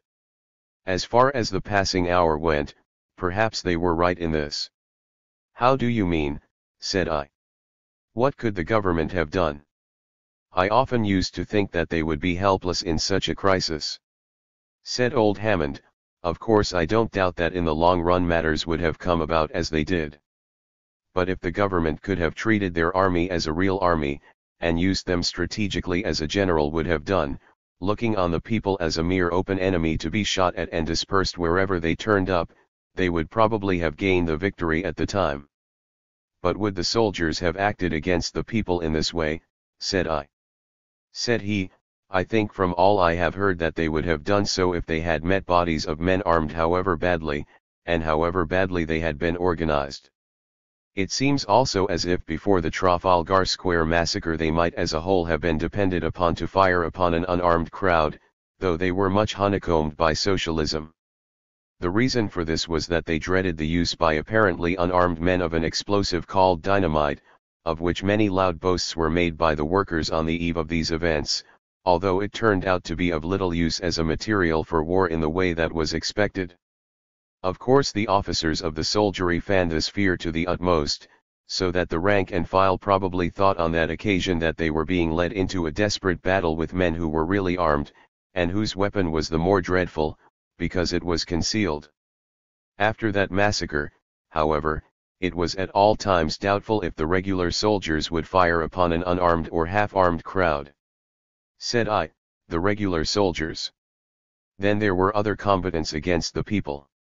"Yes," said he, "we shall come to that presently." "Certainly," I said, "you had better go on straight with your story. I see that time is wearing." Said Hammond, "The government lost no time in coming to terms with the Committee of Public Safety, for indeed they could think of nothing else than the danger of the moment. They sent a duly accredited envoy to treat with these men, who somehow had obtained dominion over people's minds, while the formal rulers had no hold except over their bodies. There is no need at present to go into the details of the truce, for such it was, between these high contracting parties, the government of the Empire of Great Britain and a handful of working men, as they were called in scorn in those days, amongst whom, indeed, were some very capable and square-headed persons, though, as aforesaid, the abler men were not then the recognized leaders. The upshot of it was that all the definite claims of the people had to be granted. We can now see that most of these claims were of themselves not worth either demanding or resisting, but they were looked on at that time as most important, and they were at least tokens of revolt against the miserable system of life which was then beginning to tumble to pieces. One claim, however, was of the utmost immediate importance, and this the government tried hard to evade, but as they were not dealing with fools, they had to yield at last. This was the claim of recognition and formal status for the Committee of Public Safety, and all the associations which it fostered under its wing. This it is clear meant two things: first, amnesty for the rebels, great and small, who, without a distinct act of civil war, could no longer be attacked, and next, a continuance of the organized revolution. Only one point the government could gain, and that was a name. The dreadful revolutionary title was dropped, and the body, with its branches, acted under the respectable name of the Board of Conciliation and its local offices. Carrying this name, it became the leader of the people in the civil war which soon followed. "Oh," said I, somewhat startled, "so the civil war went on, in spite of all that had happened?" "So it was," said he. "In fact, it was this very legal recognition which made the civil war possible in the ordinary sense of war. It took the struggle out of the element of mere massacres on one side, and endurance plus strikes on the other." "And can you tell me in what kind of way the war was carried on?" said I. "Yes," he said, "we have records and to spare of all that, and the essence of them I can give you in a few words. As I told you, the rank and file of the army was not to be trusted by the reactionists, but the officers generally were prepared for anything, for they were mostly the very stupidest men in the country. Whatever the government might do, a great part of the upper and middle classes were determined to set on foot a counter-revolution, for the communism which now loomed ahead seemed quite unendurable to them. Bands of young men, like the marauders in the great strike of whom I told you just now, armed themselves and drilled, and began on any opportunity or pretense to skirmish with the people in the streets. The government neither helped them nor put them down, but stood by, hoping that something might come of it. These friends of order, as they were called, had some successes at first, and grew bolder. They got many officers of the regular army to help them, and by their means laid hold of munitions of war of all kinds. One part of their tactics consisted in their guarding and even garrisoning the big factories of the period. They held at one time, for instance, the whole of that place called Manchester which I spoke of just now. A sort of irregular war was carried on with varied success all over the country, and at last the government, which at first pretended to ignore the struggle, or treat it as mere rioting, definitely declared for the friends of order, and joined to their bands whatsoever of the regular army they could get together, and made a desperate effort to overwhelm the rebels, as they were now once more called, and as indeed they called themselves. It was too late. All ideas of peace on a basis of compromise had disappeared on either side. The end, it was seen clearly, must be either absolute slavery for all but the privileged, or a system of life founded on equality and communism. The sloth, the hopelessness, and if I may say so, the cowardice of the last century, had given place to the eager, restless heroism of a declared revolutionary period. I will not say that the people of that time foresaw the life we are leading now, but there was a general instinct amongst them towards the essential part of that life, and many men saw clearly beyond the desperate struggle of the day into the peace which it was to bring about. The men of that day who were on the side of freedom were not unhappy, I think, though they were harassed by hopes and fears, and sometimes torn by doubts, and the conflict of duties hard to reconcile. But how did the people, the revolutionists, carry on the war? What were the elements of success on their side? I put this question, because I wanted to bring the old man back to the definite history, and take him out of the musing mood so natural to an old man. He answered, well, they did not lack organizers, for the very conflict itself, in days when, as I told you, men of any strength of mind cast away all consideration for the ordinary business of life, developed the necessary talent amongst them. Indeed, from all I have read and heard, I much doubt whether, without this seemingly dreadful civil war, the due talent for administration would have been developed amongst the working men. Anyhow, it was there, and they soon got leaders far more than equal to the best men amongst the reactionaries. For the rest, they had no difficulty about the material of their army, for that revolutionary instinct so acted on the ordinary soldier in the ranks that the greater part, certainly the best part, of the soldiers joined the side of the people.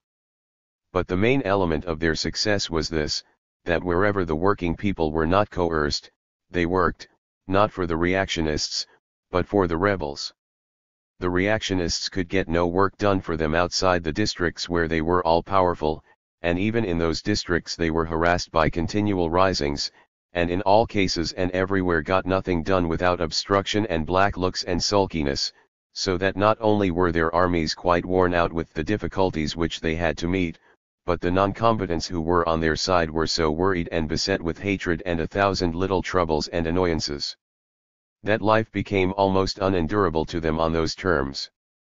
Not a few of them actually died of the worry, many committed suicide. Of course, a vast number of them joined actively in the cause of reaction, and found some solace to their misery in the eagerness of conflict. Lastly, many thousands gave way and submitted to the rebels, and as the numbers of these latter increased, it at last became clear to all men that the cause which was once hopeless, was now triumphant, and that the hopeless cause was that of slavery and privilege. Chapter 18, The Beginning of the New Life. Well, said I, so you got clear out of all your trouble. Were people satisfied with the new order of things when it came? People, he said. Well, surely all must have been glad of peace when it came, especially when they found, as they must have found, that after all, they even the once rich were not living very badly. As to those who had been poor, all through the war, which lasted about 2 years, their condition had been bettering, in spite of the struggle, and when peace came at last, in a very short time they made great strides towards a decent life. The great difficulty was that the once poor had such a feeble conception of the real pleasure of life, so to say, they did not ask enough, did not know how to ask enough, from the new state of things. It was perhaps rather a good than an evil thing that the necessity for restoring the wealth destroyed during the war forced them into working at first almost as hard as they had been used to before the revolution. For all historians are agreed that there never was a war in which there was so much destruction of wares, and instruments for making them as in this civil war. I am rather surprised at that, said I. Are you? I don't see why, said Hammond. Why, I said, because the party of order would surely look upon the wealth as their own property, no share of which, if they could help it, should go to their slaves, supposing they conquered.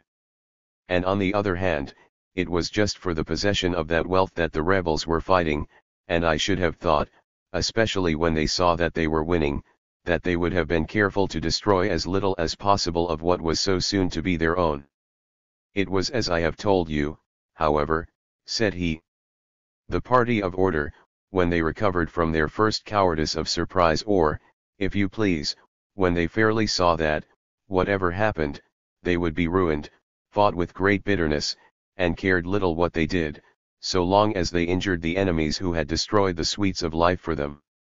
As to the rebels, I have told you that the outbreak of actual war made them careless of trying to save the wretched scraps of wealth that they had. It was a common saying amongst them, let the country be cleared of everything except valiant living men, rather than that we fall into slavery again. He sat silently thinking a little while, and then said, when the conflict was once really begun, it was seen how little of any value there was in the old world of slavery and inequality. Don't you see what it means? In the times which you are thinking of, and of which you seem to know so much, there was no hope, nothing but the dull jog of the mill horse under compulsion of collar and whip, but in that fighting time that followed, all was hope. The rebels at least felt themselves strong enough to build up the world again from its dry bones, and they did it, too, said the old man, his eyes glittering under his beetling brows.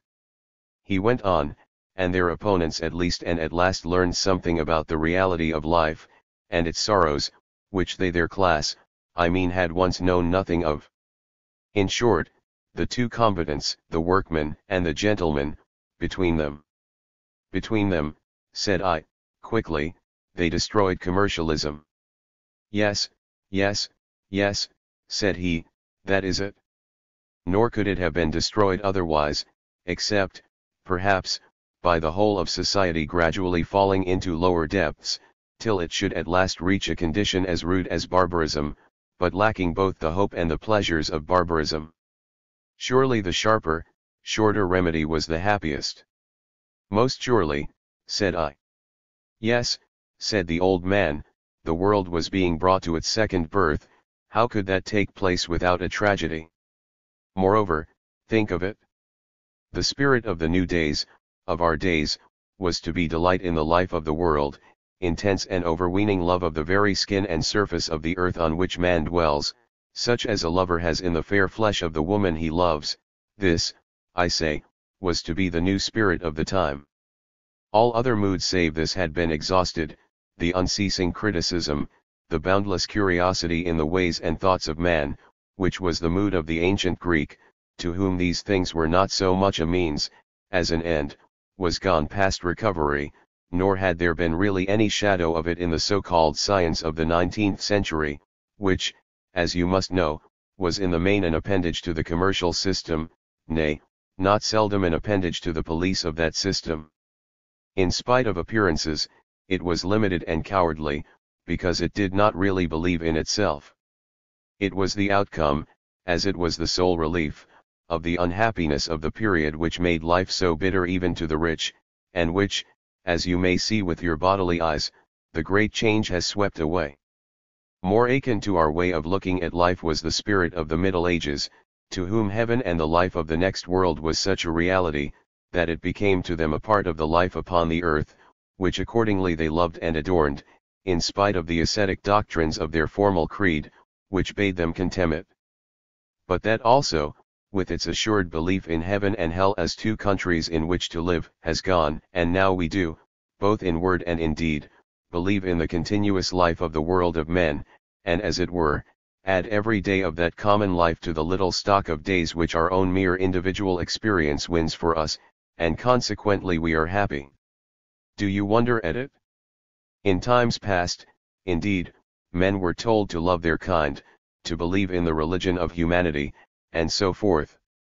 But look you, just in the degree that a man had elevation of mind and refinement enough to be able to value this idea, was he repelled by the obvious aspect of the individuals composing the mass which he was to worship, and he could only evade that repulsion by making a conventional abstraction of mankind that had little actual or historical relation to the race, which to his eyes was divided into blind tyrants on the one hand and apathetic degraded slaves on the other. But now, where is the difficulty in accepting the religion of humanity, when the men and women who go to make up humanity are free, happy, and energetic at least, and most commonly beautiful of body also, and surrounded by beautiful things of their own fashioning, and a nature bettered and not worsened by contact with mankind? This is what this age of the world has reserved for us. It seems true, said I, or ought to be, if what my eyes have seen is a token of the general life you lead. Can you now tell me anything of your progress after the years of the struggle? Said he, I could easily tell you more than you have time to listen to, but I can at least hint at one of the chief difficulties which had to be met, and that was, that when men began to settle down after the war, and their labor had pretty much filled up the gap in wealth caused by the destruction of that war, a kind of disappointment seemed coming over us, and the prophecies of some of the reactionists of past times seemed as if they would come true, and a dull level of utilitarian comfort be the end for a while of our aspirations and success. The loss of the competitive spur to exertion had not, indeed, done anything to interfere with the necessary production of the community, but how if it should make men dull by giving them too much time for thought or idle musing? But, after all, this dull thundercloud only threatened us, and then passed over. Probably, from what I have told you before, you will have a guess at the remedy for such a disaster, remembering always that many of the things which used to be produced slave wares for the poor and mere wealth-wasting wares for the rich ceased to be made. That remedy was, in short, the production of what used to be called art, but which has no name amongst us now, because it has become a necessary part of the labor of every man who produces. Said I, what, had men any time or opportunity for cultivating the fine arts amidst the desperate struggle for life and freedom that you have told me of? Said Hammond, you must not suppose that the new form of art was founded chiefly on the memory of the art of the past, although, strange to say, the Civil War was much less destructive of art than of other things, and though what of art existed under the old forms, revived in a wonderful way during the latter part of the struggle, especially as regards music and poetry. The art or work pleasure, as one ought to call it, of which I am now speaking, sprung up almost spontaneously, it seems, from a kind of instinct amongst people, no longer driven desperately to painful and terrible overwork, to do the best they could with the work in hand to make it excellent of its kind, and when that had gone on for a little, a craving for beauty seemed to awaken in men's minds, and they began rudely and awkwardly to ornament the wares which they made, and when they had once set to work at that, it soon began to grow. All this was much helped by the abolition of the squalor which our immediate ancestors put up with so coolly, and by the leisurely, but not stupid, country life which now grew, as I told you before, to be common amongst us. Thus at last and by slow degrees we got pleasure into our work, then we became conscious of that pleasure, and cultivated it, and took care that we had our fill of it, and then all was gained, and we were happy. So may it be for ages and ages. The old man fell into a reverie, not altogether without melancholy I thought, but I would not break it. Suddenly he started, and said, "Well, dear guest, here are come Dick and Clara to fetch you away, and there is an end of my talk, which I dare say you will not be sorry for.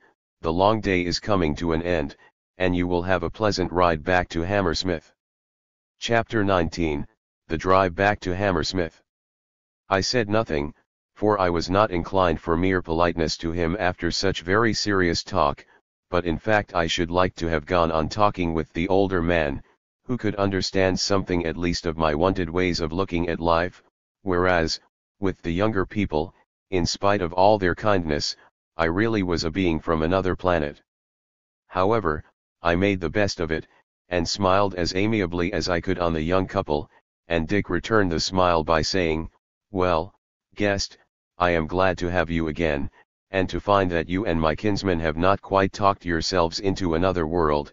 I was half suspecting as I was listening to the Welshman yonder that you would presently be vanishing away from us, and began to picture my kinsman sitting in the hall staring at nothing and finding that he had been talking a while past to nobody." I felt rather uncomfortable at this speech, for suddenly the picture of the sordid squabble, the dirty and miserable tragedy of the life I had left for a while, came before my eyes, and I had, as it were, a vision of all my longings for rest and peace in the past, and I loathed the idea of going back to it again. But the old man chuckled and said, "Don't be afraid, Dick. In any case, I have not been talking to thin air, nor, indeed, to this new friend of ours only. Who knows but I may not have been talking to many people? For perhaps our guest may some day go back to the people he has come from, and may take a message from us which may bear fruit for them, and consequently for us." Dick looked puzzled, and said, "Well, Gaffer, I do not quite understand what you mean. All I can say is, that I hope he will not leave us, for don't you see, he is another kind of man to what we are used to, and somehow he makes us think of all kind of things, and already I feel as if I could understand Dickens the better for having talked with him." "Yes," said Clara, "and I think in a few months we shall make him look younger, and I should like to see what he was like with the wrinkles smoothed out of his face. Don't you think he will look younger after a little time with us?" The old man shook his head, and looked earnestly at me, but did not answer her, and for a moment or two we were all silent. Then Clara broke out, "Kinsman, I don't like this, something or another troubles me, and I feel as if something untoward were going to happen. You have been talking of past miseries to the guest, and have been living in past unhappy times, and it is in the air all round us, and makes us feel as if we were longing for something that we cannot have." The old man smiled on her kindly, and said, "Well, my child, if that be so, go and live in the present, and you will soon shake it off." Then he turned to me, and said, "Do you remember anything like that, guest, in the country from which you come?"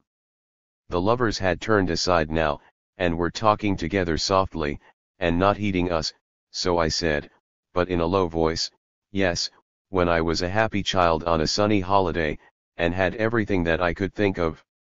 So it is, said he. You remember just now you twit me with living in the second childhood of the world. You will find it a happy world to live in, you will be happy there for a while. Again I did not like his scarcely veiled threat, and was beginning to trouble myself with trying to remember how I had got amongst this curious people, when the old man called out in a cheery voice, Now, my children, take your guest away, and make much of him, for it is your business to make him sleek of skin and peaceful of mind, he has by no means been as lucky as you have. Farewell, guest, and he grasped my hand warmly. Goodbye, said I, and thank you very much for all that you have told me. I will come and see you as soon as I come back to London. May I? Yes, he said, come by all means if you can. It won't be for some time yet, quoth Dick, in his cheery voice, for when the hay is in up the river, I shall be for taking him around through the country between hay and wheat harvest, to see how our friends live in the north country.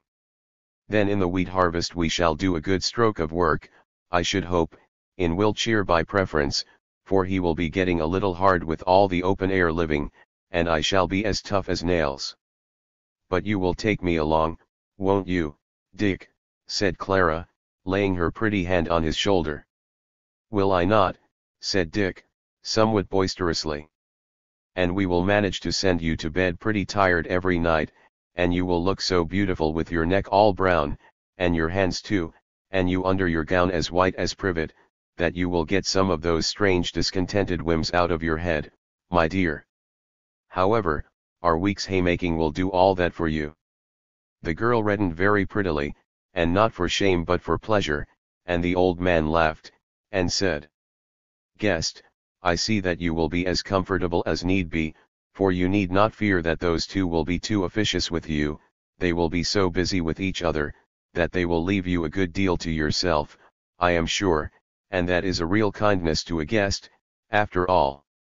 Oh, you need not be afraid of being one too many, either, it is just what these birds in a nest like, to have a good convenient friend to turn to, so that they may relieve the ecstasies of love with the solid commonplace of friendship.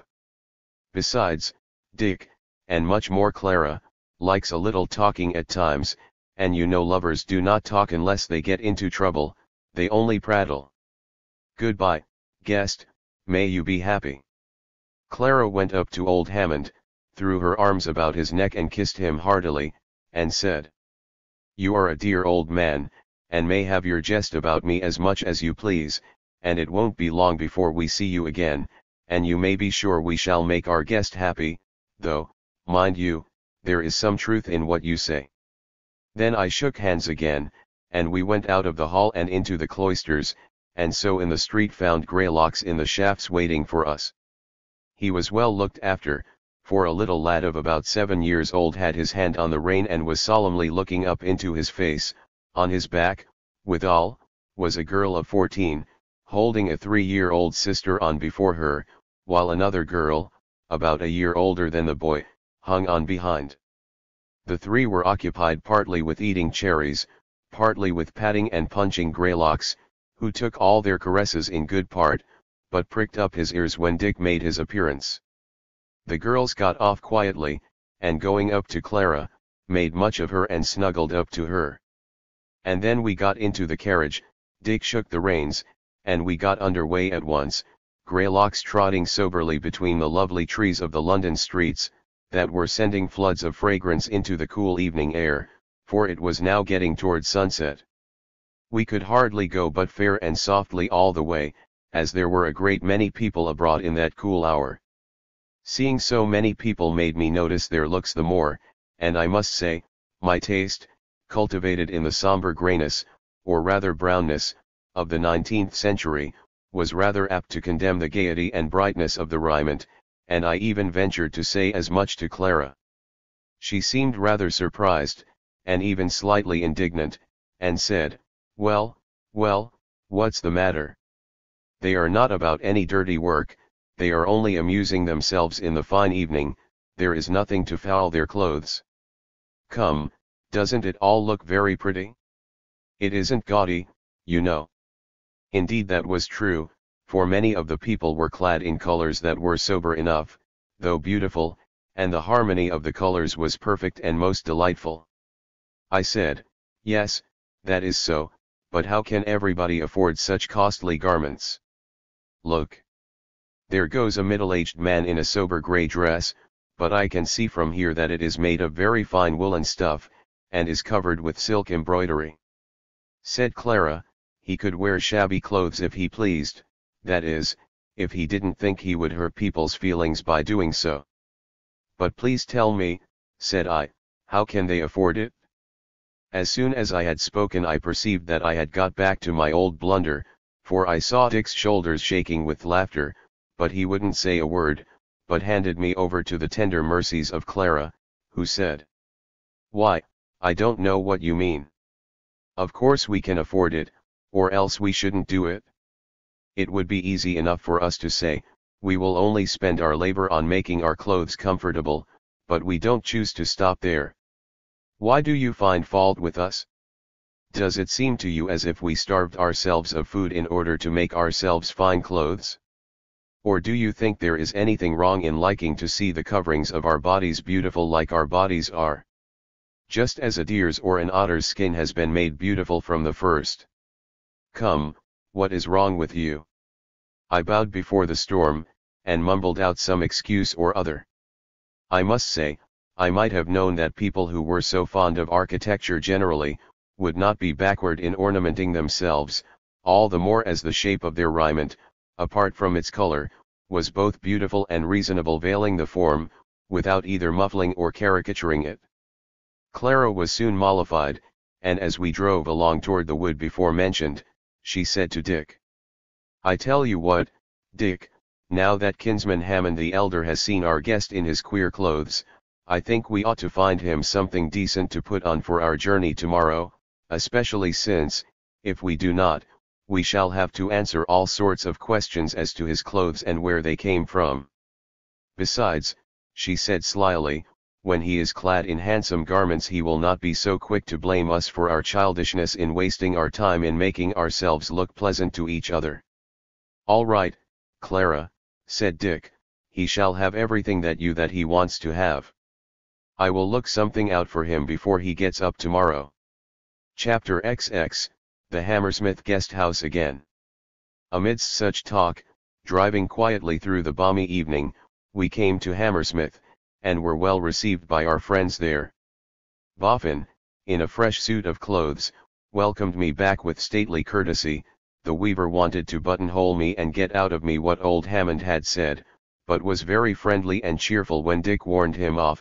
Annie shook hands with me, and hoped I had had a pleasant day so kindly, that I felt a slight pang as our hands parted, for to say the truth, I liked her better than Clara, who seemed to be always a little on the defensive, whereas Annie was as frank as could be, and seemed to get honest pleasure from everything and everybody about her without the least effort. We had quite a little feast that evening, partly in my honor, and partly, I suspect, though nothing was said about it, in honor of Dick and Clara coming together again. The wine was of the best, the hall was redolent of rich summer flowers, and after supper we not only had music, Annie, to my mind, surpassing all the others for sweetness and clearness of voice, as well as for feeling and meaning, but at last we even got to telling stories, and sat there listening, with no other light but that of the summer moon streaming through the beautiful traceries of the windows, as if we had belonged to time long past, when books were scarce and the art of reading somewhat rare. Indeed, I may say here, that, though, as you will have noted, my friends had mostly something to say about books, yet they were not great readers, considering the refinement of their manners and the great amount of leisure which they obviously had.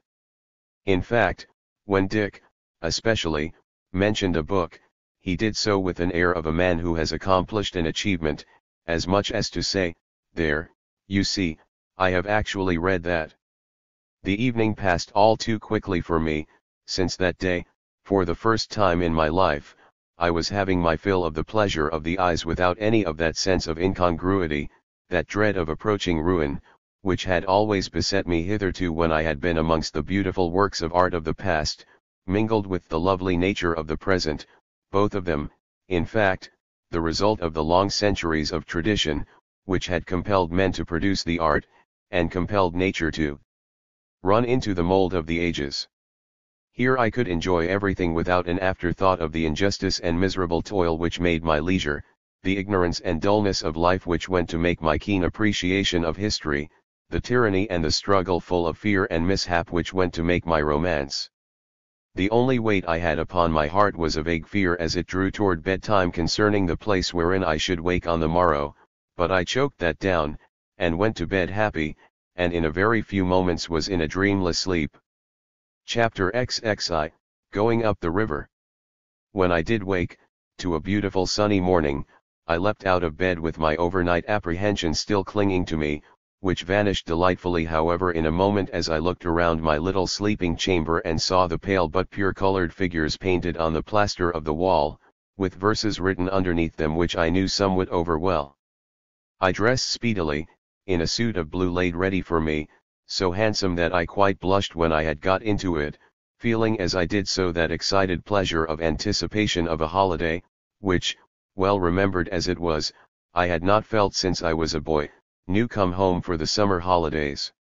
It seemed quite early in the morning, and I expected to have the hall to myself when I came into it out of the corridor wherein was my sleeping chamber, but I met Annie at once, who let fall her broom and gave me a kiss, quite meaningless I fear, except as betokening friendship, though she reddened as she did it, not from shyness, but from friendly pleasure, and then stood and picked up her broom again, and went on with her sweeping, nodding to me as if to bid me stand out of the way and look on, which, to say the truth, I thought amusing enough, as there were 5 other girls helping her, and their graceful figures engaged in the leisurely work were worth going a long way to see, and their merry talk and laughing as they swept in quite a scientific manner was worth going a long way to hear.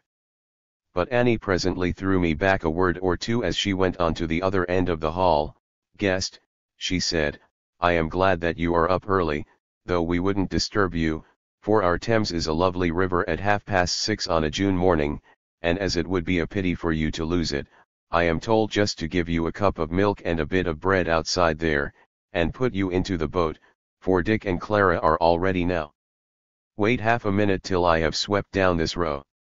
So presently she let her broom drop again, and came and took me by the hand and led me out onto the terrace above the river, to a little table under the boughs, where my bread and milk took the form of as dainty a breakfast as any one could desire, and then sat by me as I ate. And in a minute or two Dick and Clara came to me, the latter looking most fresh and beautiful in a light silk embroidered gown, which to my unused eyes was extravagantly gay and bright, while Dick was also handsomely dressed in white flannel prettily embroidered. Clara raised her gown in her hands as she gave me the morning greeting, and said laughingly, "Look, guest, you see we are at least as fine as any of the people you felt inclined to scold last night, you see we are not going to make the bright day and the flowers feel ashamed of themselves. Now scold me."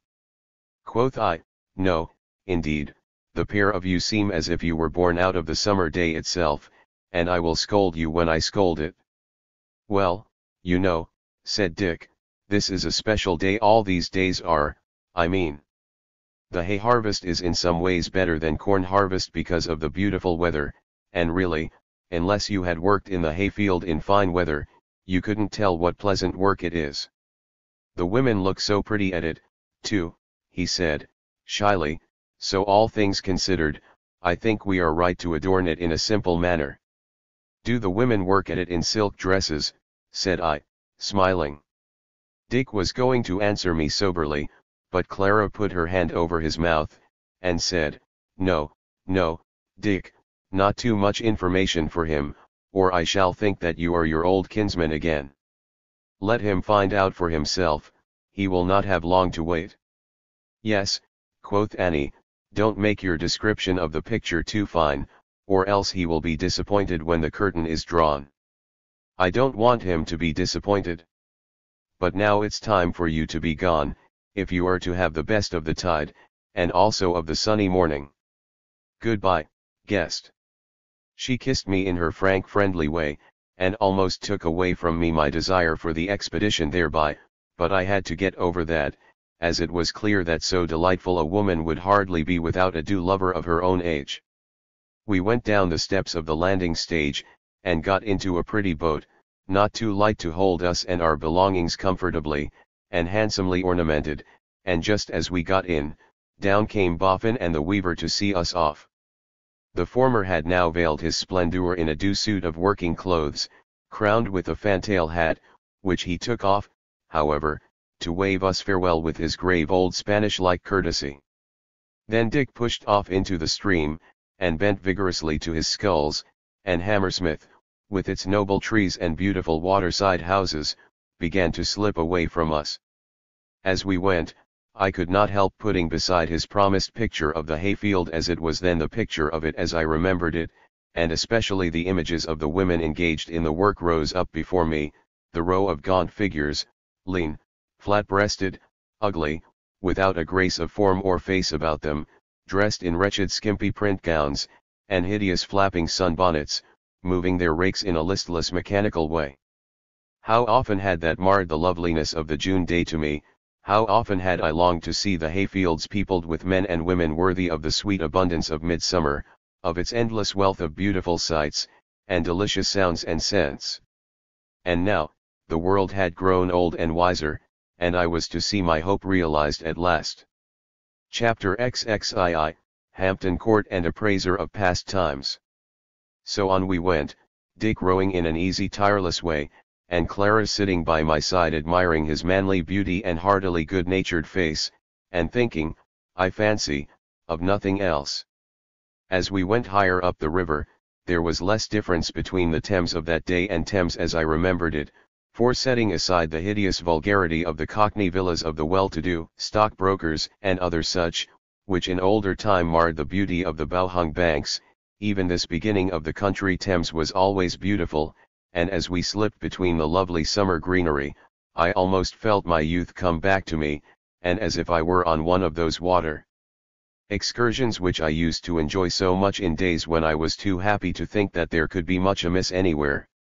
At last we came to a reach of the river where on the left hand a very pretty little village with some old houses in it came down to the edge of the water, over which was a ferry, and beyond these houses the elm-beset meadows ended in a fringe of tall willows, while on the right hand went the towpath and a clear space before a row of trees, which rose up behind huge and ancient, the ornaments of a great park, but these drew back still further from the river at the end of the reach to make way for a little town of quaint and pretty houses, some new, some old, dominated by the long walls and sharp gables of a great red brick pile of building, partly of the latest Gothic, partly of the court style of Dutch William, but so blended together by the bright sun and beautiful surroundings, including the bright blue river, which it looked down upon, that even amidst the beautiful buildings of that new happy time it had a strange charm about it.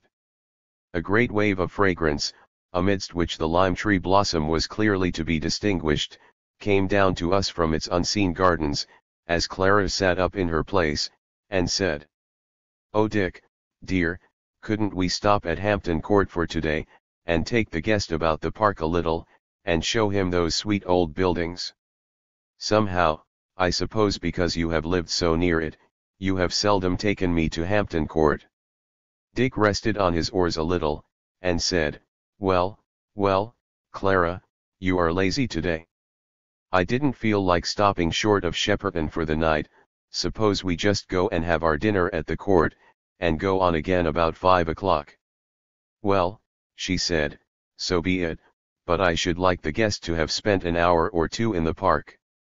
The park, said Dick, why, the whole Thames side is a park this time of the year, and for my part, I had rather lie under an elm tree on the borders of a wheat field, with the bees humming about me and the corncrake crying from furrow to furrow, than in any park in England. Besides, said she, you want to get onto your dearly loved Upper Thames, and show your prowess down the heavy swathes of the mowing grass. She looked at him fondly, and I could tell that she was seeing him in her mind's eye showing his splendid form at its best amidst the rhymed strokes of the scythes, and she looked down at her own pretty feet with a half sigh, as though she were contrasting her slight woman's beauty with his man's beauty, as women will when they are really in love, and are not spoiled with conventional sentiment. As for Dick, he looked at her admiringly a while, and then said at last, "Well, Clara, I do wish we were there. But, hello. We are getting back way." And he set to work sculling again, and in 2 minutes we were all standing on the gravelly strand below the bridge, which, as you may imagine, was no longer the old hideous iron abortion, but a handsome piece of very solid oak framing. We went into the court and straight into the great hall, so well remembered, where there were tables spread for dinner, and everything arranged much as in Hammersmith Guest Hall. Dinner over, we sauntered through the ancient rooms, where the pictures and tapestry were still preserved, and nothing was much changed, except that the people whom we met there had an indefinable kind of look of being at home and at ease, which communicated itself to me, so that I felt that the beautiful old place was mine in the best sense of the word, and my pleasure of past days seemed to add itself to that of today, and filled my whole soul with content. Dick, who, in spite of Clara's jibe, knew the place very well, told me that the beautiful old Tudor rooms, which I remembered had been the dwellings of the lesser fry of court flunkies, were now much used by people coming and going, for, beautiful as architecture had now become, and although the whole face of the country had quite recovered its beauty, there was still a sort of tradition of pleasure and beauty which clung to that group of buildings, and people thought going to Hampton Court a necessary summer outing, as they did in the days when London was so grimy and miserable. We went into some of the rooms looking into the old garden, and were well received by the people in them, who got speedily into talk with us, and looked with politely half-concealed wonder at my strange face. Besides these birds of passage, and a few regular dwellers in the place, we saw out in the meadows near the garden, down the long water, as it used to be called, many gay tents with men, women, and children round about them. As it seemed, this pleasure-loving people were fond of tent life, with all its inconveniences, which, indeed, they turned into pleasure also. We left this old friend by the time appointed, and I made some feeble show of taking the sculls, but Dick repulsed me, not much to my grief, I must say, as I found I had quite enough to do between the enjoyment of the beautiful time and my own lazily blended thoughts. As to Dick, it was quite right to let him pull, for he was as strong as a horse, and had the greatest delight in bodily exercise, whatever it was. We really had some difficulty in getting him to stop when it was getting rather more than dusk, and the moon was brightening just as we were off Runnymede. We landed there, and were looking about for a place whereon to pitch our tents, for we had brought two with us, when an old man came up to us, bade us good evening, and asked if we were housed for that night, and finding that we were not, bade us home to his house. Nothing loath, we went with him, and Clara took his hand in a coaxing way which I noticed she used with old men, and as we went on our way, made some commonplace remark about the beauty of the day. The old man stopped short, and looked at her and said, "You really like it then?" "Yes," she said, looking very much astonished, "don't you?" "Well," said he, "perhaps I do. I did, at any rate, when I was younger, but now I think I should like it cooler." She said nothing, and went on, the night growing about as dark as it would be, till just at the rise of the hill we came to a hedge with a gate in it, which the old man unlatched and led us into a garden, at the end of which we could see a little house, one of whose little windows was already yellow with candle light.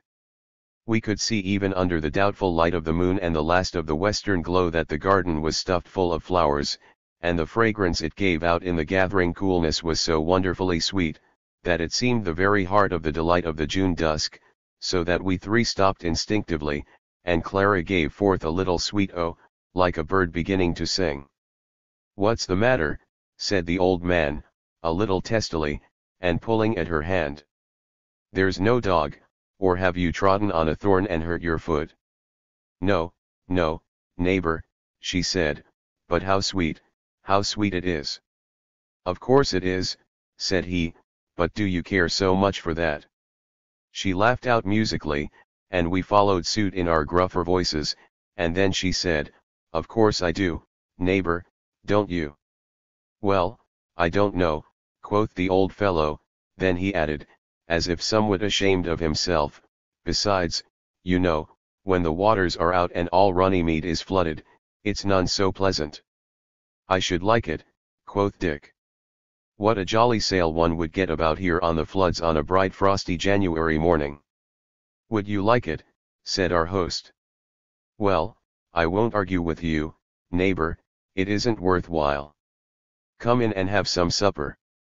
We went up a paved path between the roses, and straight into a very pretty room, panelled and carved, and as clean as a new pin, but the chief ornament of which was a young woman, light-haired and grey-eyed, but with her face and hands and bare feet tanned quite brown with the sun. Though she was very lightly clad, that was clearly from choice, not from poverty, though these were the first cottage dwellers I had come across, for her gown was of silk, and on her wrists were bracelets that seemed to me of great value. She was lying on a sheepskin near the window, but jumped up as soon as we entered, and when she saw the guests behind the old man, she clapped her hands and cried out with pleasure, and when she got us into the middle of the room, fairly danced round us in delight of our company. "What," said the old man, "you are pleased, are you, Ellen?" The girl danced up to him and threw her arms round him, and said, "Yes, I am, and so ought you to be, grandfather." "Well, well, I am," said he, "as much as I can be pleased. Guests, please be seated." This seemed rather strange to us, stranger, I suspect, to my friends than to me, but Dick took the opportunity of both the host and his granddaughter being out of the room to say to me, softly, "A grumbler, there are a few of them still. Once upon a time, I am told, they were quite a nuisance." The old man came in as he spoke and sat down beside us with a sigh, which, indeed, seemed fetched up as if he wanted us to take notice of it, but just then the girl came in with the victuals, and the Carl missed his mark, what between our hunger generally and that I was pretty busy watching the granddaughter moving about as beautiful as a picture. Everything to eat and drink, though it was somewhat different to what we had had in London, was better than good, but the old man eyed rather sulkily the chief dish on the table, on which lay a leash of fine perch, and said, "Perch. I am sorry we can't do better for you, guests. The time was when we might have had a good piece of salmon up from London for you, but the times have grown mean and petty." "Yes, but you might have had it now," said the girl, giggling, "if you had known that they were coming." "It's our fault for not bringing it with us, neighbors," said Dick, good-humoredly. "But if the times have grown petty, at any rate the perch haven't. That fellow in the middle there must have weighed a good 2 pounds when he was showing his dark stripes and red fins to the minnows yonder. And as to the salmon, why, neighbor, my friend here, who comes from the outlands, was quite surprised yesterday morning when I told him we had plenty of salmon at Hammersmith. I am sure I have heard nothing of the times worsening." He looked a little uncomfortable. And the old man, turning to me, said very courteously, "Well, sir, I am happy to see a man from over the water, but I really must appeal to you to say whether on the whole you are not better off in your country, where I suppose, from what our guest says, you are brisker and more alive, because you have not wholly got rid of competition. You see, I have read not a few books of the past days, and certainly they are much more alive than those which are written now, and good sound unlimited competition was the condition under which they were written. If we didn't know that from the record of history, we should know it from the books themselves. There is a spirit of adventure in them, and signs of a capacity to extract good out of evil which our literature quite lacks now, and I cannot help thinking that our moralists and historians exaggerate hugely the unhappiness of the past days, in which such splendid works of imagination and intellect were produced." Clara listened to him with restless eyes, as if she were excited and pleased. Dick knitted his brow and looked still more uncomfortable, but said nothing. Indeed, the old man gradually, as he warmed to his subject, dropped his sneering manner, and both spoke and looked very seriously. but the girl broke out before I could deliver myself of the answer I was framing. Books, books, always books, grandfather. When will you understand that after all it is the world we live in which interests us, the world of which we are a part, and which we can never love too much? Look, she said, throwing open the casement wider and showing us the white light sparkling between the black shadows of the moonlit garden, through which ran a little shiver of the summer night wind. Look, these are our books in these days.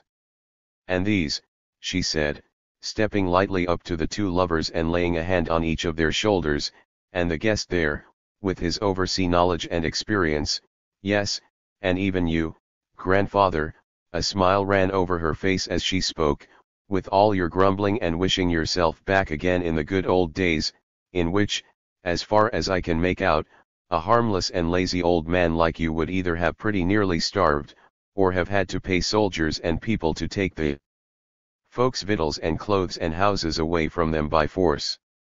Yes, these are our books, and if we want more, can we not find work to do in the beautiful buildings that we raise up all over the country, and I know there was nothing like them in past times, wherein a man can put forth whatever is in him, and make his hands set forth his mind and his soul. She paused a little, and I for my part could not help staring at her, and thinking that if she were a book, the pictures in it were most lovely. The color mantled in her delicate sunburnt cheeks, her grey eyes, light amidst the tan of her face, kindly looked on us all as she spoke. She paused, and said again, "As for your books, they were well enough for times when intelligent people had but little else in which they could take pleasure, and when they must needs supplement the sordid miseries of their own lives with imaginations of the lives of other people. But I say flatly that in spite of all their cleverness and vigor, and capacity for storytelling, there is something loathsome about them. Some of them, indeed, do here and there show some feeling for those whom the history books call poor, and of the misery of whose lives we have some inkling, but presently they give it up, and towards the end of the story we must be contented to see the hero and heroine living happily in an island of bliss on other people's troubles, and that after a long series of sham troubles, or mostly sham, of their own making, illustrated by dreary introspective nonsense about their feelings and aspirations, and all the rest of it, while the world must even then have gone on its way, and dug and sowed and baked and built and carpentered round about these useless animals. There, said the old man, reverting to his dry sulky manner again.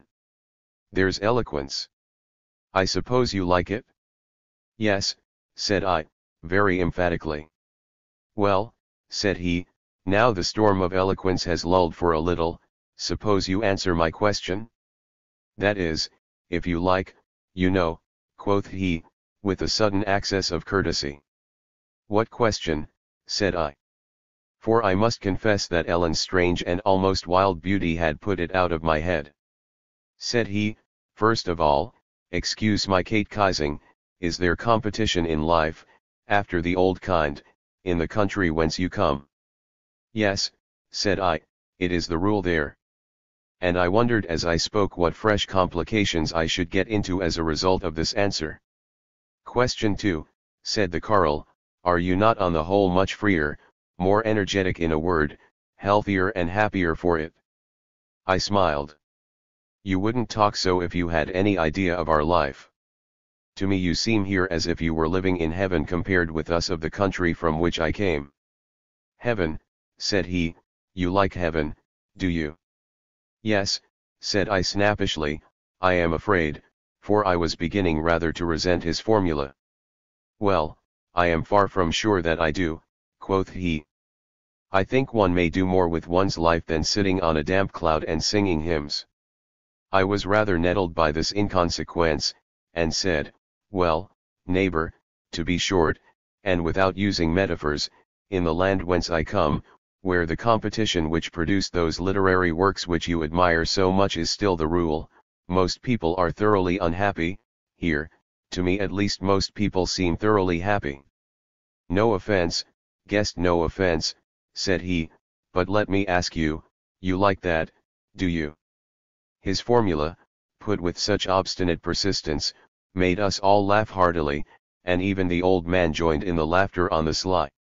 However, he was by no means beaten, and said presently, "From all I can hear, I should judge that a young woman so beautiful as my dear Ellen yonder would have been a lady, as they called it in the old time, and wouldn't have had to wear a few rags of silk as she does now, or to have browned herself in the sun as she has to do now. What do you say to that, Et?" Here Clara, who had been pretty much silent hitherto, struck in, and said, "Well, really, I don't think that you would have mended matters, or that they want mending.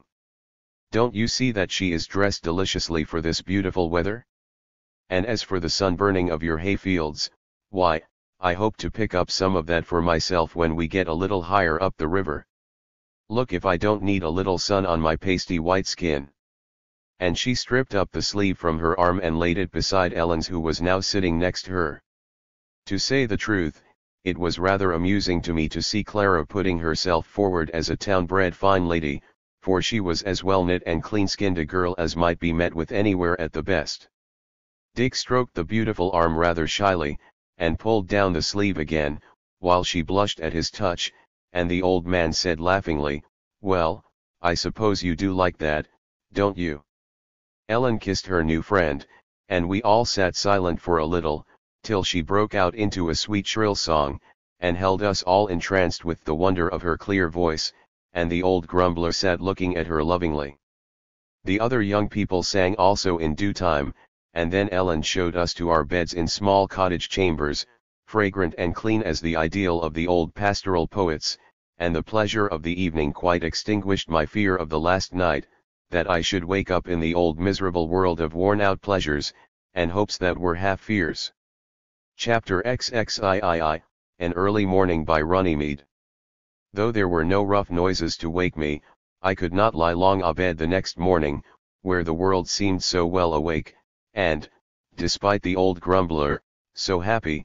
So I got up, and found that, early as it was, someone had been stirring, since all was trim and in its place in the little parlor, and the table laid for the morning meal.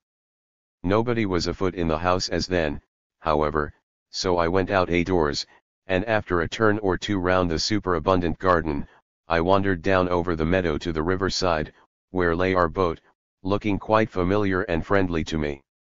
I walked upstream a little, watching the light mist curling up from the river till the sun gained power to draw it all away, saw the bleak speckling the water under the willow boughs, whence the tiny flies they fed on were falling in myriads, heard the great chub splashing here and there at some belated moth or other, and felt almost back again in my boyhood.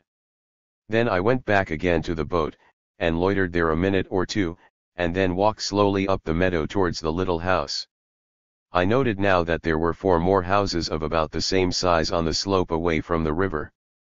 The meadow in which I was going was not up for hay, but a row of flake hurdles ran up the slope not far from me on each side, and in the fields so parted off from ours on the left they were making hay busily by now, in the simple fashion of the days when I was a boy. My feet turned that way instinctively, as I wanted to see how haymakers looked in these new and better times, and also I rather expected to see Ellen there.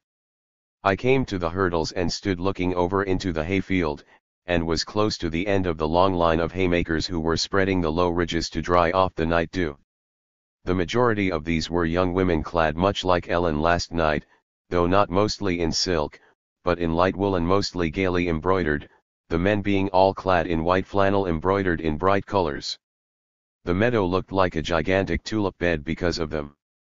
All hands were working deliberately but well and steadily, though they were as noisy with merry talk as a grove of autumn starlings. Half a dozen of them, men and women, came up to me and shook hands, gave me the seal of the morning, and asked a few questions as to whence and whither, and wishing me good luck, went back to their work. Ellen, to my disappointment, was not amongst them, but presently I saw a light figure come out of the hayfield higher up the slope, and make for our house, and that was Ellen, holding a basket in her hand. But before she had come to the garden gate, out came Dick and Clara, who, after a minute's pause, came down to meet me, leaving Ellen in the garden. Then we 3 went down to the boat, talking mere morning prattle. We stayed there a little, Dick arranging some of the matters in her, for we had only taken up to the house such things as we thought the dew might damage, and then we went toward the house again, but when we came near the garden, Dick stopped us by laying a hand on my arm and said, "Just look a moment." I looked, and over the low hedge saw Ellen, shading her eyes against the sun as she looked toward the hayfield, a light wind stirring in her tawny hair, her eyes like light jewels amidst her sunburnt face, which looked as if the warmth of the sun were yet in it. "Look, guest," said Dick, "doesn't it all look like one of those very stories out of Grimm that we were talking about up in Bloomsbury? Here are we two lovers wandering about the world, and we have come to a fairy garden, and there is the very fairy herself amidst of it. I wonder what she will do for us," said Clara demurely, but not stiffly. "Is she a good fairy, Dick?" "Oh, yes," said he, "and according to the card, she would do better, if it were not for the gnome or wood spirit, our grumbling friend of last night." We laughed at this, and I said, "I hope you see that you have left me out of the tale." "Well," said he, "that's true. You had better consider that you have got the cap of darkness, and are seeing everything, yourself invisible." That touched me on my weak side of not feeling sure of my position in this beautiful new country, so in order not to make matters worse, I held my tongue, and we all went into the garden and up to the house together. I noticed by the way that Clara must really rather have felt the contrast between herself as a town madam and this piece of the summer country that we all admired so, for she had rather dressed after Ellen that morning as to thinness and scantiness, and went barefoot also, except for light sandals. The old man greeted us kindly in the parlor, and said, "Well, guests, so you have been looking about to search into the nakedness of the land. I suppose your illusions of last night have given way a bit before the morning light. Do you still like it, eh?" "Very much," said I, doggedly. "It is one of the prettiest places on the lower Thames." "Oh ho," said he, "so you know the Thames, do you?" I reddened, for I saw Dick and Clara looking at me, and scarcely knew what to say. However, since I had said in our early intercourse with my Hammersmith friends that I had known Epping Forest, I thought a hasty generalization might be better in avoiding complications than a downright lie, so I said, "I have been in this country before, and I have been on the Thames in those days." "Oh," said the old man, eagerly, "so you have been in this country before. Now really, don't you find it, apart from all theory, you know, much changed for the worse?" "No, not at all," said I find it much changed for the better." "Ah," quoth he, "I fear that you have been prejudiced by some theory or another. However, of course the time when you were here before must have been so near our own days that the deterioration might not be very great, as then we were, of course, still living under the same customs as we are now." "I was thinking of earlier days than that." "In short," said Clara, "you have theories about the change which has taken place." "I have facts as well," said he. "Look here, from this hill you can see just 4 little houses, including this one. Well, I know for certain that in old times, even in the summer, when the leaves were thickest, you could see from the same place 6 quite big and fine houses, and higher up the water, garden joined garden right up to Windsor, and there were big houses in all the gardens. Ah! England was an important place in those days." I was getting nettled, and said, "What you mean is that you decockneyiced the place, and sent the damned flunkies packing, and that everybody can live comfortably and happily, and not a few damned thieves only, who were centers of vulgarity and corruption wherever they were, and who, as to this lovely river, destroyed its beauty morally, and had almost destroyed it physically, when they were thrown out of it." There was silence after this outburst, which for the life of me I could not help, remembering how I had suffered from Cockneyism and its cause on those same waters of old time. But at last the old man said, quite coolly, "My dear guest, I really don't know what you mean by either cockneys, or flunkies, or thieves, or damned, or how only a few people could live happily and comfortably in a wealthy country. All I can see is that you are angry, and I fear with me, so if you like we will change the subject. I thought this kind and hospitable in him, considering his obstinacy about his theory, and hastened to say that I did not mean to be angry, only emphatic. He bowed gravely, and I thought the storm was over, when suddenly Ellen broke in. "Grandfather, our guest is reticent from courtesy, but really what he has in his mind to say to you ought to be said, so as I know pretty well what it is, I will say it for him, for as you know, I have been taught these things by people who—" "Yes," said the old man, "by the sage of Bloomsbury, and others." "Oh," said Dick, "so you know my old kinsman Hammond." "Yes," said she, "and other people too, as my grandfather says, and they have taught me things, and this is the upshot of it. We live in a little house now, not because we have nothing grander to do than working in the fields, but because we please, for if we liked, we could go and live in a big house amongst pleasant companions." Grumbled the old man, "Just so. As if I would live amongst those conceited fellows, all of them looking down upon me." She smiled on him kindly, but went on as if he had not spoken. "In the past times, when those big houses of which grandfather speaks were so plenty, we must have lived in a cottage whether we had liked it or not, and the said cottage, instead of having in it everything we want, would have been bare and empty. We should not have got enough to eat, our clothes would have been ugly to look at, dirty and frosy. You, grandfather, have done no hard work for years now, but wander about and read your books and have nothing to worry you, and as for me, I work hard when I like it, because I like it, and think it does me good, and knits up my muscles, and makes me prettier to look at, and healthier and happier. But in those past days you, grandfather, would have had to work hard after you were old, and would have been always afraid of having to be shut up in a kind of prison along with other old men, half-starved and without amusement. And as for me, I am 20 years old.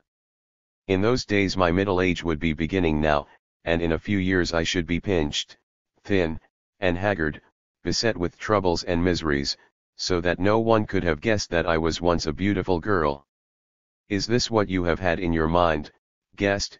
said she, the tears in her eyes at thought of the past miseries of people like herself. "Yes," said I, much moved, "that and more. Often in my country I have seen that wretched change you have spoken of, from the fresh handsome country lass to the poor draggle-tailed country woman." The old man sat silent for a little, but presently recovered himself and took comfort in his old phrase of "Well, you like it so, do you?" "Yes," said Ellen, "I love life better than death." "Oh, you do you?" said he. "Well, for my part I like reading a good old book with plenty of fun in it, like Thackeray's Vanity Fair." "Why don't you write books like that now? Ask that question of your Bloomsbury sage." Seeing Dick's cheeks reddening a little at this sally, and noting that silence followed, I thought I had better do something. So I said, "I am only the guest, friends, but I know you want to show me your river at its best, so don't you think we had better be moving presently, as it is certainly going to be a hot day?" Chapter XXIV, Up the Thames, the second day. They were not slow to take my hint, and indeed, as to the mere time of day, it was best for us to be off, as it was past 7 o'clock, and the day promised to be very hot. So we got up and went down to our boat, Ellen thoughtful and abstracted, the old man very kind and courteous, as if to make up for his crabbedness of opinion. Clara was cheerful and natural, but a little subdued, I thought, and she at least was not sorry to be gone, and often looked shyly and timidly at Ellen and her strange wild beauty. So we got into the boat, Dick saying as he took his place, "Well, it is a fine day," and the old man answering, "What, you like that, do you?" once more, and presently Dick was sending the bow swiftly through the slow weed check stream. I turned round as we got into midstream, and waving my hand to our hosts, saw Ellen leaning on the old man's shoulder, and caressing his healthy apple-red cheek, and quite a keen pang smote me as I thought how I should never see the beautiful girl again. Presently I insisted on taking the sculls, and I rowed a good deal that day, which no doubt accounts for the fact that we got very late to the place which Dick had aimed at. Clara was particularly affectionate to Dick, as I noticed from the rowing thwart, but as for him, he was as frankly kind and merry as ever, and I was glad to see it, as a man of his temperament could not have taken her caresses cheerfully and without embarrassment if he had been at all entangled by the ferry of our last night's abode. I need say little about the lovely reaches of the river here. I duly noted that absence of Cockney villas which the old man had lamented, and I saw with pleasure that my old enemies the Gothic cast iron bridges had been replaced by handsome oak and stone ones. Also the banks of the forest that we passed through had lost their courtly gamekeeperish trimness, and were as wild and beautiful as need he, though the trees were clearly well seen to. I thought it best, in order to get the most direct information, to play the innocent about Eton and Windsor, but Dick volunteered his knowledge to me as we lay in Datchet Lock about the first. Quoth he, "Up yonder are some beautiful old buildings, which were built for a great college or teaching place by one of the medieval kings Edward VI, I think." I smiled to myself at his rather natural blunder. He meant poor people's sons to be taught there what knowledge was going in his days, but it was a matter of course that in the times of which you seem to know so much they spoiled whatever good there was in the founder's intentions. My old kinsman says that they treated them in a very simple way, and instead of teaching poor men's sons to know something, they taught rich men's sons to know nothing. It seems from what he says that it was a place for the aristocracy, if you know what that word means. I have been told its meaning, to get rid of the company of their male children for a great part of the year. I dare say old Hammond would give you plenty of information in detail about it. What is it used for now? Said I. Well, said he, the buildings were a good deal spoiled by the last few generations of aristocrats, who seem to have had a great hatred against beautiful old buildings, and indeed all records of past history, but it is still a delightful place. Of course, we cannot use it quite as the founder intended, since our ideas about teaching young people are so changed from the ideas of his time, so it is used now as a dwelling for people engaged in learning, and folk from round about come and get taught things that they want to learn, and there is a great library there of the best books. So that I don't think that the old dead king would be much hurt if he were to come to life and see what we are doing there. Well, said Clara, laughing, I think he would miss the boys. Not always, my dear, said Dick, for there are often plenty of boys there, who come to get taught, and also, said he, smiling, to learn boating and swimming. I wish we could stop there, but perhaps we had better do that coming down the water. The lock gates opened as he spoke, and out we went, and on.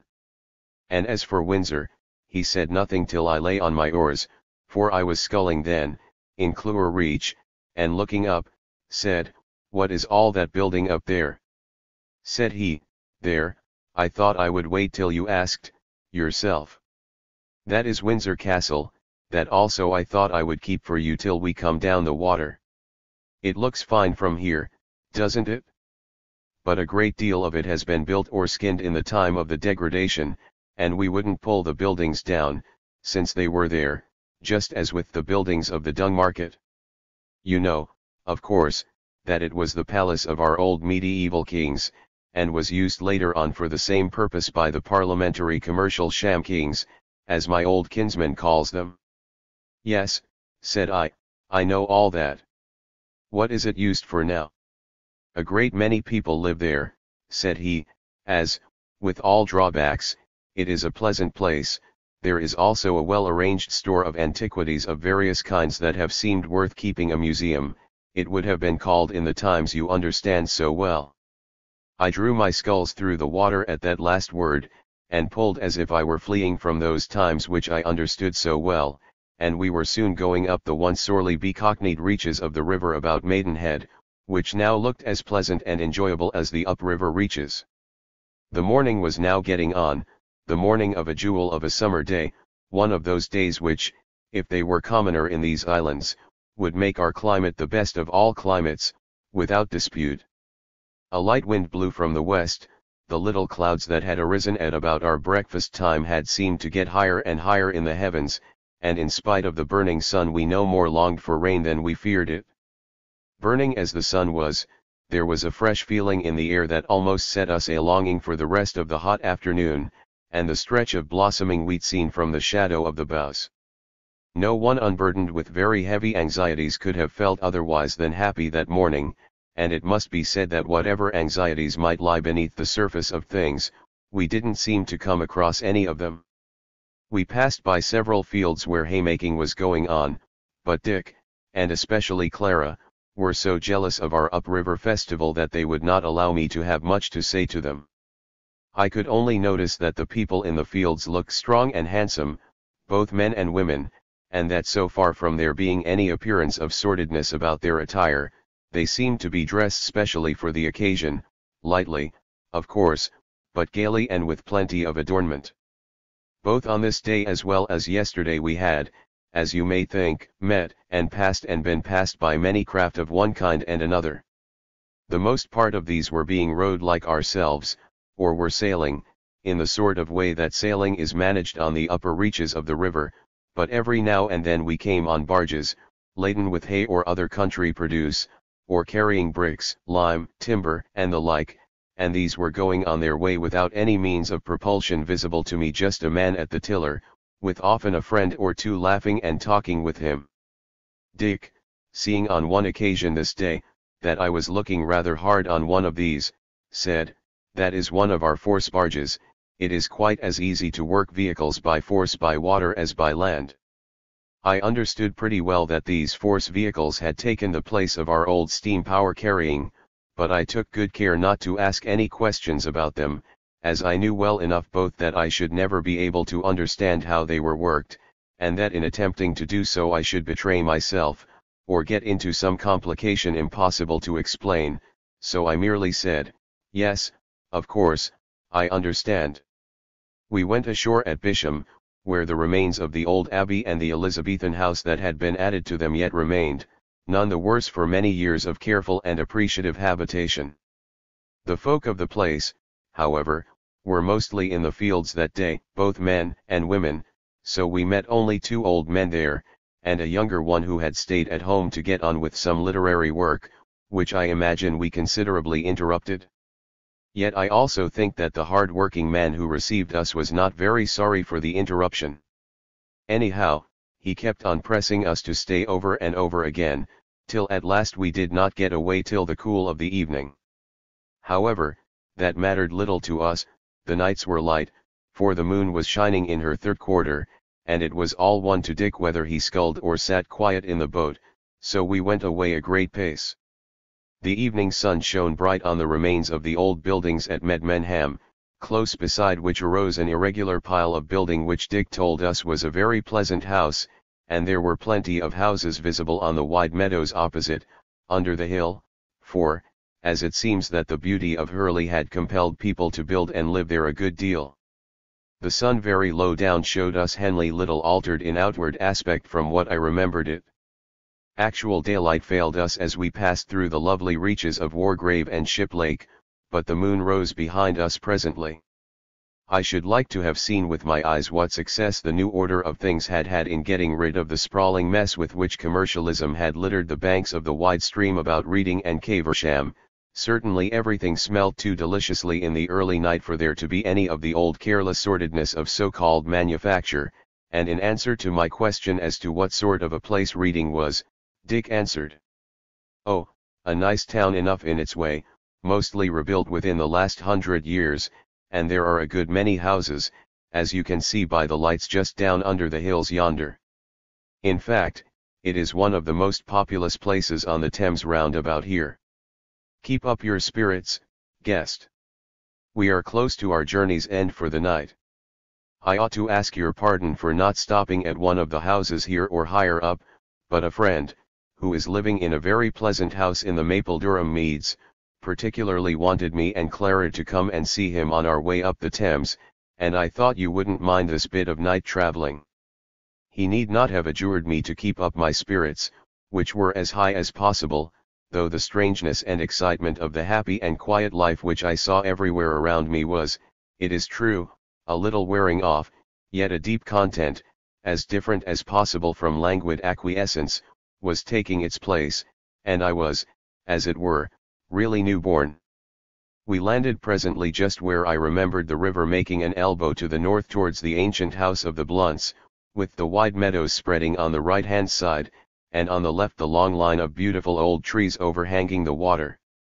As we got out of the boat, I said to Dick, "Is it the old house we are going to?" "No," he said, "though that is standing still in green old age, and is well inhabited." "I see, by the way, that you know your Thames well.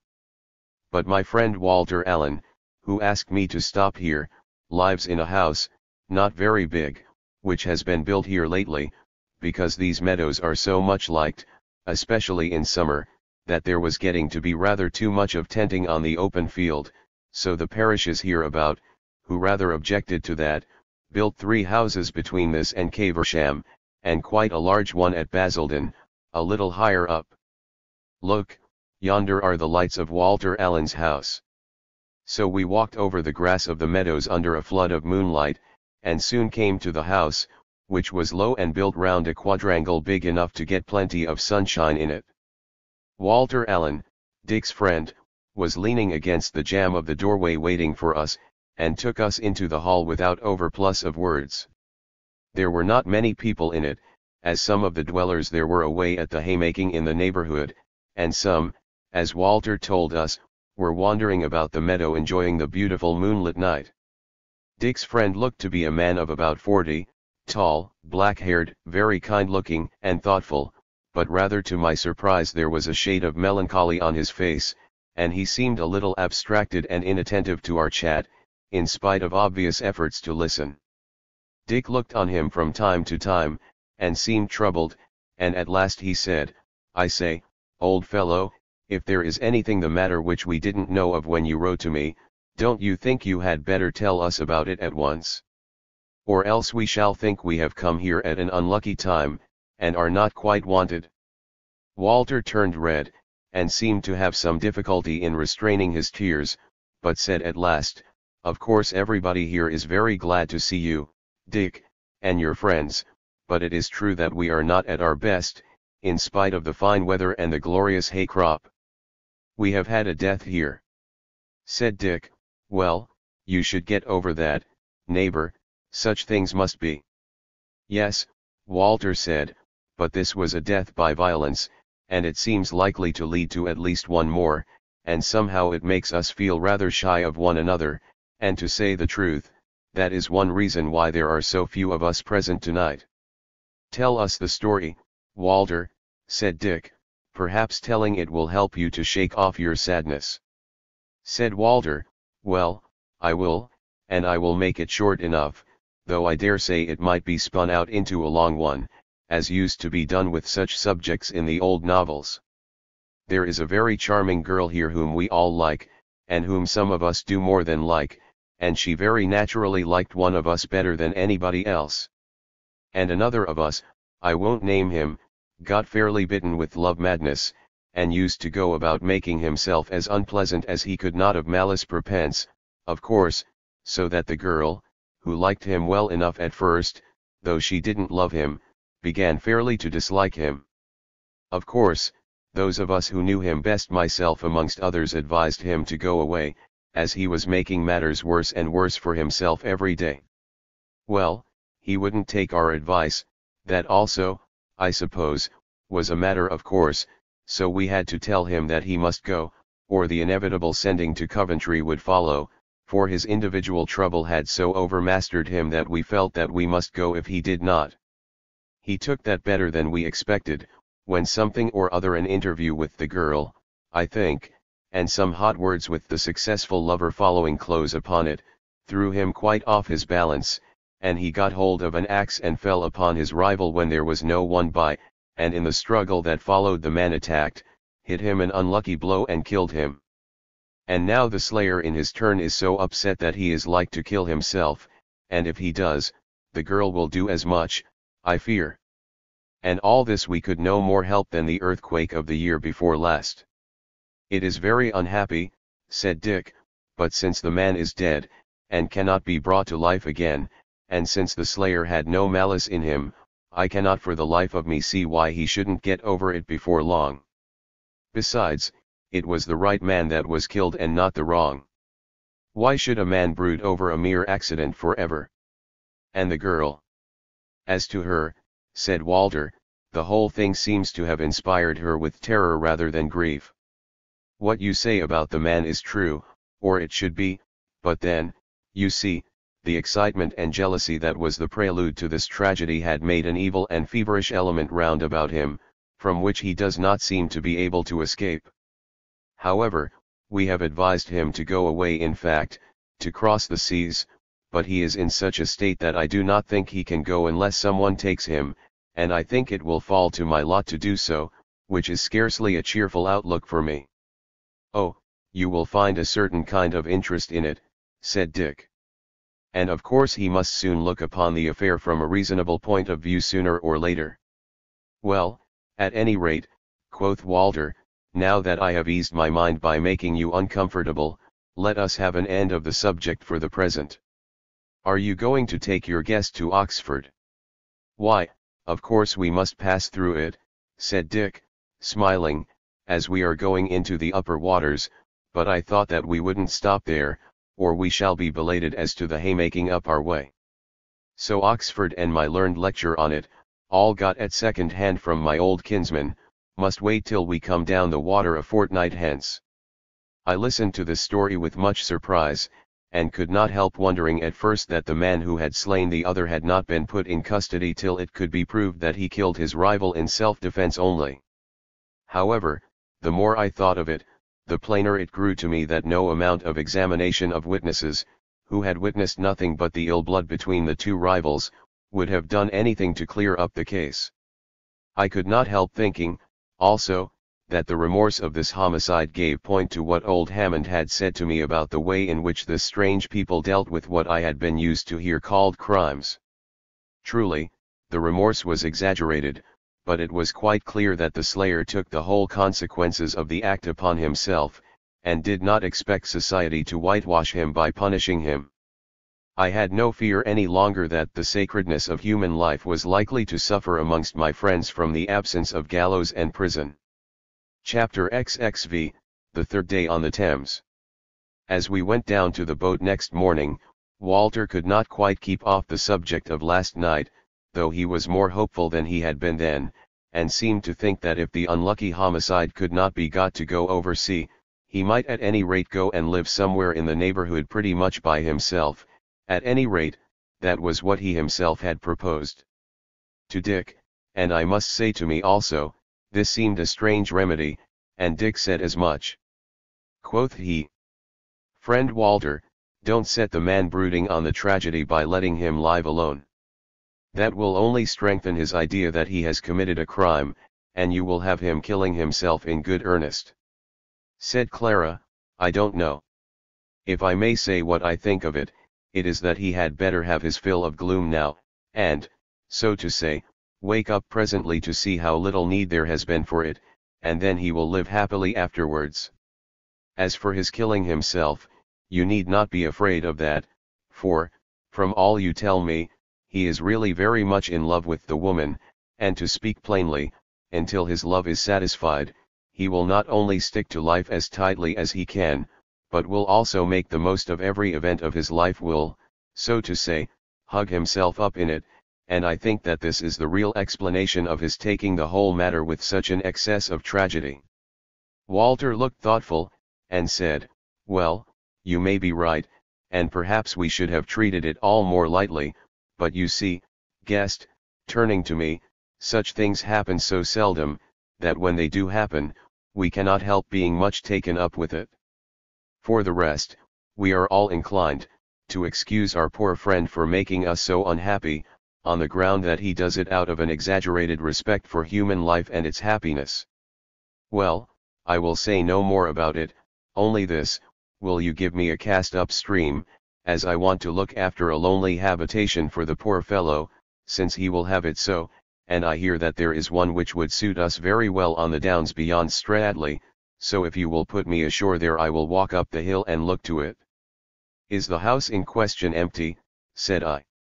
No, said Walter, but the man who lives there will go out of it, of course, when he hears that we want it.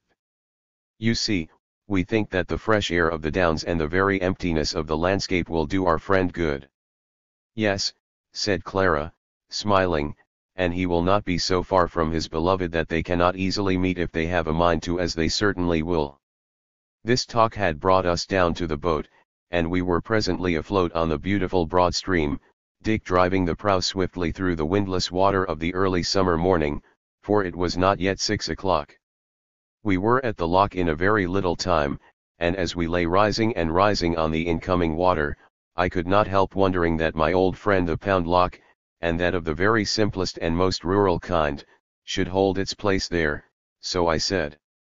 I have been wondering, as we passed lock after lock, that you people, so prosperous as you are, and especially since you are so anxious for pleasant work to do, have not invented something which would get rid of this clumsy business of going upstairs by means of these rude contrivances.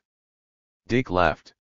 My dear friend, said he, as long as water has the clumsy habit of running downhill, I fear we must humor it by going upstairs when we have our faces turned from the sea. And really I don't see why you should fall foul of Mapledurham Lock, which I think a very pretty place. There was no doubt about the latter assertion, I thought, as I looked up at the overhanging boughs of the great trees, with the sun coming glittering through the leaves, and listened to the song of the summer blackbirds as it mingled with the sound of the backwater near us. So not being able to say why I wanted the locks away, which, indeed, I didn't do at all, I held my peace. But Walter said, you see, guest, this is not an age of inventions. The last epoch did all that for us, and we are now content to use such of its inventions as we find handy, and leaving those alone which we don't want.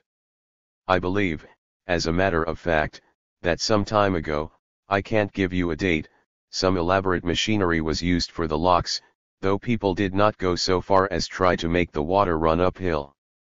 However, it was troublesome, I suppose, and the simple hatches, and the gates, with a big counterpoising beam, were found to answer every purpose, and were easily mended when wanted with material always to hand, so here they are, as you see. Besides, said Dick, this kind of lock is pretty, as you can see, and I can't help thinking that your machine lock, winding up like a watch, would have been ugly and would have spoiled the look of the river, and that is surely reason enough for keeping such locks as these. Goodbye, old fellow, said he to the lock, as he pushed us out through the now open gates by a vigorous stroke of the boat hook. May you live long, and have your green old age renewed forever. On we went, and the water had the familiar aspect to me of the days before Pangbourne had been thoroughly cockneyfied, as I have seen it.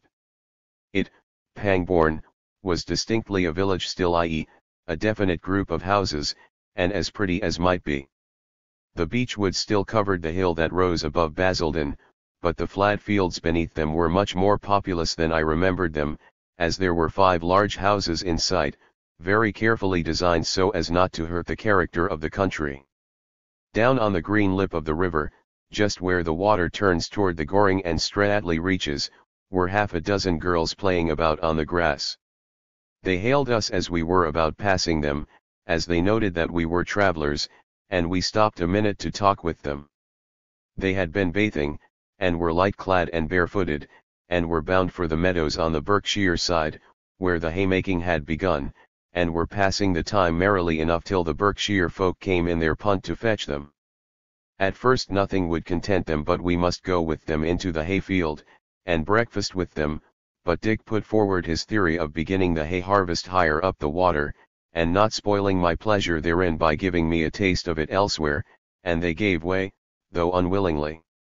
In revenge they asked me a great many questions about the country I came from and the manners of life there, which I found rather puzzling to answer, and doubtless what answers I did give were puzzling enough to them.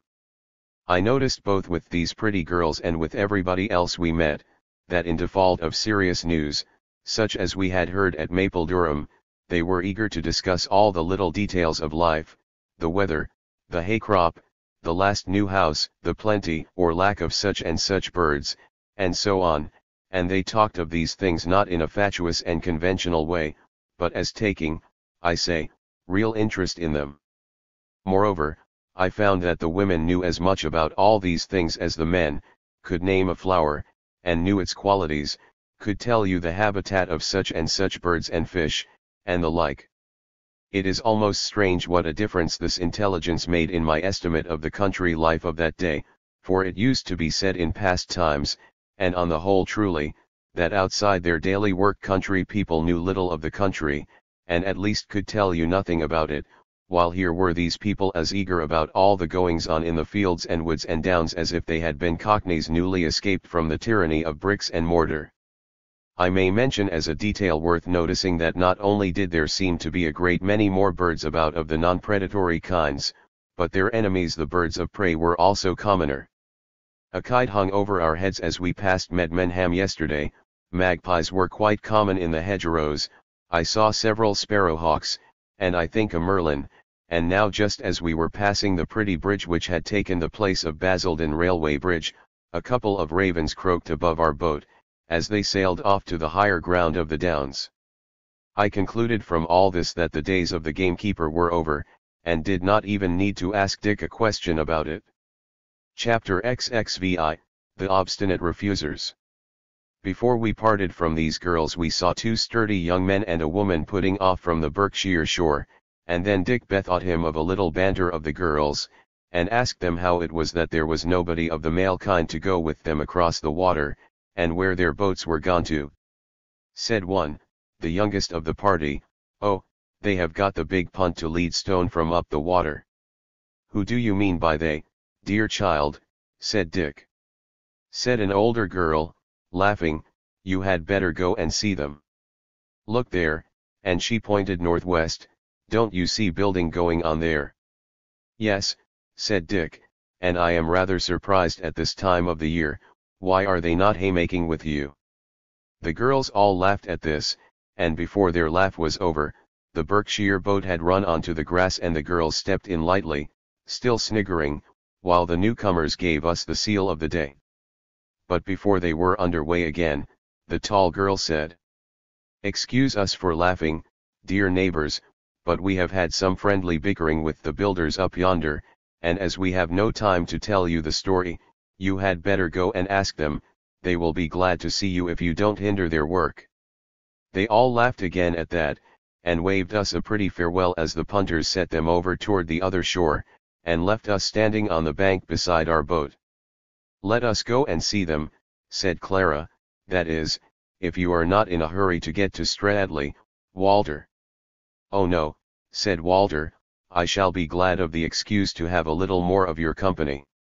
So we left the boat moored there, and went on up the slow slope of the hill, but I said to Dick on the way, being somewhat mystified, what was all that laughing about, what was the joke? "I can guess pretty well," said Dick, "some of them up there have got a piece of work which interests them, and they won't go to the haymaking, which doesn't matter at all, because there are plenty of people to do such easy hard work as that, only, since haymaking is a regular festival, the neighbors find it amusing to jeer good-humoredly at them." "I see," said I, much as if in Dickens's time some young people were so wrapped up in their work that they wouldn't keep Christmas. "Just so," said Dick, "only these people need not be young either." "But what did you mean by easy hard work?" said I. Quoth Dick, "Did I say that? I mean work that tries the muscles and hardens them and sends you pleasantly weary to bed, but which isn't trying in other ways, doesn't harass you in short. Such work is always pleasant if you don't overdo it. Only, mind you, good mowing requires some little skill. I'm a pretty good mower." This talk brought us up to the house that was a building, not a large one, which stood at the end of a beautiful orchard surrounded by an old stone wall. "Oh yes, I see," said Dick, "I remember, a beautiful place for a house, but a starveling of a 19th century house stood there. I am glad they are rebuilding.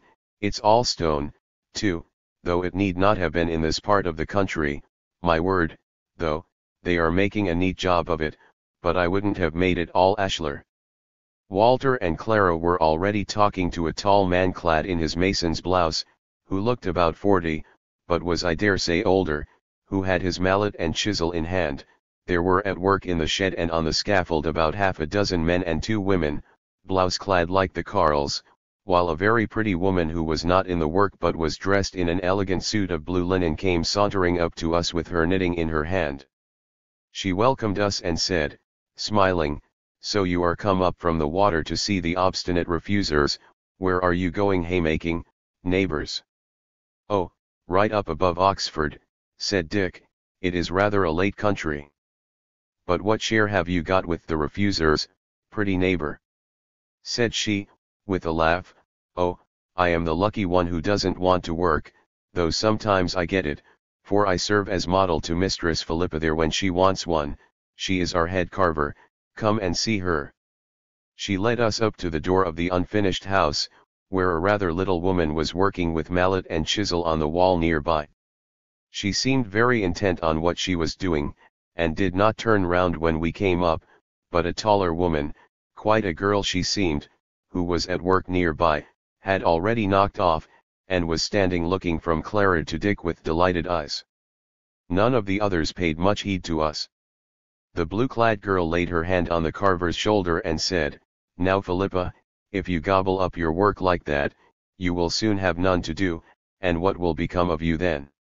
The carver turned round hurriedly and showed us the face of a woman of 40, or so she seemed, and said rather pettishly, but in a sweet voice, "Don't talk nonsense, Kate, and don't interrupt me if you can help it."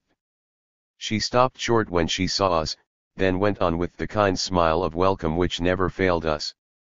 "Thank you for coming to see us, neighbours, but I am sure that you won't think me unkind if I go on with my work, especially when I tell you that I was ill and unable to do anything all through April and May, and this open air and the sun and the work together, and my feeling well again too, make a mere delight of every hour to me, and excuse me, I must go on." She fell to work accordingly on a carving in low relief of flowers and figures, but talked on amidst her mallet strokes. "You see, we all think this the prettiest place for a house up and down these reaches, and the site has been so long encumbered with an unworthy one, that we masons were determined to pay off fate and destiny for once, and build the prettiest house we could compass here and so and so." Here she lapsed into mere carving, but the tall foreman came up and said, "Yes, neighbours, that is it, so it is going to be all ashlar because we want to carve a kind of a wreath of flowers and figures all round it, and we have been much hindered by one thing or other, Philippa's illness amongst others, and though we could have managed our wreath without her." "Could you, though?" grumbled the last named from the face of the wall. "Well, at any rate, she is our best carver, and it would not have been kind to begin the carving without her. So you see," said he, looking at Dick and me, "we really couldn't go haymaking, could we, neighbours? But you see, we are getting on so fast now with this splendid weather, that I think we may well spare a week or 10 days at wheat harvest, and won't we go at that work then? Come down then to the acres that lie north and by west here at our backs, and you shall see good harvesters, neighbours." "Hurrah, for a good brag," called a voice from the scaffold above us. "Our foreman thinks that an easier job than putting one stone on another." There was a general laugh at this sally, in which the tall foreman joined, and with that we saw a lad bringing out a little table into the shadow of the stone shed, which he set down there, and then going back, came out again with the inevitable big wickered flask and tall glasses, whereon the foreman led us up to 2 seats on blocks of stone, and said, "Well, neighbours, drink to my brag coming true, or I shall think you don't believe me. Up there," said he, hailing the scaffold, "are you coming down for a glass?" 3 of the workmen came running down the ladder as men with good building legs will do, but the others didn't answer, except the joker, if he must so be called, who called out without turning round, "Excuse me, neighbours, for not getting down.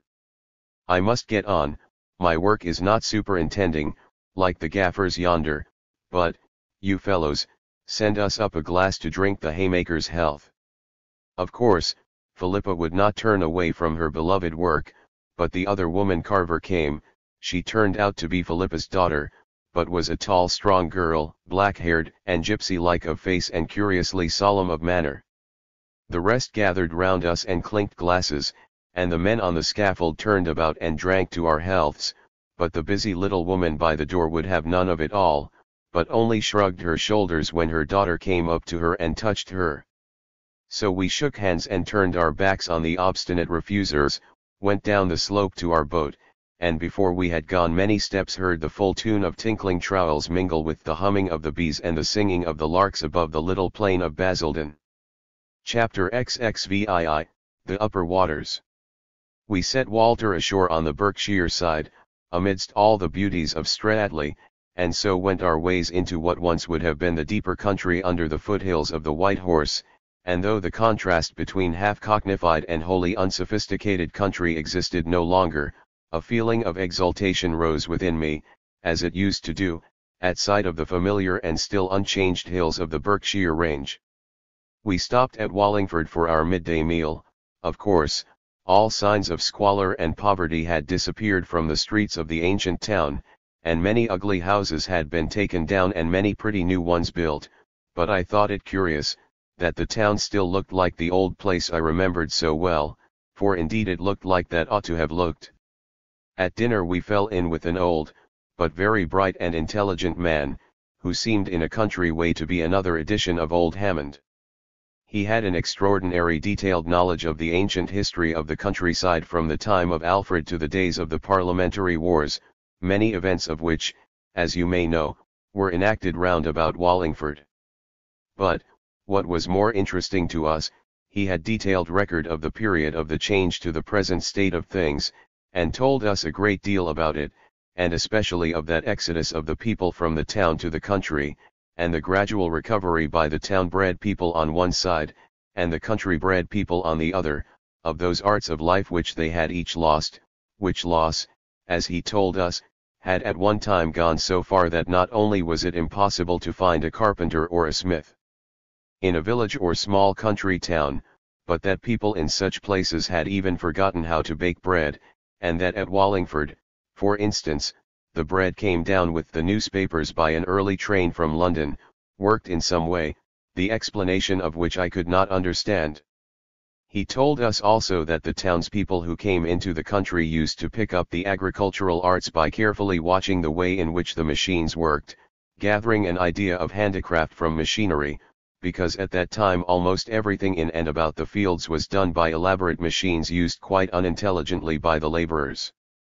On the other hand, the old men amongst the laborers managed to teach the younger ones gradually a little artisanship, such as the use of the saw and the plane, the work of the smithy, and so forth, for once more, by that time it was as much as or rather, more than a man could do to fix an ash pole to a rake by handiwork, so that it would take a machine worth £1,000, a group of workmen, and half a day's travelling, to do 5 shillings worth of work.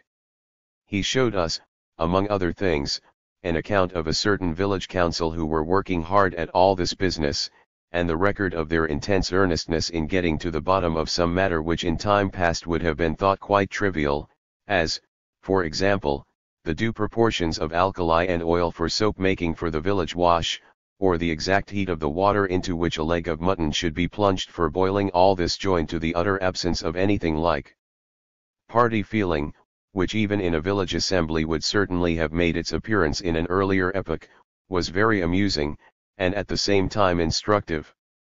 This old man, whose name was Henry Morsum, took us, after our meal and a rest, into a biggish hall which contained a large collection of articles of manufacture and art from the last days of the machine period to that day, and he went over them with us, and explained them with great care.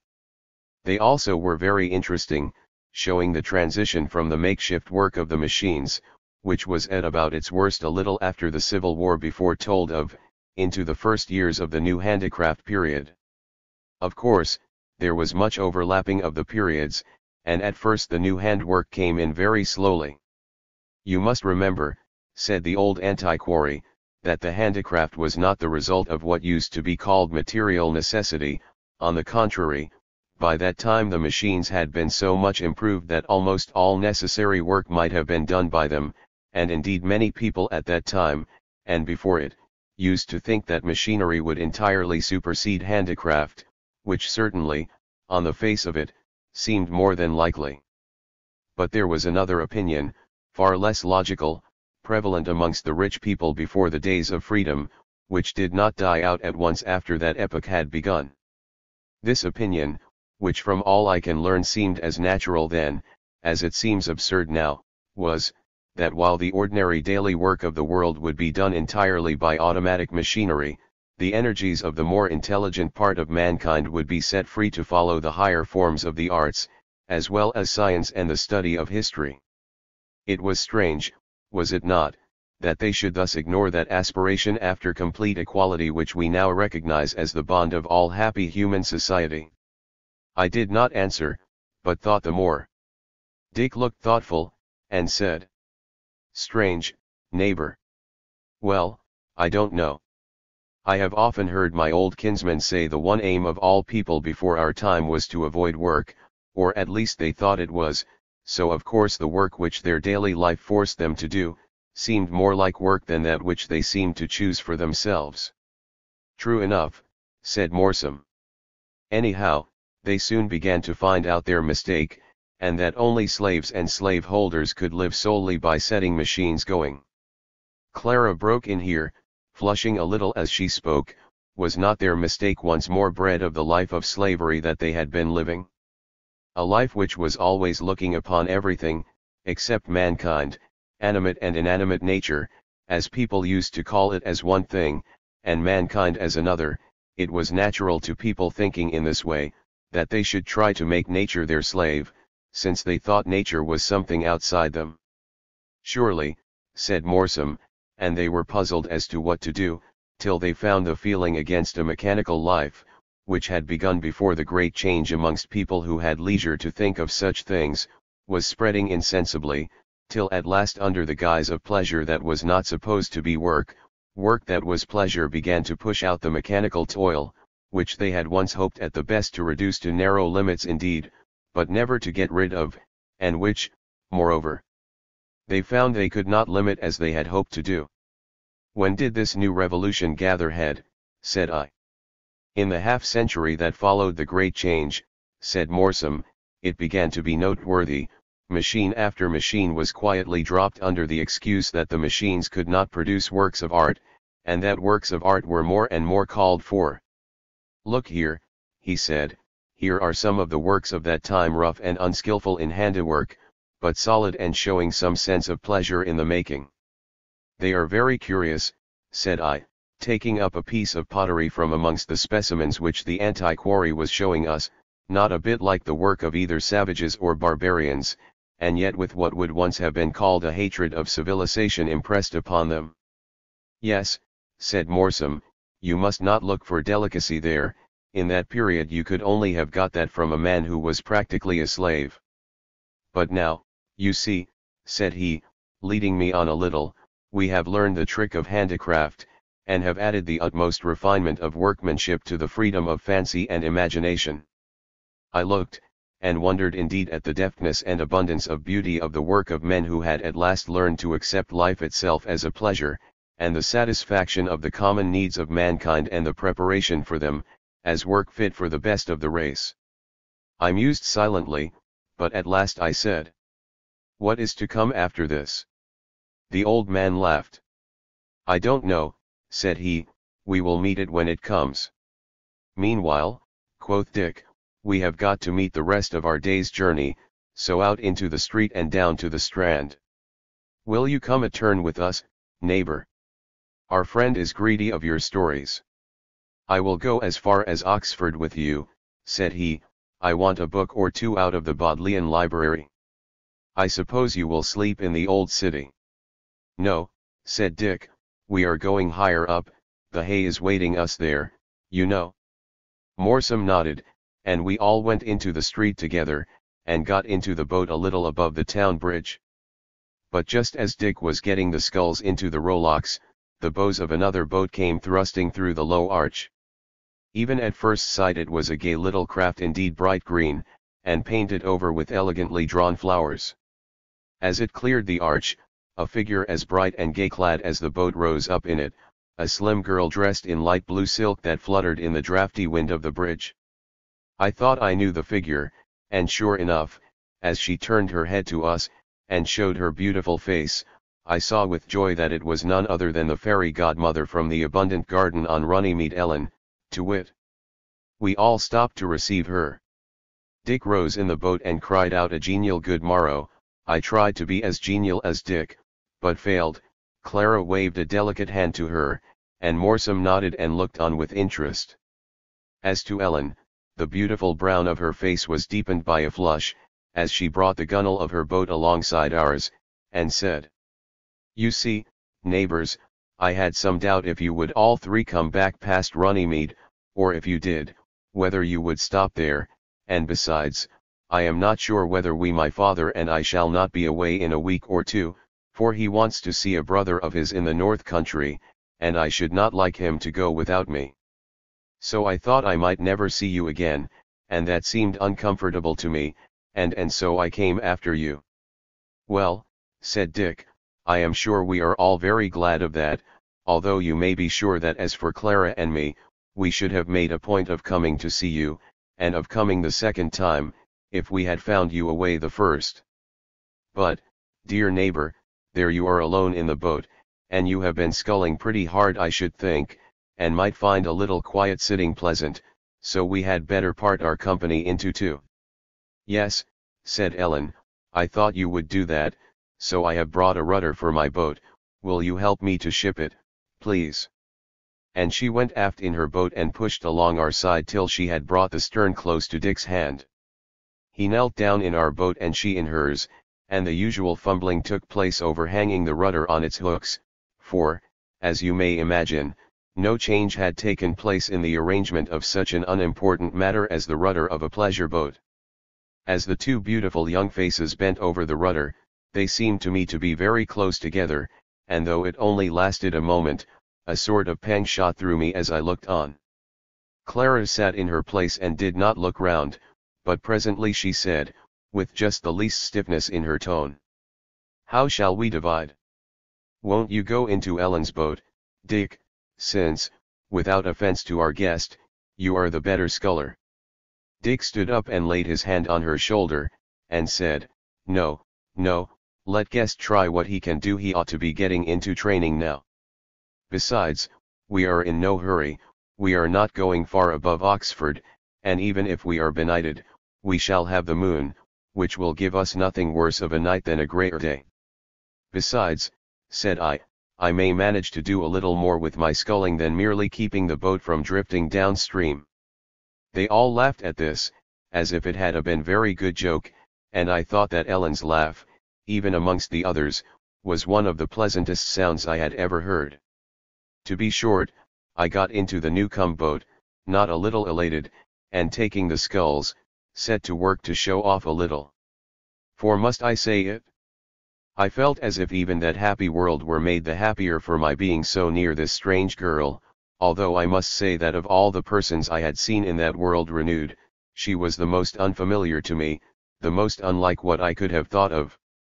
Clara, for instance, beautiful and bright as she was not unlike a very pleasant and unaffected young lady, and the other girls also seemed nothing more than specimens of very much improved types which I had known in other times. But this girl was not only beautiful with a beauty quite different from that of a young lady, but was in all ways so strangely interesting, so that I kept wondering what she would say or do next to surprise and please me. Not, indeed, that there was anything startling in what she actually said or did, but it was all done in a new way, and always with that indefinable interest and pleasure of life, which I had noticed more or less in everybody, but which in her was more marked and more charming than in anyone else that I had seen. We were soon under way and going at a fair pace through the beautiful reaches of the river between Bensington and Dorchester. It was now about the middle of the afternoon, warm rather than hot, and quite windless. The clouds high up and light, pearly white, and gleaming, softened the sun's burning, but did not hide the pale blue in most places, though they seemed to give it height and consistency. The sky, in short, looked really like a vault, as poets have sometimes called it, and not like mere limitless air, but a vault so vast and full of light that it did not in any way oppress the spirits. It was the sort of afternoon that Tennyson must have been thinking about, when he said of the Lotos Eaters' land that it was a land where it was always afternoon. Ellen leaned back in the stern and seemed to enjoy herself thoroughly. I could see that she was really looking at things and let nothing escape her, and as I watched her, an uncomfortable feeling that she had been a little touched by love of the deft, ready, and handsome Dick, and that she had been constrained to follow us because of it, faded out of my mind, since if it had been so, she surely could not have been so excitedly pleased, even with the beautiful scenes we were passing through. For some time she did not say much, but at last, as we had passed under Shillingford Bridge, new built, but somewhat on its old lines, she bade me hold the boat while she had a good look at the landscape through the graceful arch. Then she turned about to me and said, "I do not know whether to be sorry or glad that this is the first time that I have been in these reaches. It is true that it is a great pleasure to see all this for the first time, but if I had had a year or two of memory of it, how sweetly it would all have mingled with my life, waking or dreaming. I am so glad Dick has been pulling slowly, so as to linger out the time here. How do you feel about your first visit to these waters?" I do not suppose she meant a trap for me, but anyhow I fell into it, and said, "My first visit. It is not my first visit by many a time. I know these reaches well, indeed, I may say that I know every yard of the Thames from Hammersmith to Cricklade." I saw the complications that might follow, as her eyes fixed mine with a curious look in them, that I had seen before at Runnymede, when I had said something which made it difficult for others to understand my present position amongst these people. I reddened, and said, in order to cover my mistake, "I wonder you have never been up so high as this, since you live on the Thames, and moreover row so well that it would be no great labor to you. Let alone," quoth I, insinuatingly, "that anybody would be glad to row you." She laughed, clearly not at my compliment, as I am sure she need not have done, since it was a very commonplace fact, but at something which was stirring in her mind, and she still looked at me kindly, but with the above said keen look in her eyes, and then she said, "Well, perhaps it is strange, though I have a good deal to do at home, what with looking after my father, and dealing with 2 or 3 young men who have taken a special liking to me, and all of whom I cannot please at once.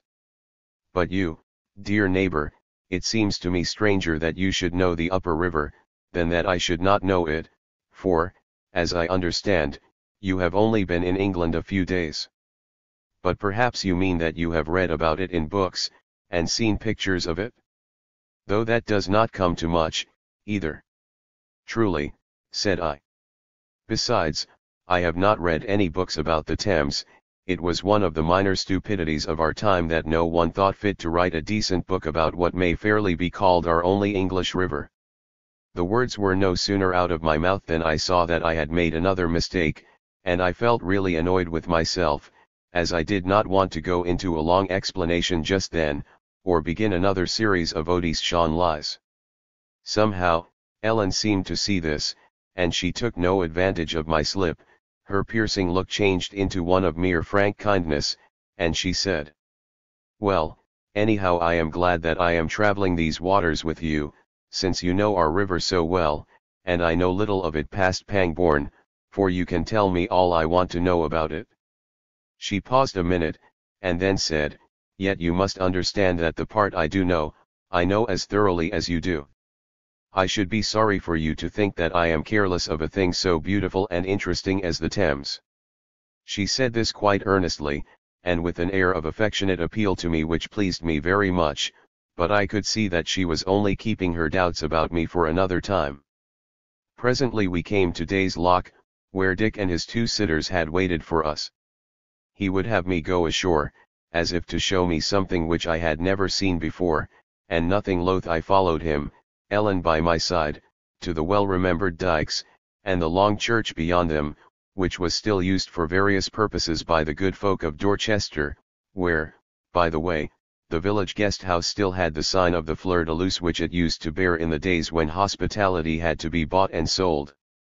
This time, however, I made no sign of all this being familiar to me, though as we sat for a while on the mound of the dikes looking up at Snowdon and its clear-cut trench, and its sister Mamelin of Whittenham, I felt somewhat uncomfortable under Ellen's serious attentive look, which almost drew from me the cry, "How little anything is changed here."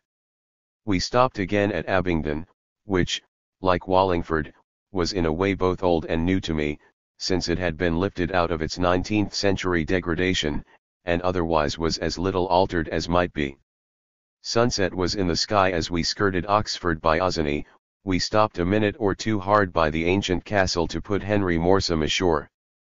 It was a matter of course that so far as they could be seen from the river, I missed none of the towers and spires of that once Dombey-ridden city, but the meadows all round, which, when I had last passed through them, were getting daily more and more squalid, more and more impressed with the seal of the stir and intellectual life of the 19th century, were no longer intellectual, but had once again become as beautiful as they should be, and the little hill of Hinksey, with 2 or 3 very pretty stone houses new grown on it, I use the word advisedly, for they seemed to belong to it, looked down happily on the full streams and waving grass, grey now, but for the sunset, with its fast ripening seeds.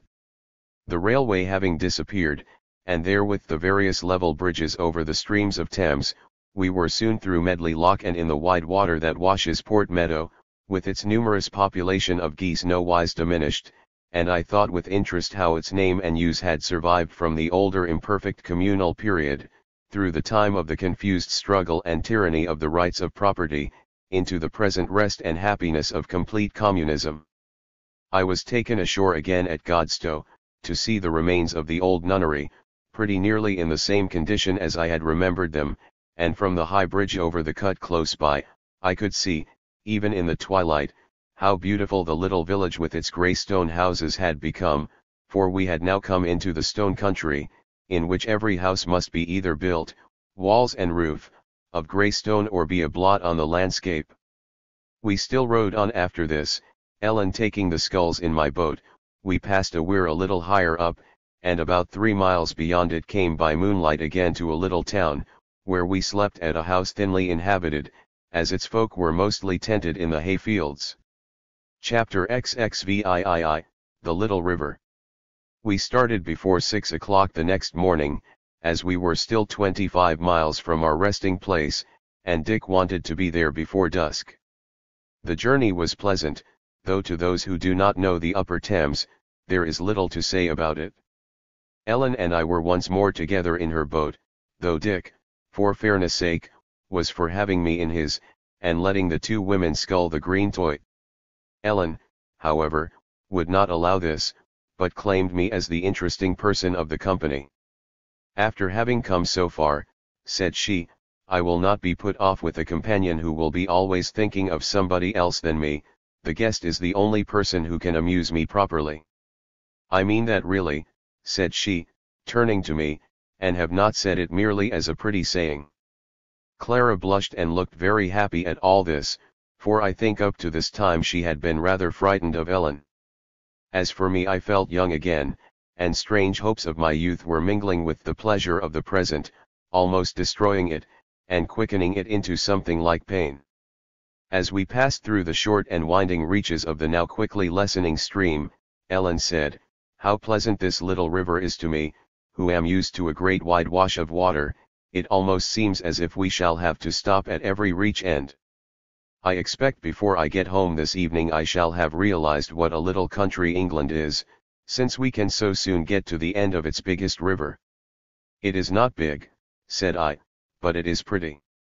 "Yes," she said, "and don't you find it difficult to imagine the times when this little pretty country was treated by its folk as if it had been an ugly characterless waste, with no delicate beauty to be guarded, with no heed taken of the ever-fresh pleasure of the recurring seasons, and changeful weather, and diverse quality of the soil, and so forth?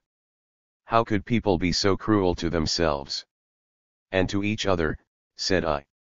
Then a sudden resolution took hold of me, and I said, "Dear neighbor, I may as well tell you at once that I find it easier to imagine all that ugly past than you do, because I myself have been part of it." I see both that you have divined something of this in me, and also I think you will believe me when I tell you of it, so that I am going to hide nothing from you at all." She was silent a little, and then she said, "My friend, you have guessed right about me, and to tell you the truth I have followed you up from Runnymede in order that I might ask you many questions, and because I saw that you were not one of us, and that interested and pleased me, and I wanted to make you as happy as you could be." "To say the truth, there was a risk in it," said she, blushing. "I mean as to Dick and Clara, for I must tell you, since we are going to be such close friends, that even amongst us, where there are so many beautiful women, I have often troubled men's minds disastrously.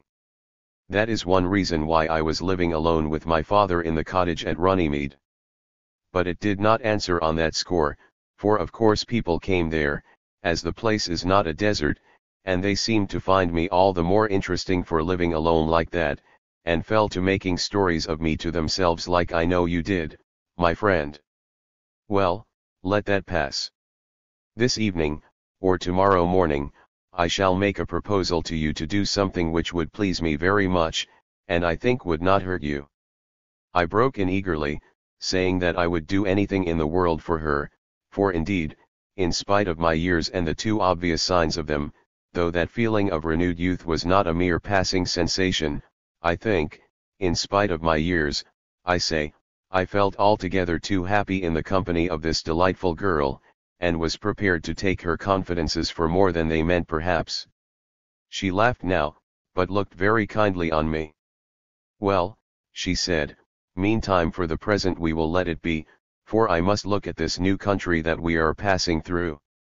See how the river has changed character again, it is broad now, and the reaches are long and very slow running.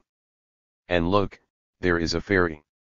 I told her the name of it, as I slowed off to put the ferry chain over our heads, and on we went passing by a bank clad with oak trees on our left hand, till the stream narrowed again and deepened, and we rode on between walls of tall reeds, whose population of reed sparrows and warblers were delightfully restless, twittering and chuckling as the wash of the boat stirred the reeds from the water upwards in the still, hot morning.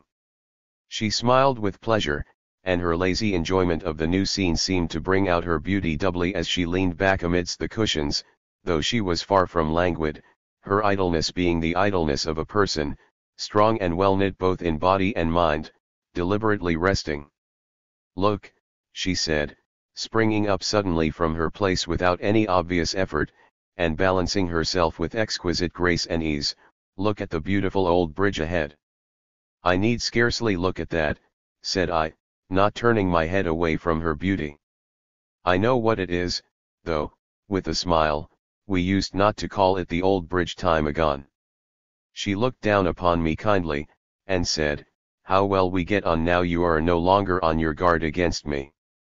And she stood looking thoughtfully at me still, till she had to sit down as we passed under the middle one of the row of little pointed arches of the oldest bridge across the Thames. "Oh, the beautiful fields," she said, "I had no idea of the charm of a very small river like this. The smallness of the scale of everything, the short reaches, and the speedy change of the banks, give one a feeling of going somewhere, of coming to something strange, a feeling of adventure which I have not felt in bigger waters." I looked up at her delightedly, for her voice, saying the very thing which I was thinking, was like a caress to me.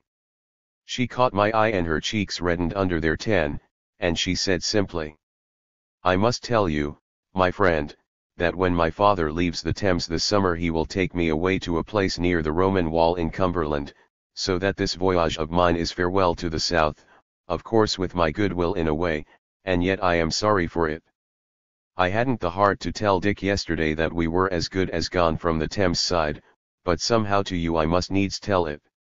She stopped and seemed very thoughtful for a while, and then said smiling, "I must say that I don't like moving about from one home to another, one gets so pleasantly used to all the detail of the life about one, it fits so harmoniously and happily into one's own life, that beginning again, even in a small way, is a kind of pain.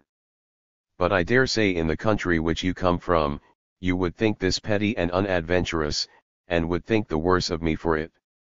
She smiled at me caressingly as she spoke, and I made haste to answer, "Oh, no, indeed, again you echo my very thoughts. But I hardly expected to hear you speak so. I gathered from all I have heard that there was a great deal of changing of abode amongst you in this country." "Well," she said, "of course people are free to move about, but except for pleasure parties, especially in harvest and haytime, like this of ours, I don't think they do so much. I admit that I also have other moods than that of stay at home, as I hinted just now, and I should like to go with you all through the West Country thinking of nothing," concluded she smiling. "I should have plenty to think of," said I. Chapter XXIX, A Resting Place on the Upper Thames. Presently at a place where the river flowed round a headland of the meadows, we stopped a while for rest and victuals, and settled ourselves on a beautiful bank which almost reached the dignity of a hillside. The wide meadows spread before us, and already the scythe was busy amidst the hay. One change I noticed amidst the quiet beauty of the fields, to wit, that they were planted with trees here and there, often fruit trees, and that there was none of the niggardly begrudging of space to a handsome tree which I remembered too well, and though the willows were often poled, or shrouded, as they call it in that countryside, this was done with some regard to beauty. I mean that there was no poling of rows on rows so as to destroy the pleasantness of half a mile of country, but a thoughtful sequence in the cutting, that prevented a sudden bareness anywhere. To be short, the fields were everywhere treated as a garden made for the pleasure as well as the livelihood of all, as old Hammond told me was the case. On this bank or bent of the hill, then, we had our midday meal, somewhat early for dinner, if that mattered, but we had been stirring early. The slender stream of the Thames winding below us between the garden of a country I have been telling of, a furlong from us was a beautiful little islet begrown with graceful trees. On the slopes westward of us was a wood of varied growth overhanging the narrow meadow on the south side of the river, while to the north was a wide stretch of mead rising very gradually from the river's edge. A delicate spire of an ancient building rose up from out of the trees in the middle distance, with a few grey houses clustered about it, while nearer to us, in fact not half a furlong from the water, was a quite modern stone house, a wide quadrangle of 1 story, the buildings that made it being quite low. There was no garden between it and the river, nothing but a row of pear trees still quite young and slender, and though there did not seem to be much ornament about it, it had a sort of natural elegance, like that of the trees themselves. As we sat looking down on all this in the sweet June day, rather happy than merry, Ellen, who sat next me, her hand clasped about one knee, leaned sideways to me, and said in a low voice which Dick and Clara might have noted if they had not been busy in happy wordless love-making, "Friend, in your country were the houses of your field laborers anything like that?" I said, "Well, at any rate the houses of our rich men were not, they were mere blots upon the face of the land." "I find that hard to understand," she said. "I can see why the workmen, who were so oppressed, should not have been able to live in beautiful houses, for it takes time and leisure, and minds not overburdened with care, to make beautiful dwellings, and I quite understand that these poor people were not allowed to live in such a way as to have these, to us, necessary good things. But why the rich men, who had the time and the leisure and the materials for building, as it would be in this case, should not have housed themselves well, I do not understand as yet." "I know what you are meaning to say to me," she said, looking me full in the eyes and blushing, "to wit that their houses and all belonging to them were generally ugly and base, unless they chanced to be ancient like yonder remnant of our forefathers' work," pointing to the spire, "that they were, let me see, what is the word?" "Vulgar," said I. "We used to say," said I, "that the ugliness and vulgarity of the rich men's dwellings was a necessary reflection from the sordidness and bareness of life which they forced upon the poor people." She knit her brows as in thought, then turned a brightened face on me, as if she had caught the idea, and said, "Yes, friend, I see what you mean. We have sometimes those of us who look into these things talked this very matter over, because, to say the truth, we have plenty of record of the so-called arts of the time before equality of life, and there are not wanting people who say that the state of that society was not the cause of all that ugliness, that they were ugly in their life because they liked to be, and could have had beautiful things about them if they had chosen, just as a man or body of men now may, if they please, make things more or less beautiful. Stop. I know what you are going to say. Do you? Said I, smiling, yet with a beating heart. Yes, she said, you are answering me, teaching me, in some way or another, although you have not spoken the words aloud. You were going to say that in times of inequality it was an essential condition of the life of these rich men that they should not themselves make what they wanted for the adornment of their lives, but should force those to make them whom they forced to live pinched and sordid lives, and that as a necessary consequence the sordidness and pinching, the ugly barrenness of those ruined lives, were worked up into the adornment of the lives of the rich, and art died out amongst men? Was that what you would say, my friend? Yes, yes, I said, looking at her eagerly, for she had risen and was standing on the edge of the bent, the light wind stirring her dainty raiment, one hand laid on her bosom, the other arm stretched downward and clenched in her earnestness. It is true, she said, it is true. We have proved it true. I think amidst my something more than interest in her, and admiration for her, I was beginning to wonder how it would all end. I had a glimmering of fear of what might follow, of anxiety as to the remedy which this new age might offer for the missing of something one might set one's heart on.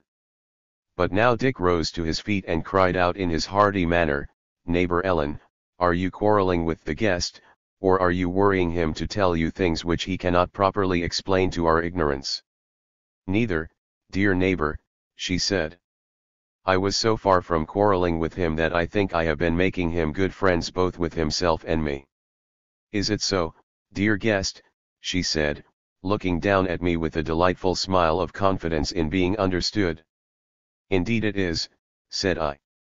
"Well, moreover," she said, "I must say for him that he has explained himself to me very well indeed, so that I quite understand him." "All right," quoth Dick. "When I first set eyes on you at Runnymede I knew that there was something wonderful in your keenness of wits. I don't say that as a mere pretty speech to please you," said he quickly, "but because it is true, and it made me want to see more of you. But, come, we ought to be going, for we are not halfway, and we ought to be in well before sunset." And therewith he took Clara's hand, and led her down the bent.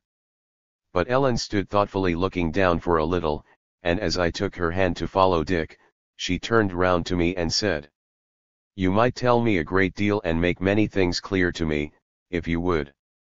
"Yes," said I am pretty well fit for that, and for nothing else an old man like me." She did not notice the bitterness which, whether I liked it or not, was in my voice as I spoke, but went on, "It is not so much for myself, I should be quite content to dream about past times, and if I could not idealize them, yet at least idealize some of the people who lived in them. But I think sometimes people are too careless of the history of the past, too apt to leave it in the hands of old learned men like Hammond. Who knows? Happy as we are, times may alter, we may be bitten with some impulse towards change, and many things may seem too wonderful for us to resist, too exciting not to catch at, if we do not know that they are but phases of what has been before, and withal ruinous, deceitful, and sordid." As we went slowly down toward the boats she said again, "Not for myself alone, dear friend, I shall have children, perhaps before the end a good many, I hope so.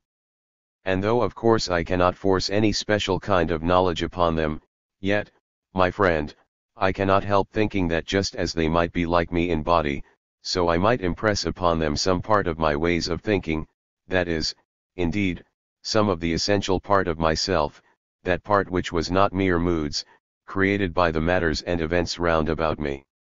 What do you think? Of one thing I was sure, that her beauty and kindness and eagerness combined, forced me to think as she did, when she was not earnestly laying herself open to receive my thoughts. I said, what at the time was true, that I thought it most important, and presently stood entranced by the wonder of her grace as she stepped into the light boat, and held out her hand to me. And so on we went up the Thames still or whither. Chapter XXX, The Journey's End. On we went. In spite of my newborn excitement about Ellen, and my gathering fear of where it would land me, I could not help taking abundant interest in the condition of the river and its banks, all the more as she never seemed weary of the changing picture, but looked at every yard of flowery bank and gurgling eddy with the same kind of affectionate interest which I myself once had so fully, as I used to think, and perhaps had not altogether lost even in this strangely changed society with all its wonders. Ellen seemed delighted with my pleasure at this, that, or the other piece of carefulness in dealing with the river, the nursing of pretty corners, the ingenuity in dealing with difficulties of water engineering, so that the most obviously useful works looked beautiful and natural also. All this, I say, pleased me hugely, and she was pleased at my pleasure but rather puzzled too. "You seem astonished," she said, just after we had passed a mill which spanned all the stream save the waterway for traffic, but which was as beautiful in its way as a Gothic cathedral. "You seem astonished at this being so pleasant to look at?" "Yes," I said, "in a way I am, though I don't see why it should not be." "Ah," she said, looking at me admiringly, yet with a lurking smile in her face, "you know all about the history of the past. Were they not always careful about this little stream which now adds so much pleasantness to the countryside? It would always be easy to manage this little river." "Ah, I forgot, though," she said, as her eye caught mine, "in the days we are thinking of pleasure was wholly neglected in such matters." "But how did they manage the river in the days that you lived in?" she was going to say, but correcting herself, said, "in the days of which you have record." "They mismanaged it," quoth I. "Up to the first half of the 19th century, when it was still more or less of a highway for the country people, some care was taken of the river and its banks, and though I don't suppose anyone troubled himself about its aspect, yet it was trim and beautiful. But when the railways, of which no doubt you have heard, came into power, they would not allow the people of the country to use either the natural or artificial waterways, of which latter there were a great many. I suppose when we get higher up we shall see one of these, a very important one, which one of these railways entirely closed to the public, so that they might force people to send their goods by their private road, and so tax them as heavily as they could." Ellen laughed heartily. "Well," she said, "that is not stated clearly enough in our history books, and it is worth knowing. But certainly the people of those days must have been a curiously lazy set. We are not either fidgety or quarrelsome now, but if any one tried such a piece of folly on us, we should use the said waterways, whoever could said us, surely that would be simple enough. However, I remember other cases of this stupidity. When I was on the Rhine 2 years ago, I remember they showed us ruins of old castles, which, according to what we heard, must have been made for pretty much the same purpose as the railways were. But I am interrupting your history of the river, pray go on." "It is both short and stupid enough," said I. "The river having lost its practical or commercial value, that is, being of no use to make money of." She nodded.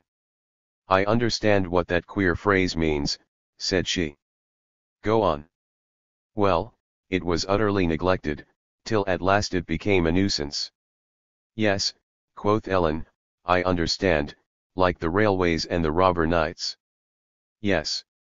So then they turned the makeshift business onto it, and handed it over to a body up in London, who from time to time, in order to show that they had something to do, did some damage here and there, cut down trees, destroying the banks thereby, dredged the river, where it was not needed always, and threw the dredgings on the fields so as to spoil them, and so forth. But for the most part they practiced masterly inactivity, as it was then called, that is, they drew their salaries, and let things alone." "Drew their salaries," she said. "I know that means that they were allowed to take an extra lot of other people's goods for doing nothing. And if that had been all, it really might have been worthwhile to let them do so, if you couldn't find any other way of keeping them quiet, but it seems to me that being so paid, they could not help doing something, and that something was bound to be mischief, because," said she, kindling with sudden anger, the whole business was founded on lies and false pretensions. I don't mean only these river guardians, but all these master people I have read of. Yes, said I, how happy you are to have got out of the parsimony of oppression.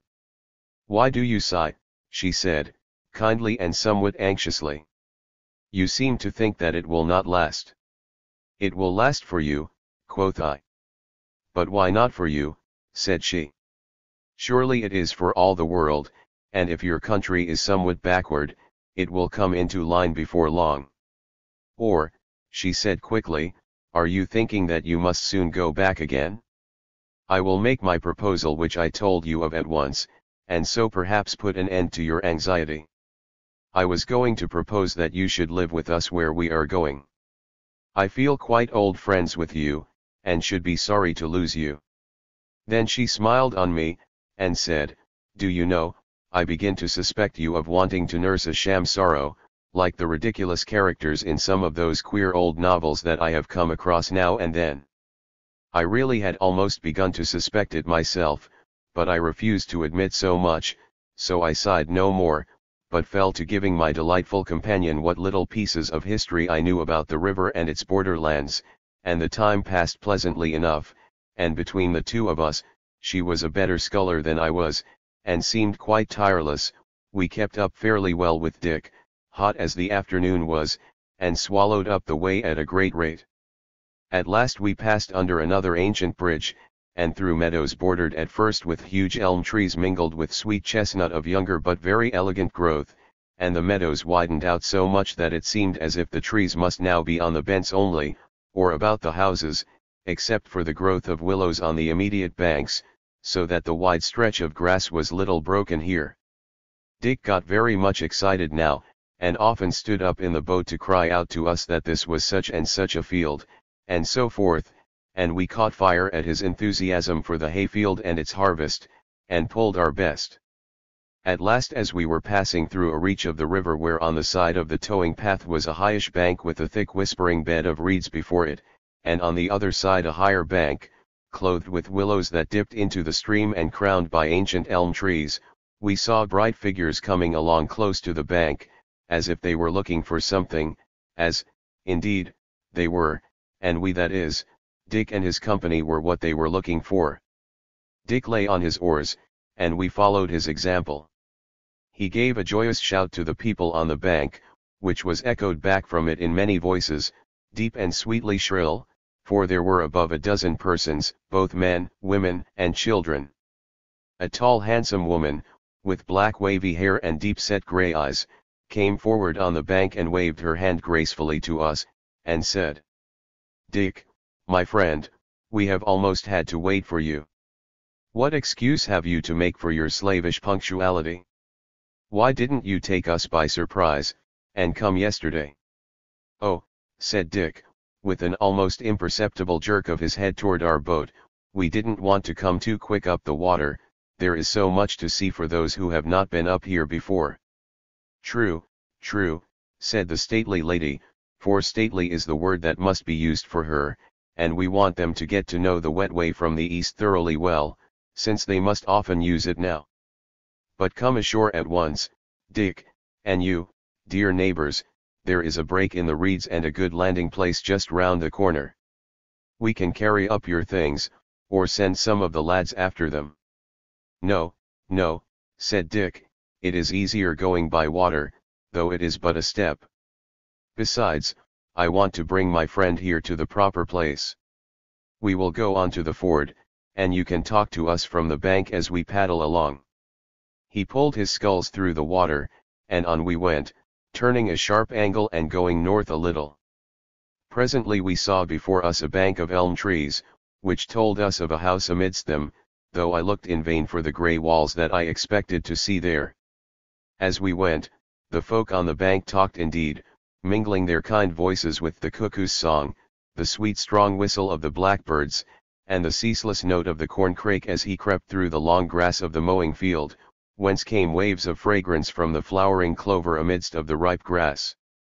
In a few minutes we had passed through a deep eddying pool into the sharp stream that ran from the ford, and beached our craft on a tiny strand of limestone gravel, and stepped ashore into the arms of our upriver friends, our journey done. I disentangled myself from the merry throng, and mounting on the cart road that ran along the river some feet above the water, I looked round about me. The river came down through a wide meadow on my left, which was grey now with the ripened seeding grasses. The gleaming water was lost presently by a turn of the bank, but over the meadow I could see the mingled gables of a building where I knew the loch must be, and which now seemed to combine a mill with it. A low wooded ridge bounded the river plain to the south and southeast, whence we had come, and a few low houses lay about its feet and up its slope. I turned a little to my right, and through the hawthorn sprays and long shoots of the wild roses could see the flat country spreading out far away under the sun of the calm evening, till something that might be called hills with a look of sheep pastures about them bounded it with a soft blue line. Before me, the elm boughs still hid most of what houses there might be in this riverside dwelling of men, but to the right of the cart road a few grey buildings of the simplest kind showed here and there. There I stood in a dreamy mood, and rubbed my eyes as if I were not wholly awake, and half expected to see the gay-clad company of beautiful men and women change to 2 or 3 spindle-legged back-bowed men and haggard, hollow-eyed, ill-favoured women, who once wore down the soil of this land with their heavy hopeless feet, from day to day, and season to season, and year to year. But no change came as yet, and my heart swelled with joy as I thought of all the beautiful grey villages, from the river to the plain and the plain to the uplands, which I could picture to myself so well, all peopled now with this happy and lovely folk, who had cast away riches and attained to wealth. Chapter XXXI, An Old House Amongst New Folk. As I stood there, Ellen detached herself from our happy friends who still stood on the little strand and came up to me. She took me by the hand, and said softly, "Take me on to the house at once, we need not wait for the others." I had rather not. I had a mind to say that I did not know the way thither, and that the riverside dwellers should lead, but almost without my will my feet moved on along the road they knew. The raised way led us into a little field bounded by a backwater of the river on one side. On the right hand we could see a cluster of small houses and barns, new and old, and before us a grey stone barn and a wall partly overgrown with ivy, over which a few grey gables showed. The village road ended in the shallow of the aforesaid backwater. We crossed the road, and again almost without my will my hand raised the latch of a door in the wall, and we stood presently on a stone path which led up to the old house to which fate in the shape of Dick had so strangely brought me in this new world of men. My companion gave a sigh of pleased surprise and enjoyment, nor did I wonder, for the garden between the wall and the house was redolent of the June flowers, and the roses were rolling over one another with that delicious superabundance of small well-tended gardens which at first sight takes away all thought from the beholder save that of beauty. The blackbirds were singing their loudest, the doves were cooing on the roof ridge, the rooks in the high elm trees beyond were garrulous among the young leaves, and the swifts wheeled whining about the gables. And the house itself was a fit guardian for all the beauty of this heart of summer. Once again Ellen echoed my thoughts as she said, "Yes, friend, this is what I came out for to see, this many-gabled old house built by the simple country folk of the long past times, regardless of all the turmoil that was going on in cities and courts, is lovely still amidst all the beauty which these latter days have created, and I do not wonder at our friends tending it carefully and making much of it. It seems to me as if it had waited for these happy days, and held in it the gathered crumbs of happiness of the confused and turbulent past." She led me up close to the house, and laid her shapely sun-browned hand and arm on the lichened wall as if to embrace it, and cried out, "Oh me! Oh me! How I love the earth, and the seasons and weather and all things that deal with it, and all that grows out of it, as this has done." I could not answer her, or say a word. Her exultation and pleasure were so keen and exquisite, and her beauty, so delicate, yet so interfused with energy, expressed it so fully, that any added word would have been commonplace and futile. I dreaded lest the others should come in suddenly and break the spell she had cast about me, but we stood there a while by the corner of the big gable of the house, and no one came. I heard the merry voices some way off presently, and knew that they were going along the river to the great meadow on the other side of the house and garden. We drew back a little, and looked up at the house. The door and the windows were open to the fragrant sun-cured air. From the upper windowsills hung festoons of flowers in honor of the festival, as if the others shared in the love for the old house. "Come in," said Ellen. "I hope nothing will spoil it inside, but I don't think it will. Come. We must go back presently to the others. They have gone on to the tents, for surely they must have tents pitched for the haymakers. The house would not hold a tithe of the folk, I am sure." She led me on to the door, murmuring little above her breath as she did so, "The earth and the growth of it and the life of it. If I could but say or show how I love it."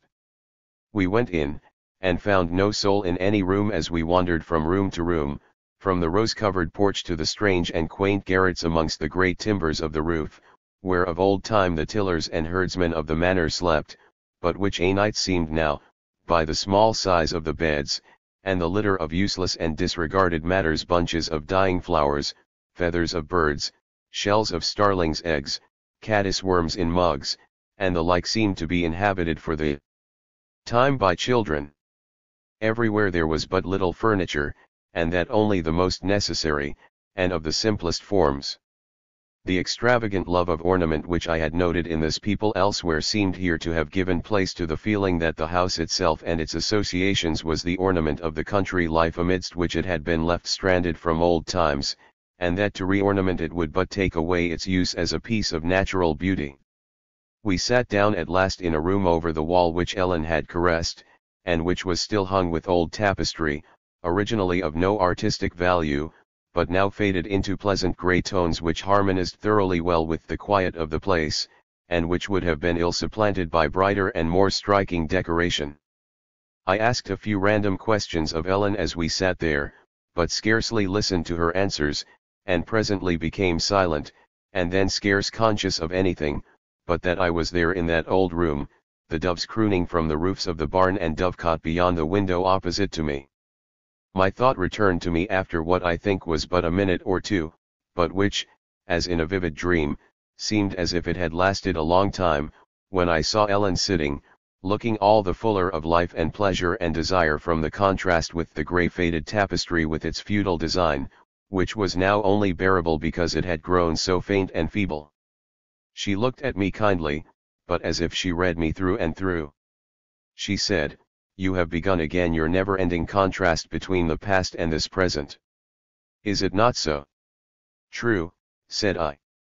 "I was thinking of what you, with your capacity and intelligence, joined to your love of pleasure, and your impatience of unreasonable restraint of what you would have been in that past. And even now, when all is one and has been for a long time, my heart is sickened with thinking of all the waste of life that has gone on for so many years." "So many centuries," she said, "so many ages." "True," I said, "too true," and sat silent again. She rose up and said, "Come, I must not let you go off into a dream again so soon. If we must lose you, I want you to see all that you can see first before you go back again." "Lose me?" I said. "Go back again? Am I not to go up to the north with you? What do you mean?" She smiled somewhat sadly, and said, "Not yet, we will not talk of that yet. Only, what were you thinking of just now?" I said falteringly, "I was saying to myself, the past, the present." Should she not have said the contrast of the present with the future, of blind despair with hope? "I knew it," she said. Then she caught my hand and said excitedly, "Come, while there is yet time. Come." And she led me out of the room, and as we were going downstairs and out of the house into the garden by a little side door which opened out of a curious lobby, she said in a calm voice, as if she wished me to forget her sudden nervousness, "Come, we ought to join the others before they come here looking for us. And let me tell you, my friend, that I can see you are too apt to fall into mere dreamy musing, no doubt because you are not yet used to our life of repose amidst of energy, of work which is pleasure and pleasure which is work." She paused a little, and as we came out into the lovely garden again, she said, "My friend, You were saying that you wondered what I should have been if I had lived in those past days of turmoil and oppression. Well, I think I have studied the history of them to know pretty well. I should have been one of the poor, for my father when he was working was a mere tiller of the soil. Well, I could not have borne that, therefore my beauty and cleverness and brightness, she spoke with no blush or simper of false shame, would have been sold to rich men, and my life would have been wasted indeed, for I know enough of that to know that I should have had no choice, no power of will over my life, and that I should never have bought pleasure from the rich men, or even opportunity of action, whereby I might have won some true excitement. I should have wrecked and wasted in one way or another, either by penury or by luxury. Is it not so? Indeed it is, said I. She was going to say something else, when a little gate in the fence, which led into a small elm-shaded field, was opened, and Dick came with hasty cheerfulness up the garden path, and was presently standing between us, a hand laid on the shoulder of each. He said, "Well, neighbors, I thought you two would like to see the old house quietly without a crowd in it. Isn't it a jewel of a house after its kind? Well, come along, for it is getting towards dinner time. Perhaps you, guest, would like a swim before we sit down to what I fancy will be a pretty long feast." "Yes," I said, "I should like that." "Well, goodbye for the present, neighbor Ellen," said Dick. "Here comes Clara to take care of you, as I fancy she is more at home amongst our friends here." Clara came out of the fields as he spoke, and with one look at Ellen I turned and went with Dick, doubting, if I must say the truth, whether I should see her again. Chapter XXXII, The Feast's Beginning. The End. Dick brought me at once into the little field which, as I had seen from the garden, was covered with gaily colored tents arranged in orderly lanes, about which were sitting and lying on the grass some 50 or 60 men, women, and children, all of them in the height of good temper and enjoyment with their holiday mood on, so to say. "You are thinking that we don't make a great show as to numbers," said Dick, "but you must remember that we shall have more tomorrow, because in this haymaking work there is room for a great many people who are not overskilled in country matters, and there are many who lead sedentary lives, whom it would be unkind to deprive of their pleasure in the hayfields, scientific men and close students generally, so that the skilled workmen, outside those who are wanted as mowers, and foremen of the haymaking, stand aside, and take a little downright rest, which you know is good for them, whether they like it or not, or else they go to other countrysides, as I am doing here. You see, the scientific men and historians, and students generally, will not be wanted till we are fairly in the midst of the tedding, which of course will not be till the day after tomorrow." With that he brought me out of the little field onto a kind of causeway above the riverside meadow, and thence turning to the left onto a path through the mowing grass, which was thick and very tall, led on till we came to the river above the weir and its mill. There we had a delightful swim in the broad piece of water above the lock, where the river looked much bigger than its natural size from its being dammed up by the weir. "Now we are in a fit mood for dinner," said Dick, when we had dressed and were going through the grass again, "and certainly of all the cheerful meals in the year, this one of haysel is the cheerfulest, not even excepting the corn harvest feast, for then the year is beginning to fail, and one cannot help having a feeling behind all the gaiety, of the coming of the dark days, and the shorn fields and empty gardens, and the spring is almost too far off to look forward to. It is, then, in the autumn, when one almost believes in death." "How strangely you talk," said I, "of such a constantly recurring and consequently commonplace matter as the sequence of the seasons." And indeed these people were like children about such things, and had what seemed to me a quite exaggerated interest in the weather, a fine day, a dark night, or a brilliant one, and the like. "Strangely," said he. "Is it strange to sympathize with the year and its gains and losses? At any rate," said I, "if you look upon the course of the year as a beautiful and interesting drama, which is what I think you do, you should be as much pleased and interested with the winter and its trouble and pain as with this wonderful summer luxury." "And am I not," said Dick, rather warmly, only I can't look upon it as if I were sitting in a theater seeing the play going on before me, myself taking no part of it. It is difficult, said he, smiling good-humoredly, for a non-literary man like me to explain myself properly, like that dear girl Ellen would, but I mean that I am part of it all, and feel the pain as well as the pleasure in my own person. It is not done for me by somebody else, merely that I may eat and drink and sleep, but I myself do my share of it. In his way also, as Ellen in hers, I could see that Dick had that passionate love of the earth which was common to but few people, at least, in the days I knew, in which the prevailing feeling amongst intellectual persons was a kind of sour distaste for the changing drama of the year, for the life of earth and its dealings with men.